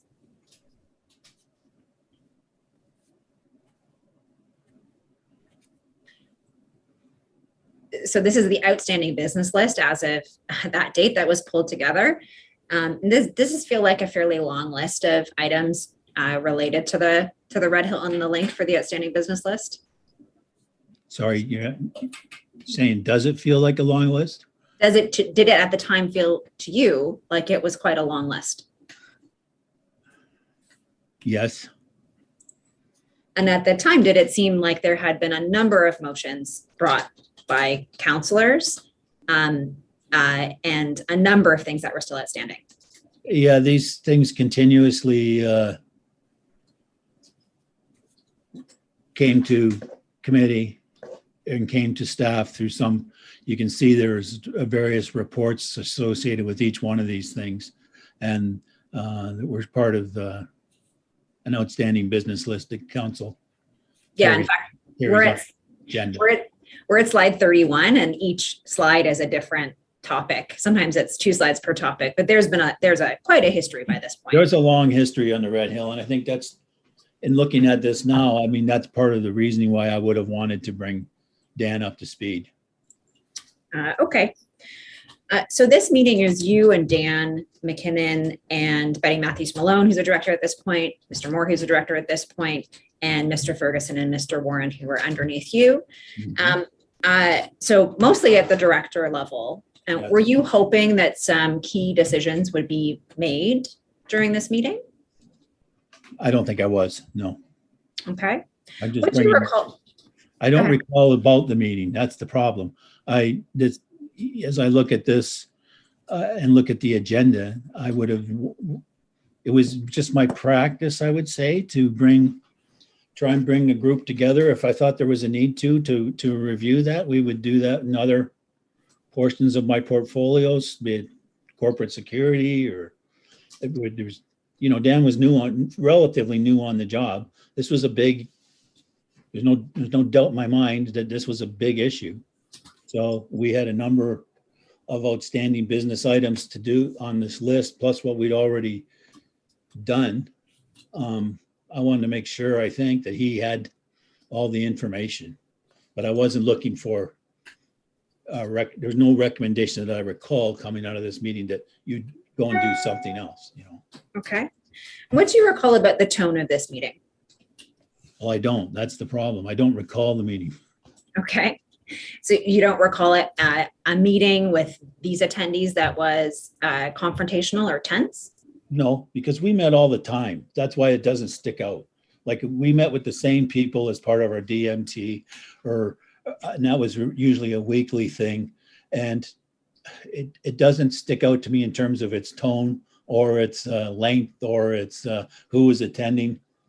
We had many meetings, and this just does not feel, or I don't remember it being unique. Okay. Do you remember? Relying on what you're showing me in terms of the agenda and this presentation to make these comments. Okay. And just for completeness, do you remember any discussion at this meeting about friction test results? No, I don't. Okay. Registrar, can you close this out and go to OD7, page 180, paragraphs 520 and 520 to 522. So the next day you write Mr. McKinnon writes to you and says, thanks for that meeting. And you write and say, thanks for attending. I really wanted to hear the conversation. I've asked Martin and his team to lead on the preparation of a report that will consider all of the motions and likely adjust our approach given the news on repaving and such. We can discuss more thoroughly at our QT. And Mr. McKinnon responds, I'm concerned about the optics of paving, nowhere in the forecast, and suddenly getting done right away. Anyhow, let's chat some more. Were you similarly concerned about the optics of all of these motions over time and then repaving that had come, quoting Mr. McKinnon, nowhere in the forecast and suddenly getting done right away? I would agree with Dan. I was concerned about the optics of that, but I had no way to judge whether or not the pavement was moved up or in the right spot or anything. I just had no knowledge on that. But I can agree that if we make sudden changes, and that's where I'm agreeing with Dan about the optics of it. Yeah, okay, I get that, but am I concerned about the paving? Is that what your question? Like, no. No, the optics of it. But I think you've answered my question. Not really. Did you connect the friction testing results that your staff had asked for with the paving that had not been forecasted and suddenly was getting done right away? No, I didn't. Okay. Registrar, can you go to page 182, please?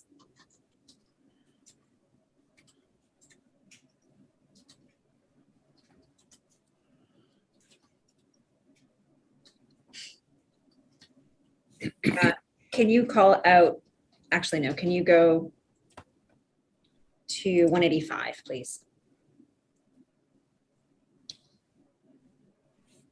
Mr. Mader, I'm not going to go through all of it, but do you recall reviewing an email exchange that Mr. White forwarded you where Councillor Connolly was asking Mr. Moore and others within engineering services for a copy of friction test results? I've seen those emails, yes.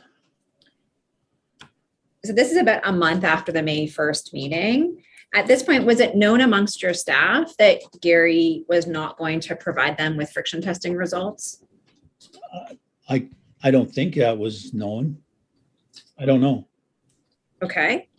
And did you understand that Mr. Moore had conducted testing in response to the Lakewood Beach Community Council request? I don't know that he did the testing in response to the Lakewood Beach, but I saw in, you know, the number of these updates that had been completed.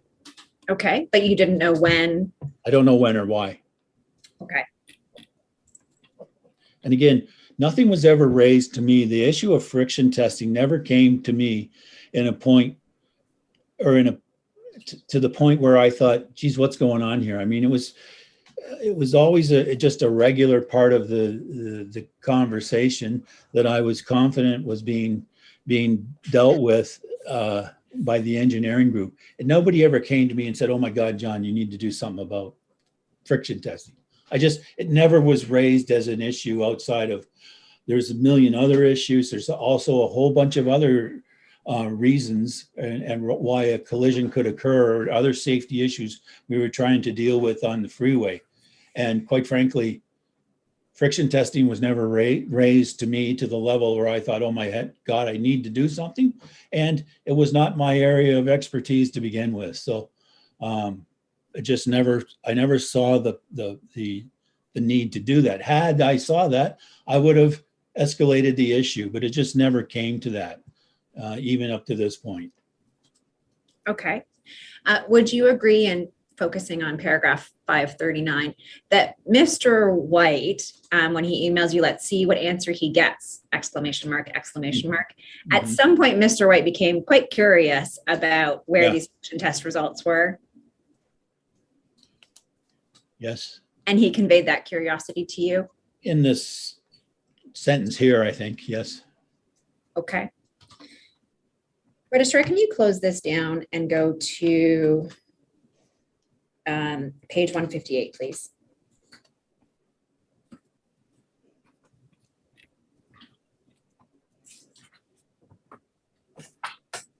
In June of 2017, so after the initial discussion about barriers and the meeting that was set for March 20th, it goes dormant for a little while. It comes back up in June of 2017, and Mr. Warren, you'll see it 475, writes to Mr. Vala in Engineering Services about the scope that traffic is looking for the resurfacing.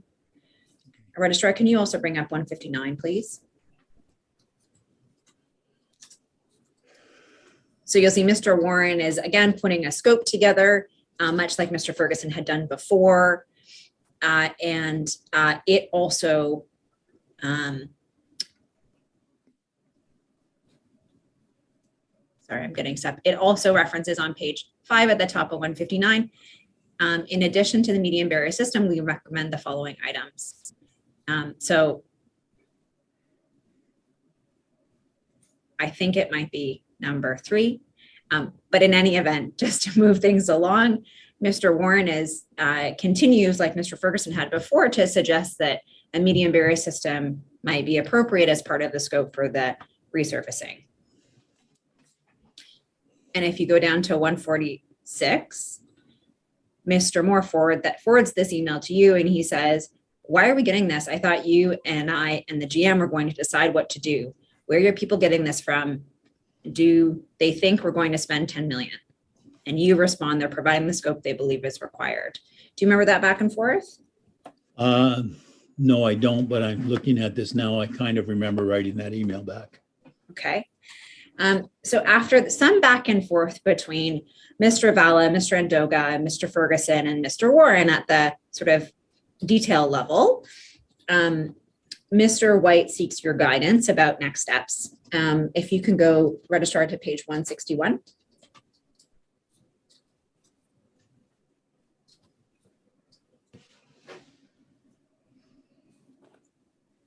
And actually, can you bring up 162 as well?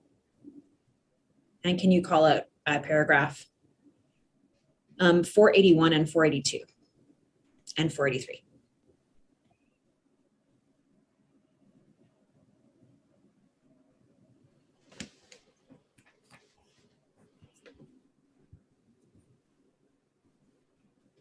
Oh, Registrar, I think you omitted the first part of the top of, yeah, thank you. So Mr. Mayor, just to provide you with some context, Mr. Andoga at some point says, we're going to proceed with your scope, but we assume that you don't want barriers anymore. And Mr. Ferguson and Mr. White have a bit of a back and forth about that. And they understand that that asset management doesn't want to include that in the scope. And Mr. White sends you an email at the very bottom there. Do you wish us to pursue this barriers as Dave suggests, or do you wish us to forego the barriers or go it alone? I will need your support if we're to make any progress with engineering services on this matter, as they have unilaterally decided not to include them in the project. The over-the-head lighting will not happen when Gary controls the asset, I suspect. How would you like to proceed? And you respond, hold on, guys. I thought the barriers were going to be done in conjunction with the widening. And the question of lighting is restricted by environmental conditions. Let's discuss before we respond. Where did this land? Because we don't see any more documents about it. Sorry, I don't know where it landed unless the discussion reminded all of us that we're waiting for the completion of the TMP on this. It feels to me, and not everything's perfect, but it feels to me like somehow between 2015 and now, the idea that these barriers and lighting were referred to the completion of the TMP seems to have been forgotten. And that's the council direction that we would have been working on. And I think in section 483 there in my reply, that's what I'm alluding to that. And perhaps that's where the conversation about barriers and lighting ended, but I don't recall specifically having that conversation. Okay. Registrar, you can close this down, and if you can bring up HAM 52704, please.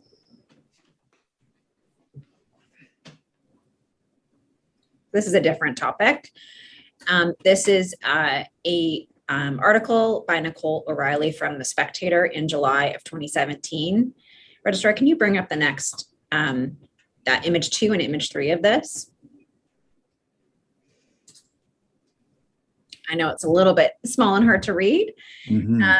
Do you remember reviewing this article? That is, it was quite a lengthy article in The Spectator. Why are there so many crashes on the Red Hill?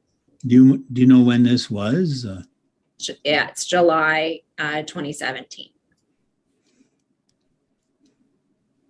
I mean, I have to say that by this point, if there was an article in the paper about the Red Hill, I read it. I don't recall reading this though. Okay. I must have. I'll take you just to a few points to try to refresh your memory, and also because I have some questions. Mm-hmm. In image, the image 1 on the left-hand side, Registrar, can you pull out the 5th paragraph? The city has done limited friction testing.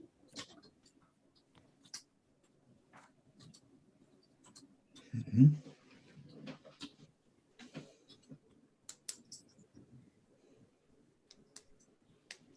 And then if you want to,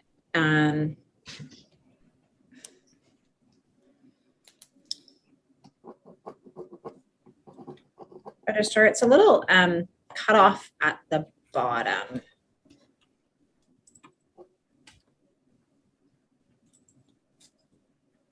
Do you see that there we go. Sorry about that. So there's a reference to limited friction testing, and then the second to last paragraph on image 2. Can you pull that out? There is no official report, Moore said.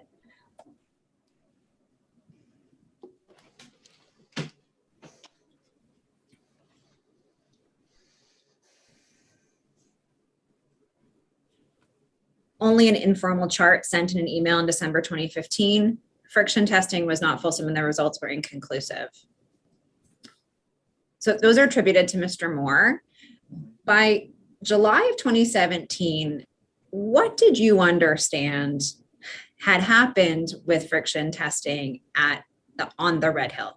i.e., had it been done or had it not been done? By July of 17, I think given what we've looked at here today and what I have been reminded of, I would assume, I believe I would have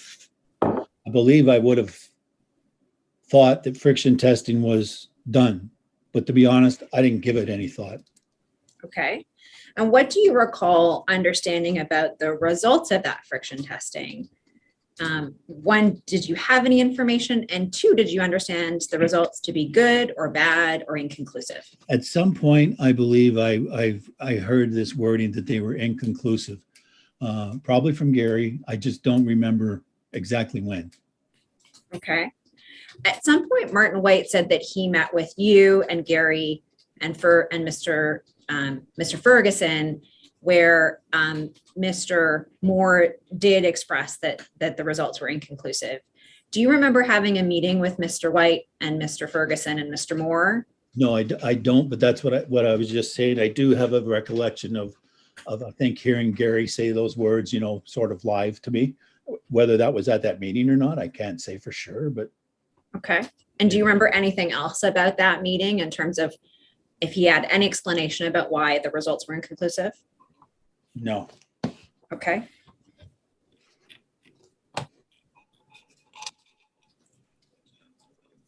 Registrar, can you close this down and go to HAM 35785?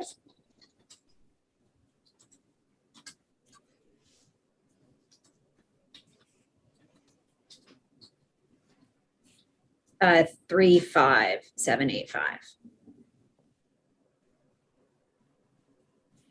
So this is an email much further in time from Mr. White to Mr. Soldo, where he says, Mr. White said, I did ask for the report in respect of the trade wind report several times.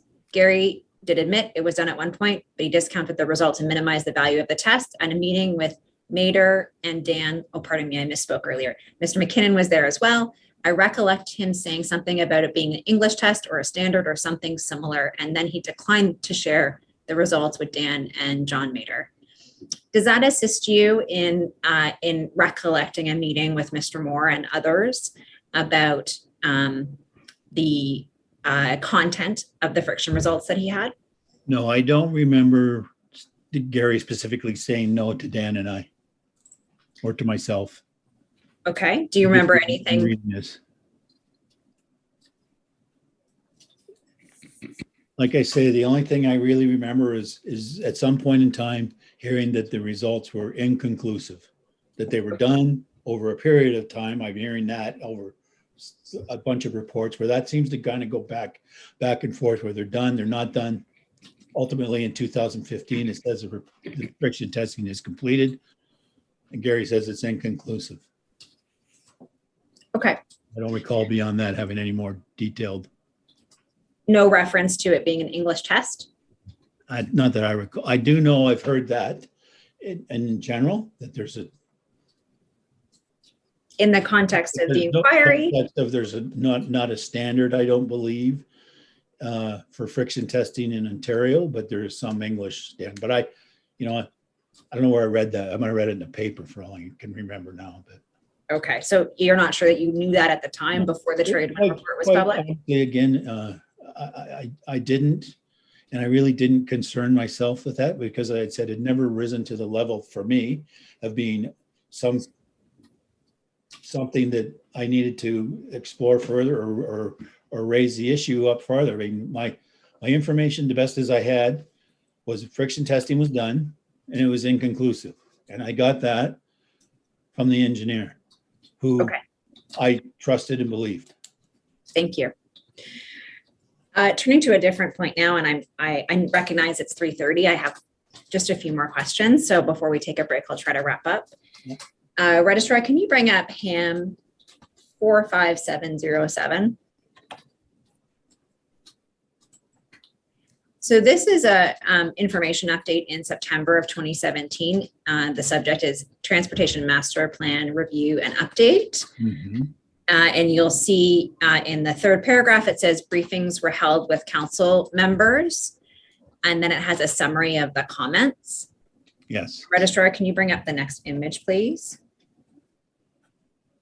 And you'll see in the bottom third of image 2, there's a reference to the Red Hill Valley Parkway.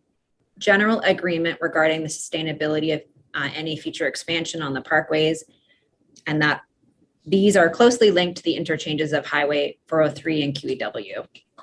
So that's not any different than discussions we've been having about the widening throughout the course of today, right? That's correct.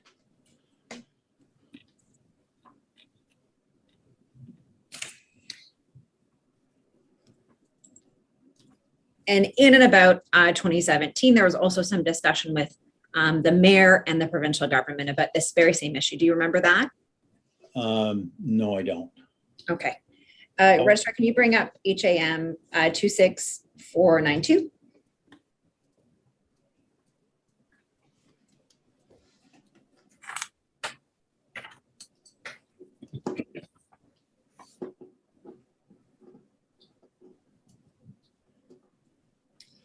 This is a letter from the Ministry of Transportation to the mayor in March of 2017.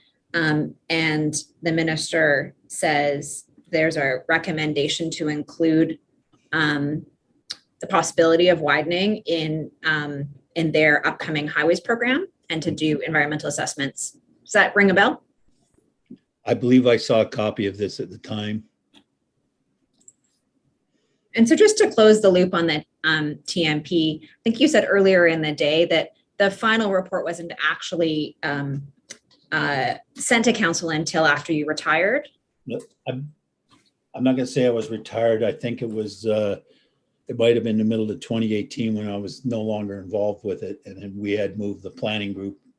Sorry, we'd moved the transportation planning group over to planning. And Brian Hollingsworth brought it to its conclusion. That it's a matter of record, but it was either middle of 2018 or middle of 2019. I just can't remember. Sorry. But you weren't involved in any of it? No, I wasn't involved as it was closed, finished off. Okay. And so up to January 1st, 2018, when you're still actively involved in traffic events, to your knowledge, had the event, the outcome of the transportation master plan that was referenced in the 2015 report as the thing that would trigger the reassessment of barriers and of lighting, had that actually occurred? No, I don't think so. I don't think so. I don't recall, but I don't believe any of that work would have likely occurred or started to occur until after the results of the TMP was presented to committee and council. Okay.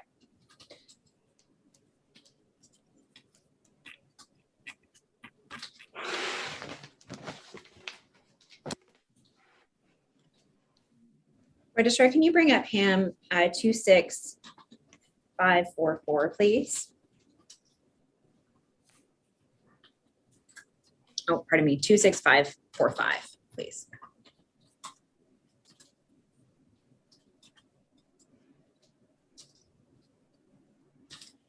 Do you recall being involved in the preparation of this? I'm going to call it an omnibus report about all things Red Hill and Link up to this point? No, I don't have a specific I don't recall being involved in this, but I would have reviewed this before I signed it. I just don't recall.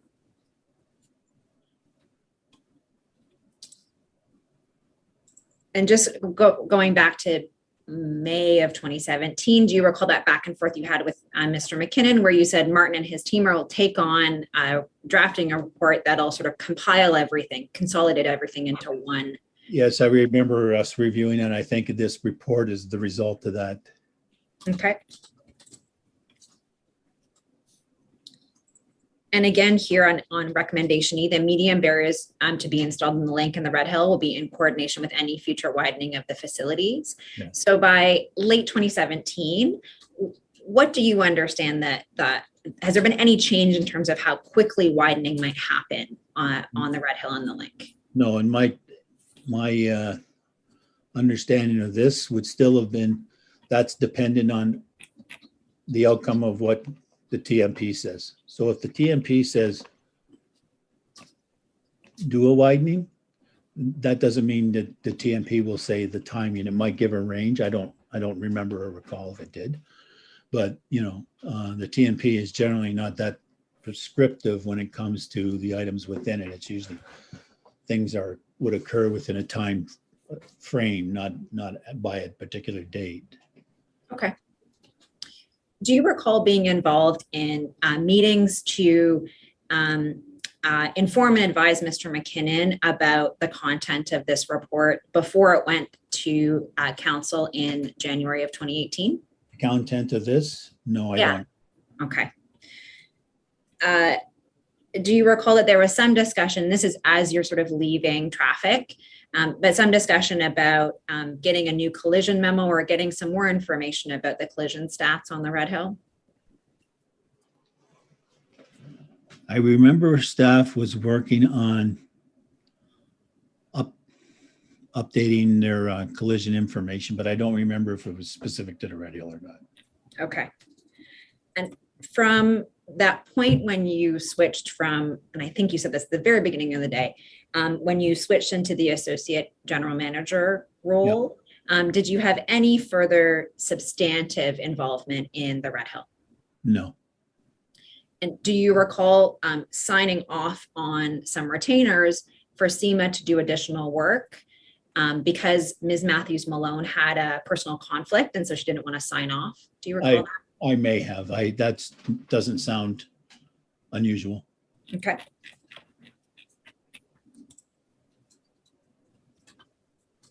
Registrar, can you bring up RHE 890, please?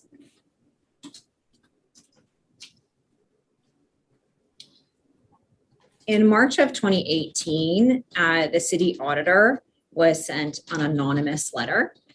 Yeah. Have you seen this letter before? I just saw it about a month ago, I'd say. Okay. Are you the author of this letter? No. Do you know who the author is? No, I don't. You are referenced in this letter. Registrar, can you pull out the third bullet point down?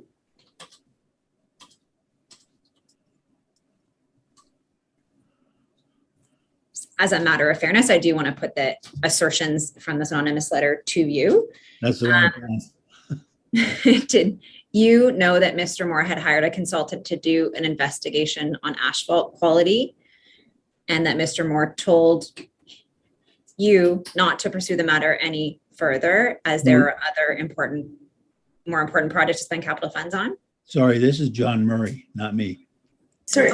I am. just want to interrupt, but I wasn't sure if you wanted to bring him maybe to Mr. Mader's portion. I am sorry. I guess it's been a long day. I'm trying to get through this. This is my last topic for you. I'm sorry I misspoke. Registrar, can you pull out John? Yes, Mr. Maders. Okay, Wrong, John. My apologies, Mr. Mader. The content is in fact very close to the same that we were just looking at. That you absolutely knew that Mr. Moore had hired a consultant to do an investigation on asphalt quality, and that you left the matter to Mr. Moore to pursue and resolve so that the transportation staff could do their work related to the matter. it's not true. It's not true. I have no idea that Mr. Moore Mr. Moore hires consultants by the, dozen in that role. I had no idea that he hired it. So the first part of it is absolutely untrue, which makes the second part to me irrelevant. Okay. And on the second point, to the extent that you left any issue of investigation into asphalt quality to Mr. Moore to pursue, I think you've said throughout the day, in fact, you would have left any investigation to asphalt quality. Absolutely, I would, because I had no expertise. If I had asked for asphalt results and then done something with them without being qualified and without having knowledge of it, you'd be asking me different questions right now. Thank you. I stuck to my lane in terms of what I know, and Gary would tell you the same thing, I think. Thank you. And again, apologies on referencing the wrong John M. Right. I'm just going to take a moment to look at my notes. Commissioner, if I could just have 1 second.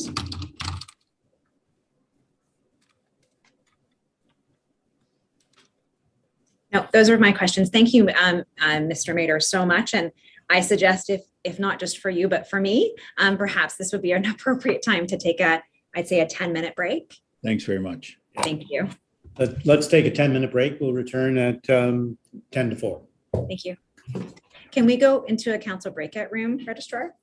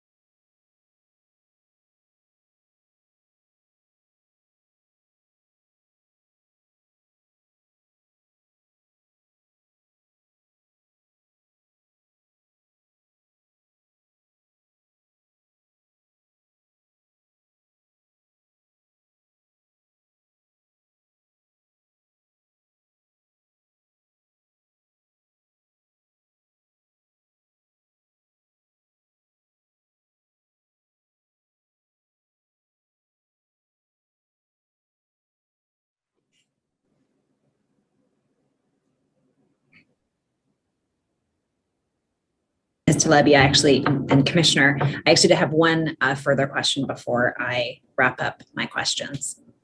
May I proceed? Yes, please proceed. Thank you. Registrar, can you go to OD7, page 178, please? Actually, if you can bring up 177 and 178 together.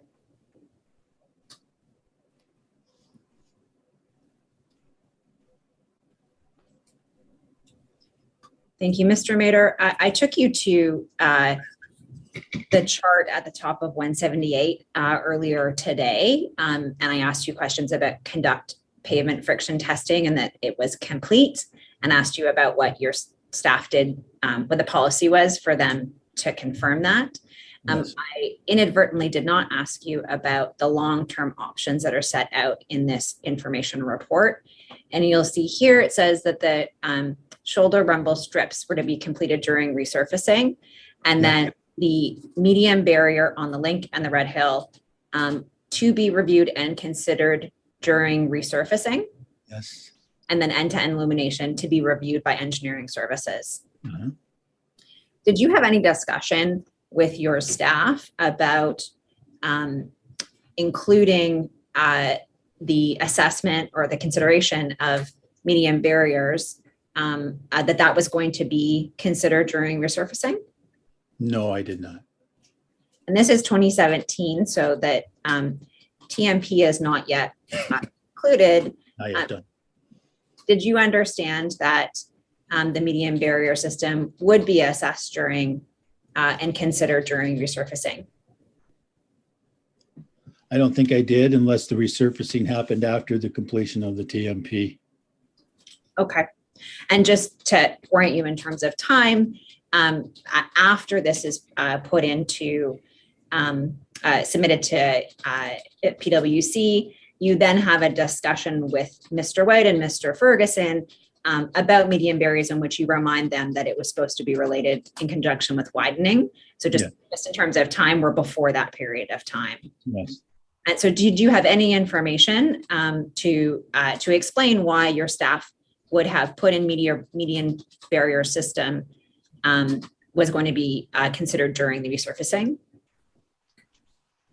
Or do you think they were just being optimistic? I think that's what it amounts to. Okay. Thank you. I have no other information on that. Thank you. Those are my questions. Commissioner, I understand that counsel for Dufferin, Golder, and the MTO have no questions. Okay. Just giving a moment for them to pop up in case they change their mind. No. So I suggest I turn it over to counsel for the city, who has some brief questions. Okay. Great, thank you, Ms. Lawrence. Mr. Commissioner, may I proceed, please? Yes, please proceed, Mr. Levy. Thank you. Good afternoon, Mr. Mader. I just have very few questions for you following up on some of the testimony that you gave earlier today. Okay. You mentioned in your evidence that in dealing with consultant reports, staff often apply their own judgment depending on the circumstances. Would you expect city staff specifically to use their judgment or discretion in applying the advice that's contained in a consultant's report when preparing a staff report? Yes, I would. And how would you expect staff to do that?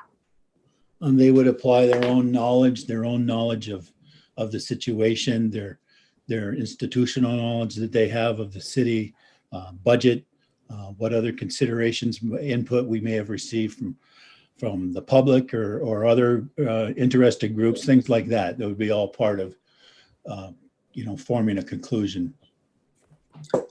Okay, thank you. And so I take it then that when staff is reporting back to council, what council is looking for is staff's recommendation, then which takes into account consultants' advice that may be contained in a report. Is that correct? Yes. Okay. And further to your discussion earlier about consultant reports, where you mentioned that there was no policy in place dealing specifically with when to provide a copy of a consultant report to City Council, I just wanted to ask you, in the absence of any such policy, how would staff determine whether a copy of a given report needs to be provided to council? I think that would probably be through a discussion. At the time, it would have been through discussion with the authors of the report and their managers or directors, and to try to determine based on, it depends based on the situation or based on the content of the report as to whether or not they could or would supply it. But it would always be available, but it would be unusual back in those times, at least, to provide it to them as part of the reports. There are so many, by the time you get to the report, you've boiled down pages and pages of information and what other information you may have from, like I said, other interested parties and things. So it's just sort of an untenable situation if you were to provide them with every report, and they've never asked for that. So we didn't. Thank you. And if a staff report references a consultant report, can City Council request a copy of that report if they want to? Well, absolutely. And would members of the public be able to make a request for copies of consultant reports? Yes, they can. And how would they do that? My best understanding is that you would go through the clerk's office under normal circumstances to request it. Okay. And could they ask their counselors for a copy of the report? So certainly they can. Okay. And so Commission Council asked you about Mr. Moore's comments with respect to the 2013 and the 2015 SEMA report. And your evidence was that there was a back and forth involved in that process between staff and SEMA in those cases.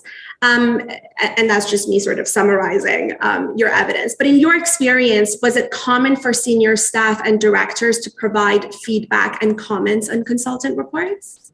It depends on the situation, but some directors would be, it wasn't common for me as a senior director, but as the director, depending on the complexity of the report or the political profile that they have had, they may have at times provided input, yes. And Commission Council took you to a meeting invite for a meeting that was scheduled for May 1st, 2017. And you indicated that the purpose of the meeting was to bring everyone together and to sort of bring folks up to speed. Do you recall what meeting I'm referring to? I recall us talking about it, yeah. Yep. Yeah. And so my question for you is, why did you think it was important to bring everyone up to speed at that time? Well, on that particular topic, it was very public. Dan was relatively new. I wanted to make sure that everybody in the room had, kind of a baseline of information, I guess is what I think from reading that, the agenda and seeing who was invited. That's likely what my thoughts were at the time, was to bring senior management within Public Works Department, so we all have a sort of common understanding of where we are with the Red Hill, because it was getting to be, and still is, a pretty complex project. Okay. Thank you for your time, Mr. Mader. Those are all my questions for you. Thank you. Okay. Was Lawrence? Okay. Well, Mr. Mader, I know that you've had what you described as a wild couple of weeks, and I can understand and sympathize with you. And I simply wanted to thank you for making yourself available to the inquiry. Well, thanks very much. I appreciate the opportunity. We appreciate your evidence, and I can say now that you're excused if you want to depart. And for the rest of us, we'll stand adjourned now until 9:30 tomorrow morning. Thank you. Thank you. Thank you. Good evening all.